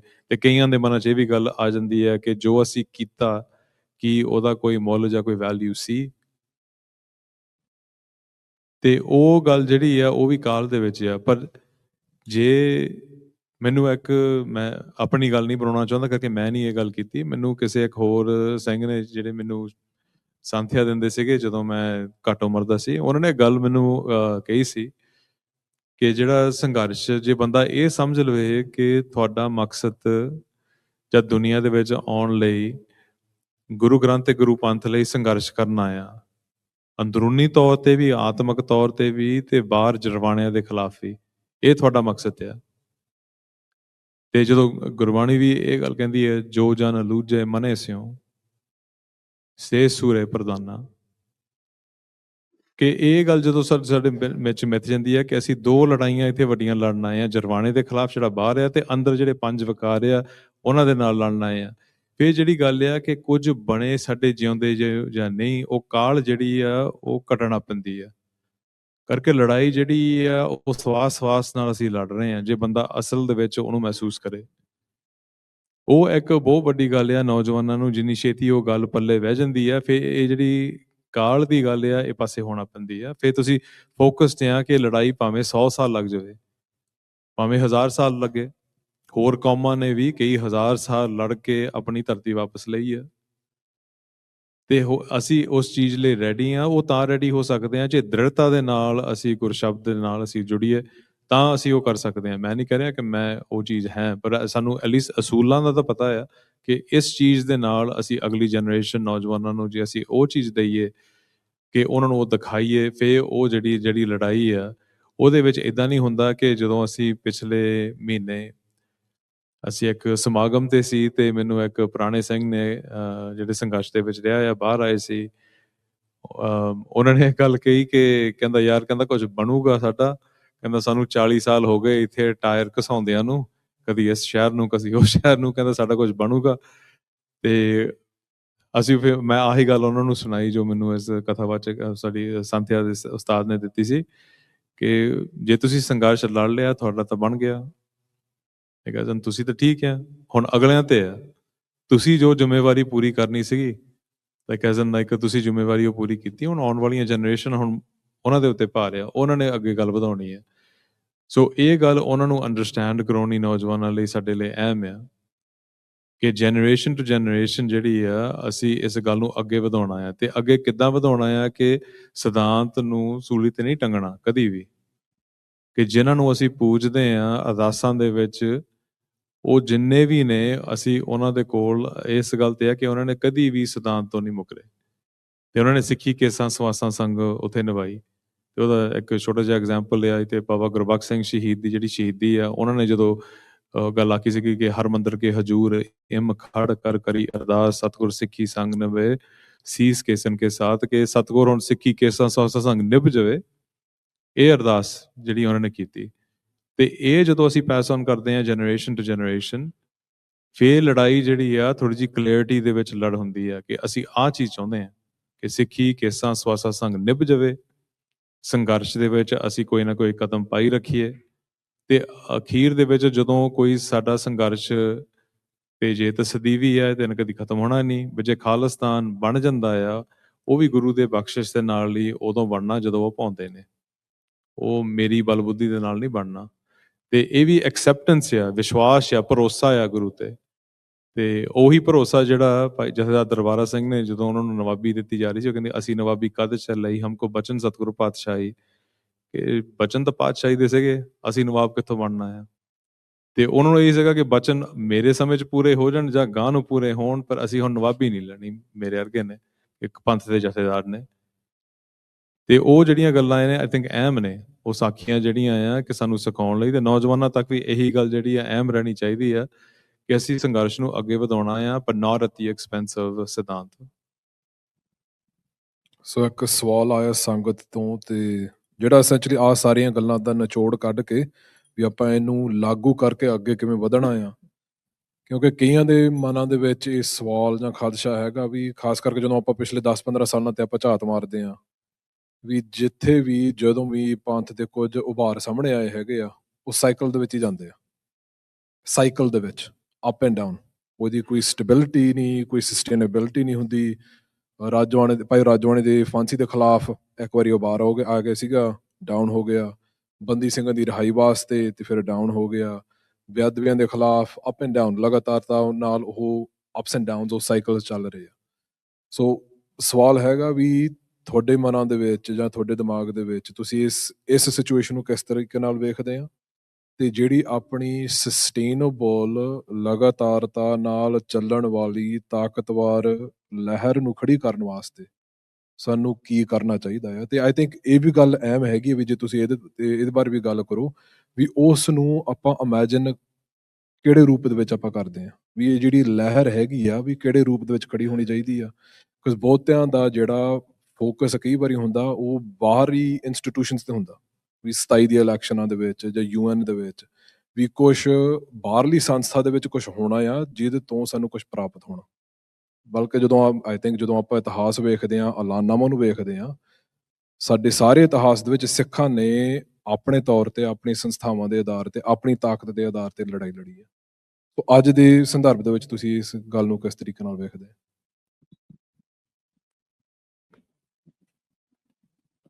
ਜਿਹੜੇ ਸੰਘਰਸ਼ ਆਉਂਦੇ ਨੇ, ਕਦੇ ਸਾਨੂੰ ਲੱਗਦਾ ਵੀ ਕੌਮ ਇੱਕਦਮ ਸੜਕਾਂ ਤੇ ਆ ਗਈ, ਇੱਕਦਮ ਘਰਾਂ 'ਚ ਚਲੀ ਗਈ, ਇੱਕਦਮ ਕੋਈ ਇਸ਼ੂ ਆਇਆ ਤੇ 10 ਦਿਨ ਮੋਰਚਿਆਂ 'ਚ ਬਹਿ ਗਈ, ਅਗਲਾ ਸਾਲ ਘਰ ਚਲੀ ਗਈ, ਫਿਰ 2 ਸਾਲ ਮੋਰਚਿਆਂ 'ਚ ਬਹਿ ਗਈ, ਫਿਰ ਘਰ ਚਲੀ ਗਈ।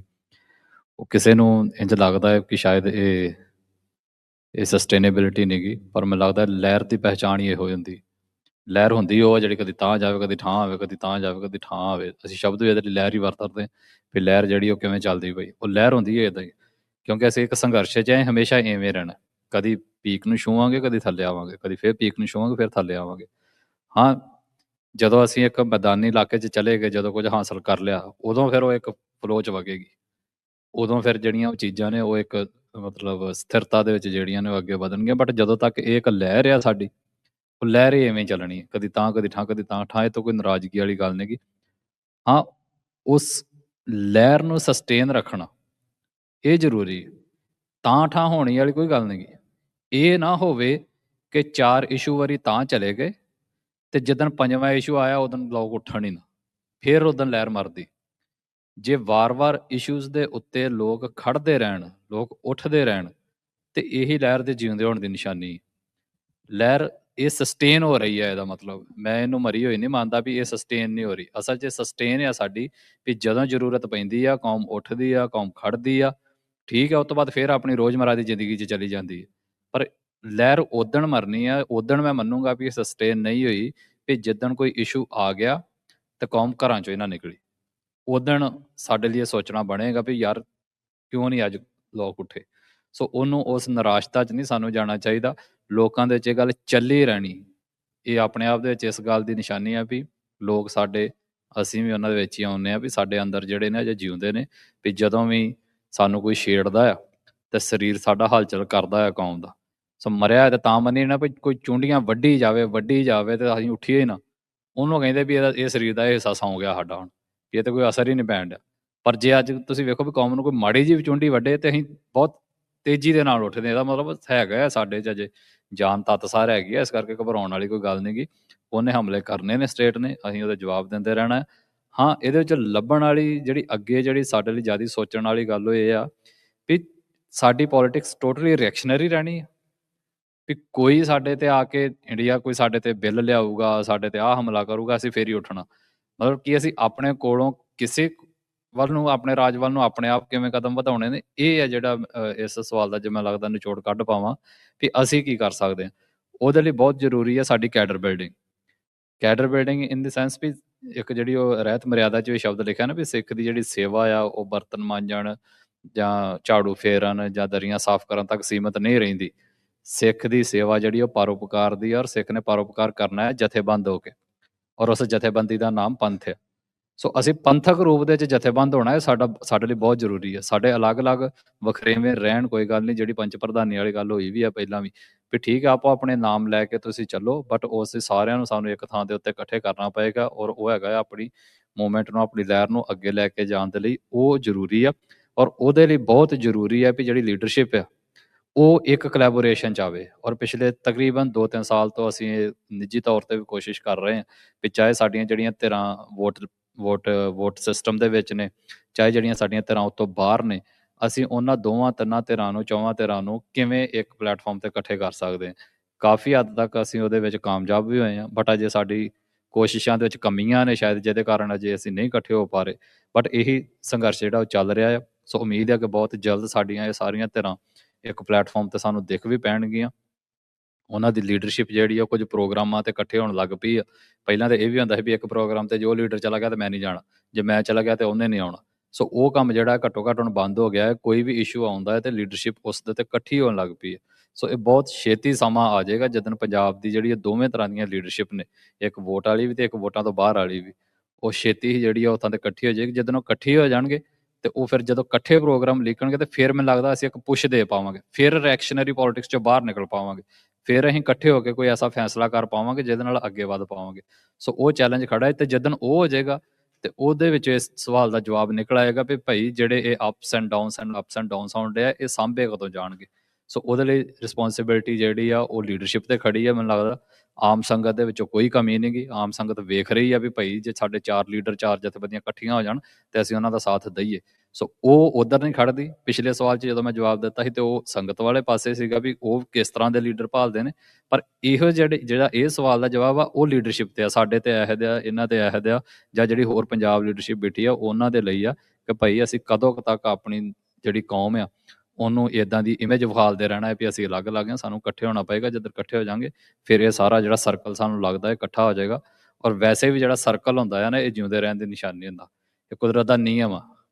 ਹਰ ਚੀਜ਼ ਜਿਹੜੀ ਆ ਉਹ ਰੋਟੇਸ਼ਨ ਦੇ ਵਿੱਚ ਆ। ਮਤਲਬ ਗੁਰਬਾਣੀ ਵੀ ਕਹਿੰਦੇ ਨੇ ਕਿ ਪੈ ਵਿੱਚ ਸੂਰਜ, ਪੈ ਵਿੱਚ ਚੰਦ, ਕੋਹ ਕਰੋੜੀ ਚਲਤ, ਮਤਲਬ ਇਹ ਚੱਲਣਾ ਜਿਹੜਾ ਇੱਕ ਸਰਕਲ ਦੇ ਵਿੱਚ, ਇਹ ਕੁਦਰਤ ਦਾ ਨਿਯਮ ਆ। ਔਰ ਹਰ ਬੰਦਾ ਉਹਦੇ ਦੁਆਲੇ ਘੁੰਮਦਾ ਹੈ। ਜਿਹੜੀ ਚੀਜ਼ ਉਹ ਤੋਂ ਵੱਡੀ ਹੈ, ਧਰਤੀ ਸੂਰਜ ਦੁਆਲੇ ਘੁੰਮਦੀ ਆ, ਚੰਦਰਮਾ ਧਰਤੀ ਦੇ ਦੁਆਲੇ ਘੁੰਮੀ ਜਾਂਦਾ, ਸੂਰਜ ਵੀ ਜਿਹੜਾ ਆ ਅੱਗੇ ਚੱਕਰ ਕੱਟਦਾ ਪਿਆ ਗੁਰਬਾਣੀ ਦੇ ਮੁਤਾਬਕ। ਸੋ ਇਹ ਤੇ ਚੱਲਦੇ ਰਹਿਣਾ। ਸੋ ਇਹਨੂੰ ਇਹ ਰੈਪੀਟੀਸ਼ਨ, ਇਹ ਖੂਨ ਵਿੱਚ ਨਾੜਾਂ 'ਚ ਕਦੀ ਜਾਂਦਾ ਹੈ ਦਿਲ ਦੇ ਵਿੱਚ, ਕਦੀ ਬਾਹਰ ਆ ਜਾਂਦਾ, ਕਦੀ ਚੱਲਦਾ ਬਾਹਰ ਆ ਜਾਂਦਾ, ਤਾਂ ਹੀ ਸਰੀਰ ਤੁਰਿਆ ਫਿਰਦਾ, ਨਹੀਂ ਤਾਂ ਕੰਮ ਇਹਦਾ ਕਦੋਂ ਦਾ ਹੋ ਜਾਣਾ ਸੀ। ਸੋ ਰੈਪੀਟੀਸ਼ਨ ਨੂੰ ਨੈਗੇਟਿਵ ਦੇ ਵਿੱਚ ਨਹੀਂ ਲੈਣਾ ਚਾਹੀਦਾ ਵੀ ਕਦੀ ਕੌਮ ਉੱਠ ਖਲੋਤੀ ਕਦੀ ਨਹੀਂ। ਇਹ ਘੱਟੋ ਘੱਟ ਸਾਡੇ ਜਿਉਂਦੇ ਰਹਿਣ ਦੀ ਨਿਸ਼ਾਨੀ ਆ ਔਰ ਇਹ ਇਵੇਂ ਹੀ ਚੱਲਣਾ ਹੈ।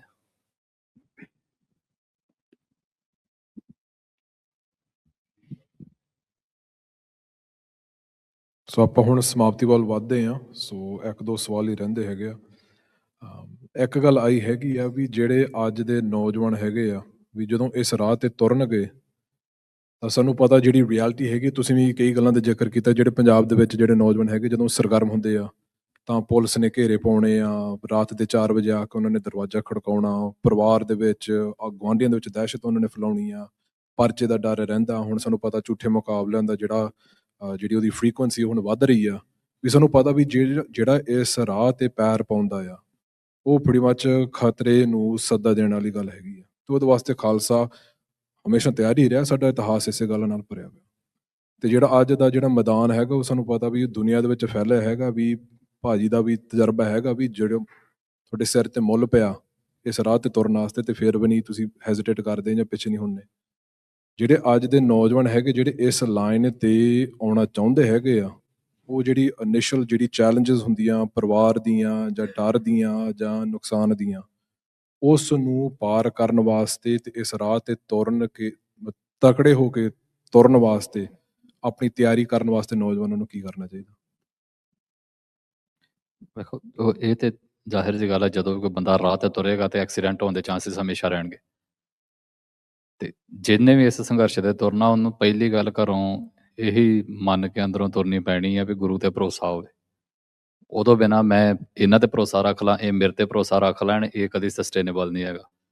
ਇਹ ਕੱਲ ਨੂੰ ਜਾ ਕੇ ਮੈਨੂੰ ਖਾਈ 'ਚ ਸੁੱਟ ਦੇਣ, ਜਾਂ ਮੇਰੇ ਮਗਰ ਇਹਨਾਂ ਮੇਰੇ ਤੇ ਰੱਖਾ ਮੈਂ ਚੁੱਕ ਕੇ ਇਹਨਾਂ ਨੂੰ ਖਾਈ 'ਚ ਸੁੱਟਦਾ, ਉਹਨੂੰ ਕੀ ਕਰੋਗੇ? ਭਰੋਸਾ ਗੁਰੂ ਤੇ ਹੋਣਾ ਚਾਹੀਦਾ। ਤੇ ਜਦੋਂ ਗੁਰੂ ਤੇ ਭਰੋਸਾ ਹੋਊਗਾ ਤੇ ਫਿਰ ਇਹ ਚੀਜ਼ਾਂ ਇਵੇਂ ਚੱਲਦੀਆਂ ਨੇ। ਹਾਂ, ਅਸੀਂ ਹਮੇਸ਼ਾ ਇਹ ਚੀਜ਼ਾਂ ਉਦੋਂ ਵਿਚਾਰਦੇ ਹਾਂ ਜਦੋਂ ਕੌਮ ਦੀ ਗੱਲ ਹੁੰਦੀ। ਜਦੋਂ ਸਾਡੀ ਨਿੱਜ ਦੀ ਗੱਲ ਹੁੰਦੀ, ਅਸੀਂ ਕਦੀ ਨਹੀਂ ਵਿਚਾਰਿਆ ਵੀ ਜਿਸ ਰਸਤੇ ਤੇ ਮੈਂ ਤੁਰਨ ਲੱਗਿਆ ਕਿ ਮੈਂ ਮੰਜ਼ਿਲ ਤੇ ਪਹੁੰਚ ਜਾਊਂਗਾ ਕਿ ਨਹੀਂ ਪਹੁੰਚ ਜਾਊਂ। ਤੁਸੀਂ ਸਾਰੇ ਬਹੁਤੇ ਇੱਥੇ ਆਪਾਂ ਗੱਡੀਆਂ ਤੇ ਆਏ ਆ, ਤੇ ਉਸੇ ਸੜਕ ਦੇ ਉੱਤੇ ਗੱਡੀਆਂ ਦੇ ਐਕਸੀਡੈਂਟ ਹੁੰਦੇ ਨੇ। ਤੇ ਉਹਨਾਂ ਐਕਸੀਡੈਂਟਾਂ ਨੂੰ ਵੇਖ ਕੇ ਸਾਡੇ ਵਿੱਚੋਂ ਕਿਸੇ ਮਾਈ ਦੇ ਪੁੱਤ ਨੇ ਨਹੀਂ ਕਿਹਾ ਵੀ ਭਾਈ ਅੱਜ ਤੋਂ ਬਾਅਦ ਮੈਂ ਗੱਡੀ 'ਚ ਨਹੀਂ ਬਹਿਣਾ। ਹਾਂ, ਇੱਕ ਪੁਆਇੰਟ ਆਉਂਦਾ, ਉਹ ਇੱਕ ਪੁਆਇੰਟ ਹੁੰਦਾ ਆ। ਹੁਣ ਮੰਨ ਲਓ ਵੀ ਮੈਨੂੰ 10-12 ਸਾਲ ਹੋ ਗਏ ਨੇ। ਹੁਣ 10-12 ਸਾਲਾਂ ਤੋਂ ਜੇ ਵੇਖਿਆ ਜਾਵੇ ਤੇ ਮੇਰੇ ਤੇ ਉਹ ਕ੍ਰਾਈਸਿਸ ਆਇਆ ਨਹੀਂ, ਜਿਹੜੇ ਕ੍ਰਾਈਸਿਸ ਦੀ ਆਪਾਂ ਗੱਲ ਕਰ ਰਹੇ ਹਾਂ ਵੀ ਸਾਨੂੰ ਆ ਕੇ ਪਰਚੇ ਪਾ ਕੇ ਜੇਲ੍ਹਾਂ 'ਚ ਸੁੱਟ ਦੇਣਗੇ। ਕਈਆਂ ਦੇ ਉੱਤੇ ਉਹ 5 ਮਹੀਨਿਆਂ 'ਚ ਆ ਗਿਆ, ਅਮਰਪਾਲ ਤੇ 5-6 ਮਹੀਨਿਆਂ 'ਚ ਆ ਗਿਆ। ਸੋ ਸਾਨੂੰ ਉੱਥੇ ਵਿਚਰਦਿਆਂ 10-10 ਸਾਲ ਹੋ ਗਏ, ਸਾਡੇ ਤੋਂ ਅਜੇ ਤੱਕ ਨਹੀਂ ਆਇਆ। ਕਈ ਪੁਰਾਣੇ ਸਿੰਘ ਨੇ, ਉਹ ਜਦੋਂ ਹਥਿਆਰਬੰਦ ਮੂਵਮੈਂਟ ਸੰਘਰਸ਼ ਦੇ ਵਿੱਚ ਸਾਡੇ ਤੁਰੇ ਨੇ ਤੇ ਉਹ ਕੁਝ ਦਿਨਾਂ 'ਚ ਸ਼ਹਾਦਤ ਪ੍ਰਾਪਤ ਕਰ ਗਏ। ਕੁਝ ਉਹ ਨੇ ਜਿਹੜਾ ਸਾਰਾ ਦੌਰ ਹੰਢਾ ਵੀ ਗਏ ਤੇ ਅੱਜ ਵੀ ਜਿਉਂਦੇ ਨੇ। ਸੋ ਮਰਨ ਲਿਖਾਏ ਮੰਡਲ, ਮਤਲਬ ਉਹ ਤੇ ਮਰਨ ਤੇ ਲਿਖਾ ਕੇ ਆਏ ਆ ਜਦੋਂ ਮਰਨਾ ਆਇਆ। ਪਰ ਉਹ ਤੇ ਇਹ ਉਦੋਂ ਗੱਲ ਯਕੀਨ ਦੇ ਵਿੱਚ ਬਦਲਦੀ ਜਦੋਂ ਗੁਰੂ ਤੇ ਭਰੋਸਾ ਹੋਵੇ। ਜਦੋਂ ਹੋਰ ਕਿਸੇ ਤੇ ਭਰੋਸਾ ਹੋਵੇ, ਦੁਨਿਆਵੀ ਤਾਕਤਾਂ ਦਾ ਹੋਵੇ, ਫਿਰ ਨਹੀਂ ਬੰਦੇ ਨੂੰ ਸਮਝ ਆਉਂਦੀ। ਫਿਰ ਬੰਦੇ ਨੂੰ ਹਮੇਸ਼ਾ ਡਰ ਹੀ ਲੱਗਦਾ ਹੈ। ਤੇ ਉਹੀ ਗੱਲ ਵੀ ਉਹ ਐਗਜ਼ਾਮਪਲ ਦੇ ਕੇ ਮੈਂ ਗੱਲ ਨਿਬੇੜਾਂ ਆਪਾਂ, ਬਾਕੀ ਭਾਜੀ ਵੀ ਆਪਣਾ ਵਿਊ ਪੁਆਇੰਟ ਰੱਖ ਦੇਣਗੇ ਵੀ ਕਈ ਵਾਰੀ ਬੰਦੇ ਦੇ ਵਿੱਚ ਸਮਾਜ 'ਚ, ਜਿਵੇਂ ਆਪਾਂ ਗੱਡੀਆਂ ਵਾਲੀ ਐਗਜ਼ਾਮਪਲ ਲਈ ਆ, ਕਈ ਵਾਰੀ ਬੰਦਿਆਂ ਦੇ ਨਾਲ ਹੋਇਆ ਕਿ ਉਹਨਾਂ ਦੀ ਖੁਦ ਦੀ ਕਾਰ ਦਾ ਐਕਸੀਡੈਂਟ ਹੋ ਜਾਂਦਾ, ਮੌਤ ਦੇ ਬਹੁਤ ਨੇੜੇ ਵਾਪਸ ਆਉਂਦੇ ਨੇ। ਉਹ ਜਦੋਂ ਜਿਉਂਦੇ ਹੋ ਜਾਂਦੇ ਨੇ, ਨੇੜਿਓਂ ਵਾਪਸ ਆ ਜਾਂਦੇ ਨੇ, ਕੀ ਉਹ ਦੁਬਾਰਾ ਕਦੀ ਸੜਕ ਤੇ ਨਹੀਂ ਚੜ੍ਹਦੇ? ਸੇਮ ਚੀਜ਼ ਸਾਡੇ ਇਸ ਸੰਘਰਸ਼ ਨਾਲ ਆ ਵੀ ਇੱਕ ਪੁਆਇੰਟ ਆਏਗਾ ਕਈਆਂ ਦੇ ਜੀਵਨ ਦੇ ਵਿੱਚ ਜਿੱਥੇ ਆ ਕੇ ਉਹਦੇ ਤੇ ਮੁਸੀਬਤਾਂ ਦਾ ਢੇਰ ਡਿੱਗੇਗਾ। ਉਹ ਉਦੋਂ ਤੈਅ ਹੋਣੀ ਆ ਵੀ ਭਾਈ ਉਹ ਤੋਂ ਬਾਅਦ ਵੀ ਅਸੀਂ ਪੈਰਾਂ ਤੇ ਖੜੇ ਹੋ ਕੇ ਅੱਗੇ ਵਧਦੇ ਕਿ ਨਹੀਂ ਵਧਦੇ। ਆਮ ਦੁਨੀਆ 'ਚ ਅਸੀਂ ਨਿੱਜੀ ਜੀਵਨ ਵਾਸਤੇ ਇਸ ਕਰਕੇ ਅੱਗੇ ਵੱਧ ਜਾਂਦੇ ਹਾਂ ਕਿਉਂਕਿ ਸਾਨੂੰ ਪਤਾ ਹੈ ਵੀ ਜੇ ਘਰੋਂ ਨਿਕਲੂੰਗਾ ਤੇ 4 ਪੈਸੇ ਕਮਾ ਕੇ ਲਿਆਉਂਗਾ ਤੇ ਘਰੇ ਆ ਕੇ ਰੋਟੀ ਢਿੱਡ 'ਚ ਪਾਉਂਗਾ। ਇਸ ਕਰਕੇ ਸਾਡਾ ਨਿੱਜੀ ਢਿੱਡ ਲੱਤਾਂ ਮਾਰਦਾ ਤੇ ਅਸੀਂ ਭੱਜੇ ਜਾਂਦੇ ਹਾਂ ਤੇ ਕੋਈ ਲੱਤਾਂ ਸਾਡੀ ਕੌਮ ਦੇ ਢਿੱਡ 'ਚ ਮਾਰੇ ਸਾਨੂੰ ਇਹ ਮਹਿਸੂਸ ਨਹੀਂ ਹੁੰਦੀਆਂ ਕਿਉਂਕਿ ਇੱਕ ਵਾਰੀ ਮੇਰੇ ਤੇ ਗੱਜ ਡੇਪੀ। ਸੋ ਉਹ ਉਦੋਂ ਹੀ ਹੋਣੇ ਜਦੋਂ ਪੰਥ ਨੂੰ ਇੱਕ ਪਰਿਵਾਰ ਮੰਨਾਂਗੇ। ਜਦੋਂ ਇੱਕ ਬਾਟੇ ਦੇ ਵਿੱਚ ਅੰਮ੍ਰਿਤ ਛਕ ਲਿਆ ਤੇ ਫਿਰ ਪਰਿਵਾਰ ਬਣਾਤਾ ਗੁਰੂ ਨੇ, ਪਰ ਉਹ ਬਣਾ ਤੇ ਦਿੱਤਾ ਸ਼ਬਦੀ ਤੇ ਅਸੀਂ ਕਹਿਤਾ, ਮੰਨਿਆ ਕਿੰਨਿਆਂ ਨੇ? ਮੰਨਣ ਦੇ ਉੱਤੇ ਗੱਲ ਆਉਣੀ ਹੈ। ਤੇ ਉਹ ਜਿਹੜਾ ਮੰਨ ਲੈਂਦਾ ਆ ਉਹ ਫਿਰ ਉਹਨਾਂ ਜਦੋਂ ਡਿੱਗਦੇ ਵੀ ਐਕਸੀਡੈਂਟਸ ਹੁੰਦੇ ਨੇ, ਸਾਰਾ ਕੁਝ ਹੁੰਦਾ ਆ, ਕੋਈ ਉਹਨਾਂ ਐਕਸੀਡੈਂਟਾਂ ਦੇ ਵਿੱਚ ਚਲਿਆ ਵੀ ਜਾਂਦਾ, ਕੋਈ ਨਹੀਂ ਵੀ ਜਾਂਦਾ, ਕੋਈ ਮੁਕਾਬਲੇ ਹੋ ਵੀ ਜਾਂਦੇ, ਸਭ ਕੁਝ ਹੋ ਜਾਂਦਾ, ਕੋਈ ਬਚਿਆ ਵੀ ਰਹਿੰਦਾ, ਬਟ ਚੱਲਦੇ ਰਹਿਣ ਦਾ ਨਾ ਹੀ ਜ਼ਿੰਦਗੀ, ਚੱਲਦੇ ਰਹਿਣ ਦਾ ਨਾ ਹੀ ਸੰਘਰਸ਼ ਆ। ਸੋ ਉਹ ਇਹਨਾਂ ਚੀਜ਼ਾਂ ਤੋਂ ਨਹੀਂ, ਮੈਨੂੰ ਲੱਗਦਾ ਇਹਨਾਂ ਚੀਜ਼ਾਂ ਨੂੰ ਵੇਖ ਕੇ ਨਹੀਂ ਕਦੀ ਵੀ ਸੰਘਰਸ਼ ਤੋਂ ਮੂੰਹ ਮੋੜਿਆ ਜਾ ਸਕਦਾ ਹੁੰਦਾ ਵੀ ਭਾਈ ਉਹ ਤੁਰਿਆ ਸੀ ਤੇ ਉਹਨੂੰ ਜੇਲ੍ਹ ਹੋ ਗਈ, ਉਹ ਤੁਰਿਆ ਸੀ ਤੇ ਉਹਦੀ ਸ਼ਹਾਦਤ ਹੋ ਗਈ। ਇੱਦਾਂ ਦੀ ਕੋਈ ਗੱਲ ਨਹੀਂ ਗੀ। ਇੱਦਾਂ ਤਾਂ ਤੁਰਨਗੇ ਜਿਹੜੇ ਉਹਨਾਂ ਦੇ ਤੇ ਹੋਏਗਾ। ਘਰੇ ਆ ਕੇ ਕਿਸੇ ਨੇ ਸਾਡੀ ਬਿਲਡਿੰਗ ਦੇ ਵਿੱਚ ਤੇ ਗੱਡੀ ਮਾਰ ਨਹੀਂ ਜਾਣੀ, ਪਰ ਜੇ ਮੌਤ ਹੋਣੀ ਆਈ ਤੇ ਫਿਰ ਉਹ ਫਿਰ ਸਭ ਦਰਵਾਜ਼ੇ ਭੰਨ ਆਉਣੀ। ਸੋ ਉਹ ਚੱਕਰਾਂ ਦੇ ਵਿੱਚ ਜਿਹੜਾ ਸਾਨੂੰ ਬਹੁਤਾ ਨਹੀਂ ਪੈਣਾ ਚਾਹੀਦਾ, ਗੁਰੂ ਤੇ ਭਰੋਸਾ ਰੱਖਣਾ ਚਾਹੀਦਾ। ਔਰ ਜਿਹੜੀ ਗੱਲ ਹੈਗੀ ਆ ਵੀ ਗੁਰੂ ਨੇ ਦੇਣਾ ਕਦੋਂ ਆ, ਉਹ ਤੇ ਜੇ ਇਹ ਗੱਲ ਕਵਾਂਗੇ ਵੀ ਗੁਰੂ ਮਹਾਰਾਜ ਨੇ ਕਿਹਾ ਵੀ ਬਣਾਓ ਥੜੇ, ਤੇ ਕਿਸੇ ਨੇ ਆਪਣੀ ਮੱਤ ਮੁਤਾਬਕ ਬਣਾਏ, ਕਿਸੇ ਨੇ ਆਪਣੀ, ਗੁਰੂ ਨੇ ਕਿਹਾ ਨਹੀਂ ਸਹੀ ਬਣੇ, ਕਿਸੇ ਨੇ ਫਿਰ ਕਿਹਾ ਵੀ ਬਣਾਓ, ਗੁਰੂ ਮਹਾਰਾਜ ਨੇ ਫਿਰ ਆਪੋ ਆਪਣੀ ਫਿਰ ਅਖੀਰ ਨੂੰ ਜਿਨ੍ਹਾਂ ਦੇ ਵਿੱਚ ਟਿਕਾ ਹੋਣਾ ਸੀ ਉਹਨਾਂ ਨੇ ਜੋ ਟਿਕਾ ਤਾਂ ਆਇਆ ਜਦੋਂ ਉਹਨਾਂ ਕਿਹਾ ਵੀ ਗੁਰੂ ਮਹਾਰਾਜ ਜਿਵੇਂ ਦਾ ਆਪ ਚਾਹੁੰਦੇ ਉਵੇਂ ਦਾ ਬਣਾ ਲਓ। ਸੋ ਖਾਲਿਸਤਾਨ ਜਿਹੜਾ ਆ ਉਹ ਇਦਾਂ ਹੀ ਬਣਨਾ। ਜਦੋਂ ਤੇ ਆਪਣੀ ਆਪਣੀ ਮੱਤਾਂ ਦੇ ਮੁਤਾਬਕ ਬਣਾਈ ਜਾਵਾਂਗੇ ਫਿਰ ਸਾਨੂੰ ਲੱਗੇਗਾ ਯਾਰ ਇਦਾਂ ਵੀ ਨਹੀਂ ਬਣ ਡਿਆ, ਇਦਾਂ ਵੀ ਨਹੀਂ ਬਣ ਡਿਆ, ਇਦਾਂ ਵੀ ਨਹੀਂ ਬਣ ਡਿਆ। ਅਰਦਾਸ ਅਖੀਰ ਨੂੰ ਇਹ ਹੋਣੀ ਚਾਹੀਦੀ ਵੀ ਗੁਰੂ ਮਹਾਰਾਜ ਜਿਵੇਂ ਦਾ ਤੁਹਾਨੂੰ ਭਾਉਂਦਾ ਆ ਉਵੇਂ ਦਾ ਭਾਈ ਬਣਵਾ ਲਿਆ ਜੇ। ਪਰ ਉਹਦੇ ਲਈ ਇਹ ਨਹੀਂਗਾ ਵੀ ਇੰਨੀ ਗੱਲ ਕਹਿ ਕੇ ਤੇ ਮੈਂ ਹੁਣ ਥੜੇ ਦੀਆਂ ਇੱਟਾਂ ਹੀ ਨਹੀਂ ਲਾਉਣੀਆਂ। ਸਾਡੇ ਬੰਦੇ ਕਹਿੰਦੇ ਨਹੀਂ ਗੁਰੂ ਮਹਾਰਾਜ ਹੁਣ ਬਣਾ ਲਿਆ ਜੇ, ਮੈਂ ਚੱਲਿਆ ਆਪਣੇ ਕੰਮ ਤੇ। ਉਹ ਭਾਈ ਇੱਟਾਂ ਆਪ ਹੀ ਲਾਉਣੀਆਂ ਪੈਣੀਆਂ, ਇੱਟਾਂ ਸਾਡੇ ਕੋਲ ਲਵਾਉਣੀਆਂ ਨੇ ਗੁਰੂ ਨੇ। ਸੋ ਅਸੀਂ ਅੱਧਾ ਕੰਮ ਕਰਦੇ, ਅਸੀਂ ਗੁਰੂ ਦੀ ਅੱਧੀ ਮੰਨਦੇ ਹਾਂ। ਅੱਛਾ ਜੀ ਮੈਂ ਗੁਰੂ ਮਹਾਰਾਜ ਤੁਹਾਡੇ ਭਰੋਸੇ ਜੀ ਇਸ ਕਰਕੇ ਹੁਣ ਤੁਸੀਂ ਕਰਨਾ ਜੋ ਕਰ ਲਿਓ, ਮੈਂ ਚੱਲਿਆ ਭਾਈ ਕਿੱਥੇ ਜਾਣਾ ਵਾ, ਇੱਧਰ ਆਪ ਹੀ ਕਰਨਾ ਪੈਣਾ। ਸੋ ਉਹ ਪੂਰੀ ਗੱਲ ਜਦੋਂ ਇੰਪਲੀਮੈਂਟ ਕਰਾਂਗੇ ਤਾਂ ਫਿਰ ਗੁਰੂ ਮਹਾਰਾਜ ਬਖਸ਼ ਵੀ ਦੇਣਗੇ।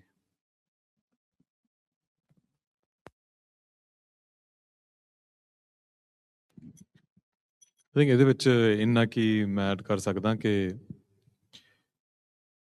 ਜਿਹੜੇ ਸਵਾਲ ਵਿੱਚੋਂ ਗੱਲ ਸੀਗੀ ਕਿ ਇਹੋ ਜਿਹੀ ਪ੍ਰੋਬਲਮਸ ਆਉਣੀਆਂ ਆ ਕਿ ਪਰਿਵਾਰ ਨੇ ਪਿੱਛੇ ਖਿੱਚਣਾ ਆ, ਜਾਂ ਤੁਹਾਨੂੰ ਕੋਈ ਡਰ ਪਿਆ ਜਾਂ ਕੁਝ ਆ ਹੋ ਸਕਦਾ ਜਾਂ ਉਹ ਹੋ ਸਕਦਾ। ਆਈ ਥਿੰਕ ਇਹ ਨੈਚੁਰਲੀ ਹੁੰਦਾ ਆ ਕਿ ਜੇ ਤੁਸੀਂ ਆਪਣੇ ਆਪ ਨੂੰ ਬਾਗੀ ਸਮਝਦੇ ਆ ਤੇ ਜੇ ਖਤਰਾ ਨਾ ਹੋਵੇ ਤਾਂ ਅਸੀਂ ਬਾਗੀ ਕਾਹਦੇ ਰਹੇ। ਇਹ ਜੋ ਸਿੰਪਲ ਜਿਹੀ ਗੱਲ ਆ ਕਿ ਜੇ ਅਸੀਂ ਕਾਨੂੰਨ ਦੇ ਦਾਇਰੇ ਦੇ ਵਿੱਚ ਇੰਡੀਅਨ ਸਟੇਟ ਨਾਲ ਲੜਨਾ ਆ ਤੇ ਇਹਦਾ ਮਤਲਬ ਇਹ ਆ ਕਿ ਉਹ ਜਿੱਥੇ ਸਾਨੂੰ ਚਾਹੁੰਦੇ ਆ ਉੱਥੇ ਉਹਨਾਂ ਨੂੰ ਸਾਨੂੰ ਰੱਖਿਆ ਆ ਬੰਨ੍ਹ ਕੇ। ਕਿ ਉਹ ਫਿਰ ਗੱਲ ਜਿਹੜੀ ਹੈ ਇੱਕ ਇਮੀਡੀਏਟ ਕਲੈਸ਼ ਹੁੰਦਾ ਆ ਜੋ ਖਾਲਸਾਈ ਰਵਾਇਤਾਂ ਆ ਤੇ ਇੱਕ ਇੰਡੀਅਨ ਸਟੇਟ ਦੇ ਨਾਲ। ਉਹ ਤਾਂ ਆ ਕਰਕੇ ਉਹਦਾ ਮੋਸਟ ਬੇਸਿਕ ਐਕਸਪਲੇਨੇਸ਼ਨ ਤਾਂ ਅਸੀਂ ਇਸ ਤਰ੍ਹਾਂ ਦੇ ਸਕਦੇ ਹਾਂ ਕਿ ਜੇ ਅਸੀਂ ਫਰਕ ਤੇ ਡਿਸਕ੍ਰਿਮੀਨੇਸ਼ਨ ਦੀ ਲੜਾਈ ਲੜ ਰਹੇ ਹਾਂ ਕਿ ਸਾਡੇ ਨਾਲ ਕੋਈ ਫਰਕ ਹੋ ਰਿਹਾ ਆ ਇੰਡੀਆ ਦੇ ਵਿੱਚ, ਸਾਡਾ ਡਿਸਕ੍ਰਿਮੀਨੇਸ਼ਨ ਹੋ ਰਿਹਾ ਆ, ਕੋਈ ਵਧੀਕੀਆਂ ਹੋ ਰਹੀਆਂ ਆ, ਤੇ ਉਹਦਾ ਕੋਈ ਤਰੀਕਾ ਆ। ਉਹ ਕਹਿੰਦੇ ਆ ਕਿ ਤੁਸੀਂ ਕੋਰਟ ਨੂੰ ਜਾਓ, ਤੁਸੀਂ ਜੁਡੀਸ਼ਰੀ ਕੋਲ ਜਾਓ, ਤੁਸੀਂ ਪੁਲਿਸ ਕੋਲ ਜਾਓ, ਤੁਸੀਂ ਇੱਥੇ ਜਾਓ, ਤੇ ਬੰਦਾ ਉੱਥੇ ਉਹ ਘੁਮਾਈ ਜਾਂਦੇ ਆ ਕਰਕੇ ਤੁਹਾਡੀ ਲੜਾਈ ਫੇ ਉੱਥੇ ਆ। ਨਿਆਂ ਵੀ ਜਿਹੜਾ ਟਰਮ ਆ ਬੜਾ ਇੱਕ ਟਰਮ ਜਿਹੜਾ ਕਦੀ ਡਿਫਾਈਨ ਨਹੀਂ ਹੋਇਆ ਕਿ ਅਸੀਂ ਜਸਟਿਸ ਲੈਣਾ। ਰੌਲਾ ਇਸ ਗੱਲ ਦਾ ਹੈ ਕਿ ਜਸਟਿਸ ਜਸਟਿਸ ਜਸਟਿਸ।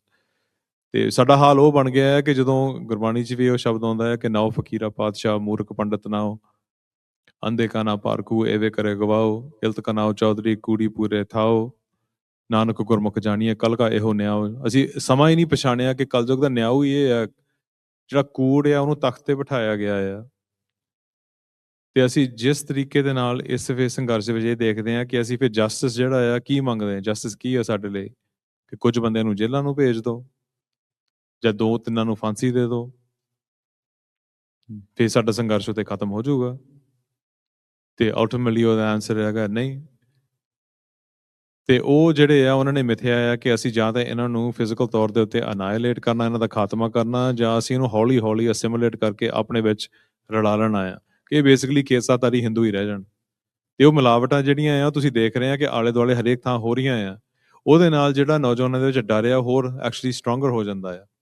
ਅਸੀਂ ਇੱਕ ਬਾਹਰਲੇ ਦੇਸ਼ਾਂ ਦੇ ਵਿੱਚ ਬੈਠੇ ਗੁਰਦੁਆਰੇ ਦੀ ਕਮੇਟੀ ਤੋਂ ਲੈ ਕੇ ਜੇ ਅਸੀਂ ਉੱਥੋਂ ਸ਼ੁਰੂ ਕਰਦੇ ਹਾਂ, ਸੰਪਰਦਾਵਾਂ ਤੇ ਆ ਜਾਂਦੇ ਹਾਂ, ਦਲ ਪੰਥ ਤੇ ਆ ਜਾਂਦੇ ਹਾਂ, ਟਕਸਾਲਾਂ ਤੇ ਜਥਿਆਂ ਤੇ ਆ ਜਾਂਦੇ ਹਾਂ, ਤੇ ਅਸੀਂ ਸ਼੍ਰੋਮਣੀ ਗੁਰਦੁਆਰਾ ਪ੍ਰਬੰਧਕ ਕਮੇਟੀ ਤੱਕ ਆ ਜਾਂਦੇ ਹਾਂ, ਤੇ ਅਸੀਂ ਜਾ ਕੇ ਅਕਾਲ ਤਖਤ ਸਾਹਿਬ ਤੇ ਜਥੇਦਾਰ ਤੱਕ ਆ ਜਾਂਦੇ ਹਾਂ।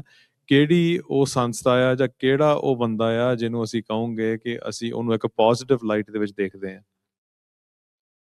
ਗੁਰਦੁਆਰੇ ਦੀ ਕਮੇਟੀ ਮੈਂਬਰ ਤੋਂ ਸ਼ੁਰੂ ਹੋ ਜਾਓ, ਤੇ ਹਰੇਕ ਚੀਜ਼ ਦੇ ਵਿੱਚ ਉਹਦੀ ਜਿਹੜੀ ਨੈਗੇਟਿਵਿਟੀ ਜਿਹੜੀ ਆ ਹਰੇਕ ਚੀਜ਼ਾਂ ਜੋੜੀ ਗਈ ਆ। ਤੇ ਅਸੀਂ ਕਹਿ ਸਕਦੇ ਹਾਂ ਕਿ ਉਹ ਹੁਣ ਇਦਾਂ ਹੋ ਗਏ ਜਾਂ ਉਦਾਂ ਹੋ ਗਏ, ਪਰ ਸਵਾਲ ਐਕਚੁਅਲੀ ਉਹਨਾਂ ਦੇ ਲਈ ਨਹੀਂ, ਸਵਾਲ ਉਹ ਬਹੁਤ ਵੱਡੀ ਗਿਣਤੀ ਸਿੱਖਾਂ ਦੇ ਲਈ ਆ ਕਿ ਅਸੀਂ ਕਿੱਥੇ ਆ।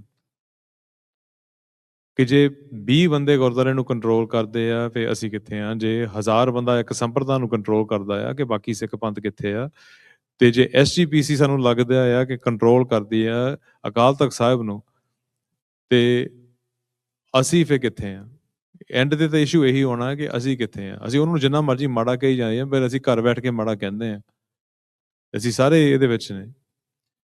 ਸੋ ਇਹ ਇੱਕ ਸਾਡੇ ਲਈ ਇੱਕ ਕੁਐਸਚਨ ਜ਼ਰੂਰ ਹੈਗਾ ਆ ਕਿ ਜਿਹੜਾ ਡਰ ਆ ਉਹ ਡਰ ਦੂਰ ਕਿੱਦਾਂ ਹੋਊਗਾ। ਫੇ ਮੈਂ ਸਿਰਫ ਉਹੀ ਗੱਲ ਆਪਣੇ ਤੌਰ ਤੇ ਕਰ ਸਕਦਾ ਜਿੰਨੀ ਕੁ ਮੈਨੂੰ ਇਸ ਗੱਲ ਦਾ ਪਤਾ ਹੈ, ਤੇ ਉਹ ਵਾਲਾ ਨਹੀਂ ਪਤਾ ਮੈਨੂੰ, ਪਰ ਅਸੀਂ ਫੇਰ ਨਿਰਭਉ ਹੋਣ ਦੀ ਗੱਲ ਕਰ ਰਹੇ ਹਾਂ। ਕਿਉਂਕਿ ਜਦੋਂ ਉਹ ਨਿਰਭੈਤਾ ਜਿਹੜੀ ਆ ਸਾਡੇ ਵਿੱਚ ਆਉਂਦੀ ਆ, ਫੇ ਅਸੀਂ ਇਹ ਸਾਰੇ ਜਿਹੜੇ ਮਸਲੇ ਆ ਅਸੀਂ ਇਹਨਾਂ ਦਾ ਕੋਈ ਹੱਲ ਲੱਭ ਸਕਦੇ ਹਾਂ। ਕਰਕੇ ਬੰਦੇ ਨੂੰ ਇਹ ਨਹੀਂ ਹੈਗਾ ਕਿ ਮੇਰਾ ਪਰਿਵਾਰ ਕੀ ਕਹੂਗਾ, ਸਮਾਜ ਕੀ ਕਹੂਗਾ, ਜਾਂ ਮੇਰੀ ਜੌਬ ਜਾਂਦੀ ਲੱਗਣੀ ਆ, ਜਾਂ ਮੇਰੇ ਇੱਥੇ ਮੈਨੂੰ ਕੋਈ ਮਾਰ ਕੇ ਬਾਹਰ ਆਣ ਕੇ ਕੋਈ ਥ੍ਰੈਟ ਮਿਲ ਗਈ ਆ, ਜਾਂ ਮੈਨੂੰ ਕੁਛ ਨੇ ਮਾਰ ਦੇਣਾ, ਜਾਂ ਮੇਰੇ ਤੇ ਪਰਚਾ ਹੋ ਜਾਣਾ, ਜਾਂ ਆ ਹੋ ਸਕਦਾ ਆ।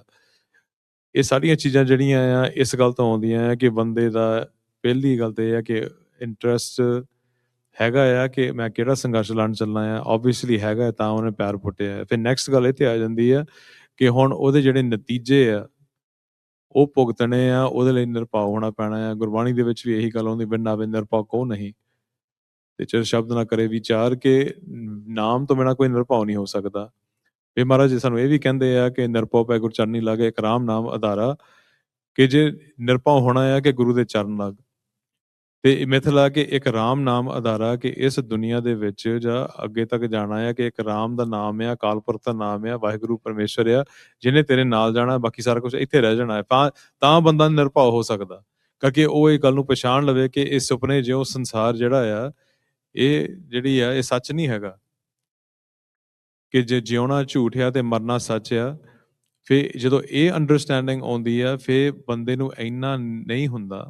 ਮੈਂ ਗੱਲ ਕਰ ਸਕਦਾ ਆ, ਭਾਵੇਂ ਮੈਂ ਆਪ ਉੱਤੇ ਮੇ ਵੀ ਨਹੀਂ ਪ੍ਰੈਕਟਿਸ ਕਰਦਾ, ਪਰ ਮੈਂ ਫਿਲਾਸਫੀ ਦੀ ਗੱਲ ਕਰ ਰਿਹਾ ਕਿ ਜਦੋਂ ਬੰਦਾ ਇਹ ਅੰਡਰਸਟੈਂਡ ਕਰ ਜਾਂਦਾ ਆ ਕਿ ਇਹ ਜਿਹੜੇ ਰਿਸ਼ਤੇ ਨੇ, ਇਹ ਜੋ ਅਸੀਂ ਦੇਖ ਰਹੇ ਹਾਂ, ਇਹ ਐਕਚੁਅਲੀ ਇੱਥੇ ਰਹਿ ਜਾਣਾ ਆ, ਤੇ ਅਸਲ ਰਿਸ਼ਤਾ ਜਿਹੜਾ ਆ ਗੁਰੂ ਗ੍ਰੰਥ ਦੇ ਨਾਲ, ਗੁਰੂ ਪੰਥ ਦੇ ਨਾਲ, ਅਕਾਲ ਪੁਰਖ ਦੇ ਨਾਲ, ਉਹੀ ਰਹਿ ਜਾਣਾ ਆ। ਫੇ ਬੰਦਾ ਜਿਹੜਾ ਆ, ਜੋ ਚੱਕ ਮੈਨੂੰ ਜਾਣ ਪਤਾ ਆ, ਫੇ ਬੰਦਾ ਜਿਹੜਾ ਆ ਉਹ ਇਹ ਗੱਲ ਤੇ ਇੰਨਾ ਨਹੀਂ ਫੇ ਪਿੱਛੇ ਹਟਦਾ ਕਿ ਕਿਸੇ ਨੇ ਮੈਨੂੰ ਕੀ ਕਹਿਣਾ ਜਾਂ ਕੀ ਨਹੀਂ ਹੋਣਾ, ਜਾਂ ਹੋ ਸਕਦਾ ਜਾਂ ਨਹੀਂ ਹੋ ਸਕਦਾ। ਫੇ ਭਰੋਸੇ ਤੇ ਆ ਜਾਂਦੀ ਆ, ਫੇ ਵਿਸ਼ਵਾਸ ਤੇ ਗੱਲ ਆ ਜਾਂਦੀ ਆ, ਫੇ ਗੁਰੂ ਤੇ ਪਿਆਰ ਦੀ ਗੱਲ ਆ ਜਾਂਦੀ ਆ।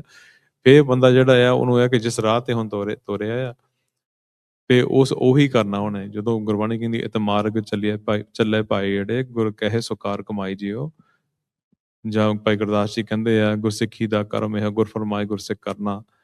ਇਹ ਬੜੀ ਇੱਕ ਸਿੰਪਲਿਸਿਟੀ ਦੇ ਵਿੱਚ ਬੰਦਾ ਕਿ ਗੁਰੂ ਨੇ ਕਹਿਤਾ ਮੈਂ ਉਹ ਗੱਲ ਕਰਨੀ ਆ। ਰਾਜ ਵੀ ਉਹਦੇ ਵਿੱਚੋਂ ਹੀ ਆ ਜਾਂਦਾ ਹੈ। ਰਾਜ ਦੇ ਦੋਹਰੇ ਨਹੀਂ ਪੜ੍ਹਨਾ ਹੀ ਹੈ ਅਰਦਾਸ ਦੇ ਐਂਡ ਤੇ, ਕਿ ਰਾਜ ਦੀ ਗੱਲ ਵੀ ਕਈ ਵਾਰੀ ਹੁਕਮ ਬਣ ਜਾਂਦਾ ਹੈ।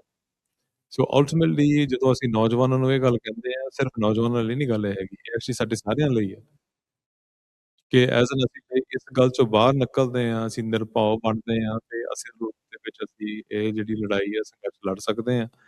ਨਹੀਂ ਤਾਂ ਸਾਨੂੰ ਕੁਝ ਨਾ ਕੁਝ ਚੀਜ਼ ਜਿਹੜੀ ਹੈ ਉਹ ਪਿੱਛੇ ਖਿੱਚਦੀ ਰਹਿੰਦੀ ਹੈ, ਤੇ ਉਹਨੂੰ ਅਸੀਂ ਕਿੱਦਾਂ ਉਹਦੇ ਨਾਲ ਲੜਨਾ ਆ, ਕਿੱਦਾਂ ਉਹਨੂੰ ਪਾਸੇ ਕਰਨਾ ਆ, ਉਹ ਗੁਰੂ ਦੀ ਸਹਾਇਤਾ ਦੀ ਲੋੜ ਆ।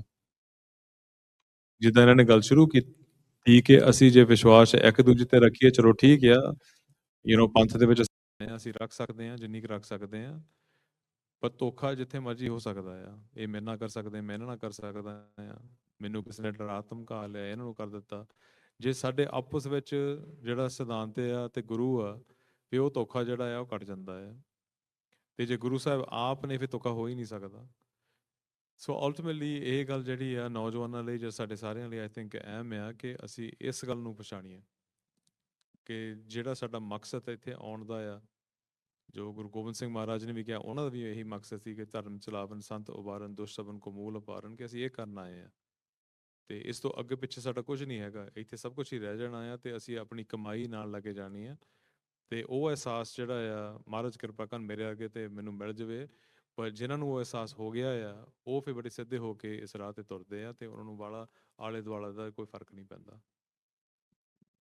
ਸੋ ਅਖੀਰ ਦੇ ਵਿੱਚ ਜਾਂਦੇ ਜਾਂਦੇ ਜਿਹੜੇ ਆਪਣੇ ਨੌਜਵਾਨ ਇੱਥੇ ਹੈਗੇ ਆ ਜਾਂ ਬਾਅਦ ਦੇ ਵਿੱਚ ਵੀਡੀਓ ਵੇਖਣਗੇ, ਜਿਹੜੇ ਖਾਲਿਸਤਾਨ ਦੇ ਐਲਾਨਨਾਮੇ ਨੂੰ ਅੱਗੇ ਲੈ ਕੇ ਜਾਣਾ ਚਾਹੁੰਦੇ, ਇਸ ਸੰਘਰਸ਼ ਦੇ ਵਿੱਚ ਆਪਣਾ ਯੋਗਦਾਨ ਪਾਉਣਾ ਚਾਹੁੰਦੇ ਆ, ਤੁਹਾਡਾ ਉਹਨਾਂ ਨੌਜਵਾਨਾਂ ਵਾਸਤੇ ਕੀ ਸੁਨੇਹਾ ਹੈਗਾ? ਬਸ ਆਓ ਚੱਲੀਏ, ਅੱਗੇ ਵਧੀਏ, ਇਹ ਤੋਂ ਅੱਗੇ ਤਾਂ ਹੋਰ ਕੋਈ ਨਹੀਂ ਹੈਗਾ। ਗੱਲਾਂ ਨੂੰ ਜਿੰਨਾ ਚਿਰ ਮਰਜ਼ੀ ਰਿੜਕੀ ਜਾਈਏ, ਅਖੀਰ ਨੂੰ ਮੱਖਣ ਤੇ ਹੱਥ ਪਾ ਕੇ ਵਿੱਚੋਂ ਕੱਢਣਾ ਹੀ ਪੈਣਾ। ਤੋ ਭਾਈ ਮਧਾਣੀ ਸਾਡੇ ਬਜ਼ੁਰਗਾਂ ਵੀ ਰੜਕੀ ਆ, ਅਸੀਂ ਵੀ ਰੜਕੀ ਜਾਂਦੇ ਹਾਂ। ਕਿਤੇ ਹੁਣ ਢੱਕਣ ਚੁੱਕ ਕੇ ਵੇਖ ਲਈ, ਹੋ ਸਕਦਾ ਮੱਖਣ ਵਿੱਚ ਆਇਆ ਹੋਵੇ, ਕੱਢ ਲਈਏ, ਇਹ ਨਾ ਹੋਵੇ ਫਿਰ ਦੁਬਾਰਾ ਵਿੱਚ ਰਲਾ ਸੁੱਟੀਏ। ਸੋ ਅੱਗੇ ਵਧੀਆ, ਕਦਮ ਅੱਗੇ ਵਧਾਈ ਆ। ਅਖੀਰ ਤੇ ਮੇਰੀ ਤਾਂ ਸਿਰਫ ਇੰਨੀ ਕੀ ਬੇਨਤੀ ਆ। ਤੇ ਜਦੋਂ ਕਦਮ ਅੱਗੇ ਵਧਾਉਣੇ ਨੇ, ਕਿਸੇ ਇੱਕ ਬੰਦੇ ਵੱਲ ਵੇਖ ਕੇ ਕਦੀ ਨਾ ਵਧਾਇਓ। ਬੰਦੇ ਨੂੰ ਕਦੀ ਹੀਰੋ ਨਹੀਂ ਬਣਾਉਣਾ, ਬੰਦੇ ਤੇ ਕਦੀ ਫੈਨ ਨਹੀਂ ਬਣਨਾ। ਕਿਉਂਕਿ ਮਿਲਦੇ ਨੇ ਸਾਨੂੰ ਨੌਜਵਾਨ, ਇੱਜ਼ਤ ਮਾਣ ਸਤਿਕਾਰ ਦਿੰਦੇ ਨੇ, ਉਹ ਕਹਿ ਦਿੰਦੇ ਨੇ ਤੁਹਾਡੇ ਫੈਨ ਆ। ਮੈਂ ਉਹਨਾਂ ਨੂੰ ਇਹੋ ਬੇਨਤੀ ਕਰਦਾ, ਹੁਣ ਵੀ ਕਰਦਾ, ਬੰਦਿਆਂ ਦੇ ਕਦੀ ਫੈਨ ਨਹੀਂ ਬਣਨਾ, ਸੰਘਰਸ਼ ਦੇ ਫੈਨ ਬਣਨਾ। ਬੰਦੇ ਦਾ ਕੁਛ ਨਹੀਂ ਪਤਾ ਕਿਹੜੇ ਵੇਲੇ ਸੰਘਰਸ਼ ਚੋਂ ਪਾਰ ਹੋ ਜਾਏ। ਤੇ ਕਈ ਵਾਰੀ ਜਦੋਂ ਬੰਦੇ ਨਾਲ ਜੁੜੋਗੇ ਨਾ, ਫਿਰ ਉਹ ਜਿਹੜੀ ਵੋਟ ਲੀਡਰਸ਼ਿਪ ਆ, ਵੀ ਜੇ ਮੇਰਾ ਲੀਡਰ ਅਕਾਲੀਆਂ 'ਚ ਆ ਤਾਂ ਮੈਂ ਕਾਂਗਰਸ ਨੂੰ ਗਾਲਾਂ ਕੱਢ ਲਈਆਂ, ਜਿੱਦਣ ਉਹ ਕਾਂਗਰਸ 'ਚ ਚਲਾ ਗਿਆ ਤਾਂ ਮੈਂ ਅਕਾਲੀਆਂ ਨੂੰ ਗਾਲਾਂ ਕੱਢ ਲਈਆਂ। ਫਿਰ ਅਸੀਂ ਉਹ ਆਈਡੀਓਲੋਜੀ ਭੁੱਲ ਜਾਂਦੇ। ਬੰਦੇ ਨਾਲ ਕਦੇ ਨਹੀਂ ਜੁੜਨਾ ਭਾਈ। ਬੰਦੇ ਜਿੰਨਾ ਚਿਰ ਉਹਦੀ ਜ਼ੁਬਾਨ ਠੀਕ ਚੱਲਦੀ ਆ, ਦਿਮਾਗ ਗੁਰੂ ਮਹਾਰਾਜ ਸਿੱਧੇ ਪਾਸੇ ਨੂੰ ਤੋਰੀ ਜਾਂਦੇ ਨੇ, ਉਹਦਾ ਸਾਥ ਦਿਓ। ਪਰ ਸਾਥ ਬੰਦੇ ਨਾਲੋਂ ਵੱਧ ਸੰਘਰਸ਼ ਦਾ ਦੇਣਾ ਹੈ। ਇਹ ਨਾ ਹੋਵੇ ਕਿ ਸੰਘਰਸ਼ ਤੋਂ ਤੁਹਾਨੂੰ ਲੀਹੋਂ ਲਾ ਦੇ ਤੇ ਤੁਸੀਂ ਕੁਝ ਨਹੀਂ ਜੀ, ਹੁਣ ਤੁਸੀਂ ਇਹਦੇ ਨਾਲ ਜੁੜਿਆ ਤੇ ਅਖੀਰਲੇ ਦਮ ਤੱਕ ਇਹਦੇ ਨਾਲ ਹੀ ਨਿਭਣਾ। ਅਖੀਰਲੇ ਦਮ ਤੱਕ ਸਿਰਫ ਗੁਰੂ ਨਾਲ ਨਿਭਿਆ ਜਾ ਸਕਦਾ, ਬੰਦੇ ਕਿਸੇ ਨਾਲ ਨਹੀਂ। ਸੋ ਇਕੱਠੇ ਹੋ ਕੇ ਜਿੰਨਾ ਕੁ ਸੰਘਰਸ਼ ਵੱਲ ਨੂੰ ਵੱਧ ਸਕਦੇ ਹਾਂ ਭਾਈ ਵਧੀਏ। ਪਰ ਵਧਣਾ ਸੰਘਰਸ਼ ਵੱਲ, ਮੰਜ਼ਿਲ ਵੱਲ ਨੂੰ ਵਧਣਾ, ਆਈਡੀਓਲੋਜੀ ਵੱਲ ਨੂੰ ਵਧਣਾ, ਬੰਦਿਆਂ ਵੱਲ ਨੂੰ ਕਦੀ ਨਾ ਵਧਿਓ। ਬੰਦੇ ਇਹਦੇ ਨਾਸ਼ਵਾਨ ਨੇ, ਖਤਮ ਹੋ ਜਾਣੇ ਨੇ, ਇਹਨਾਂ ਦੇ ਨਾਲ ਨਿਬੜ ਜਾਣੀ ਕਹਾਣੀ। ਕਿਸੇ ਦੀ ਪਹਿਲਾਂ ਨਿਬੜ ਜਾਣੀ, ਕਿਸੇ ਦੀ ਬਾਅਦ 'ਚ ਨਿਬੜ ਜਾਣੀ। ਸੰਘਰਸ਼ ਹਮੇਸ਼ਾ ਰਹਿਣਾ, ਗੁਰੂ ਹਮੇਸ਼ਾ ਰਹਿਣਾ। ਸੋ ਉਹਦਾ ਪੱਲਾ ਫੜ ਕੇ ਅੱਗੇ ਵਧੀਏ, ਇਕੱਠੇ ਹੋ ਕੇ ਜਿੰਨਾ ਚਿਰ ਹੈਗੇ ਹਾਂ।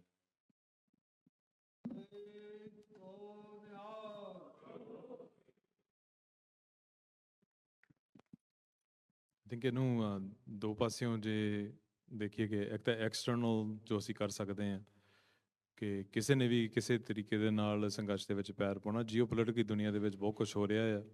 ਸਾਨੂੰ ਕਦੀ ਕਦੀ ਇੱਕ ਬਾਈਨਰੀ ਦੇ ਵਿੱਚ ਰੱਖਿਆ ਜਾਂਦਾ ਆ ਕਿ ਤੁਸੀਂ ਆਹ ਪਾਸਾ ਚੁਣੋ ਜਾਂ ਉਹ ਪਾਸਾ ਚੁਣੋ।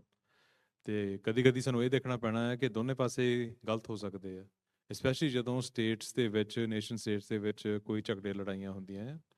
ਤੇ ਸਾਨੂੰ ਉਹਨਾਂ ਨੂੰ ਬੜੇ ਇੱਕ ਤਰੀਕੇ ਦੇ ਨਾਲ ਦੇਖਣਾ ਪੈਣਾ ਆ ਕਿ ਸਿੱਖ ਸਿਧਾਂਤਾਂ ਮੁਤਾਬਕ ਜੇ ਗਰੀਬ ਦੀ ਰੱਖਿਆ ਜਰਵਾਣੇ ਦੀ ਭਖਿਆ ਦੀ ਗੱਲ ਆ, ਕਿ ਜਰਵਾਣਾ ਕੌਣ ਆ। ਤੇ ਕਦੀ ਕਦੀ ਹੋ ਸਕਦਾ ਹੈ ਦੋਨੇ ਪਾਸੇ ਠੀਕ ਨਾ ਹੋਣ। ਸੋ ਅਸੀਂ ਬਾਈਨਰੀ ਬਲੈਕ ਐਂਡ ਵਾਈਟ ਇਹ ਨਾ ਹੈਗਾ ਕਿ ਇਹਨੂੰ ਚੁਣੋ ਜਾਂ ਉਹਨੂੰ ਚੁਣੋ।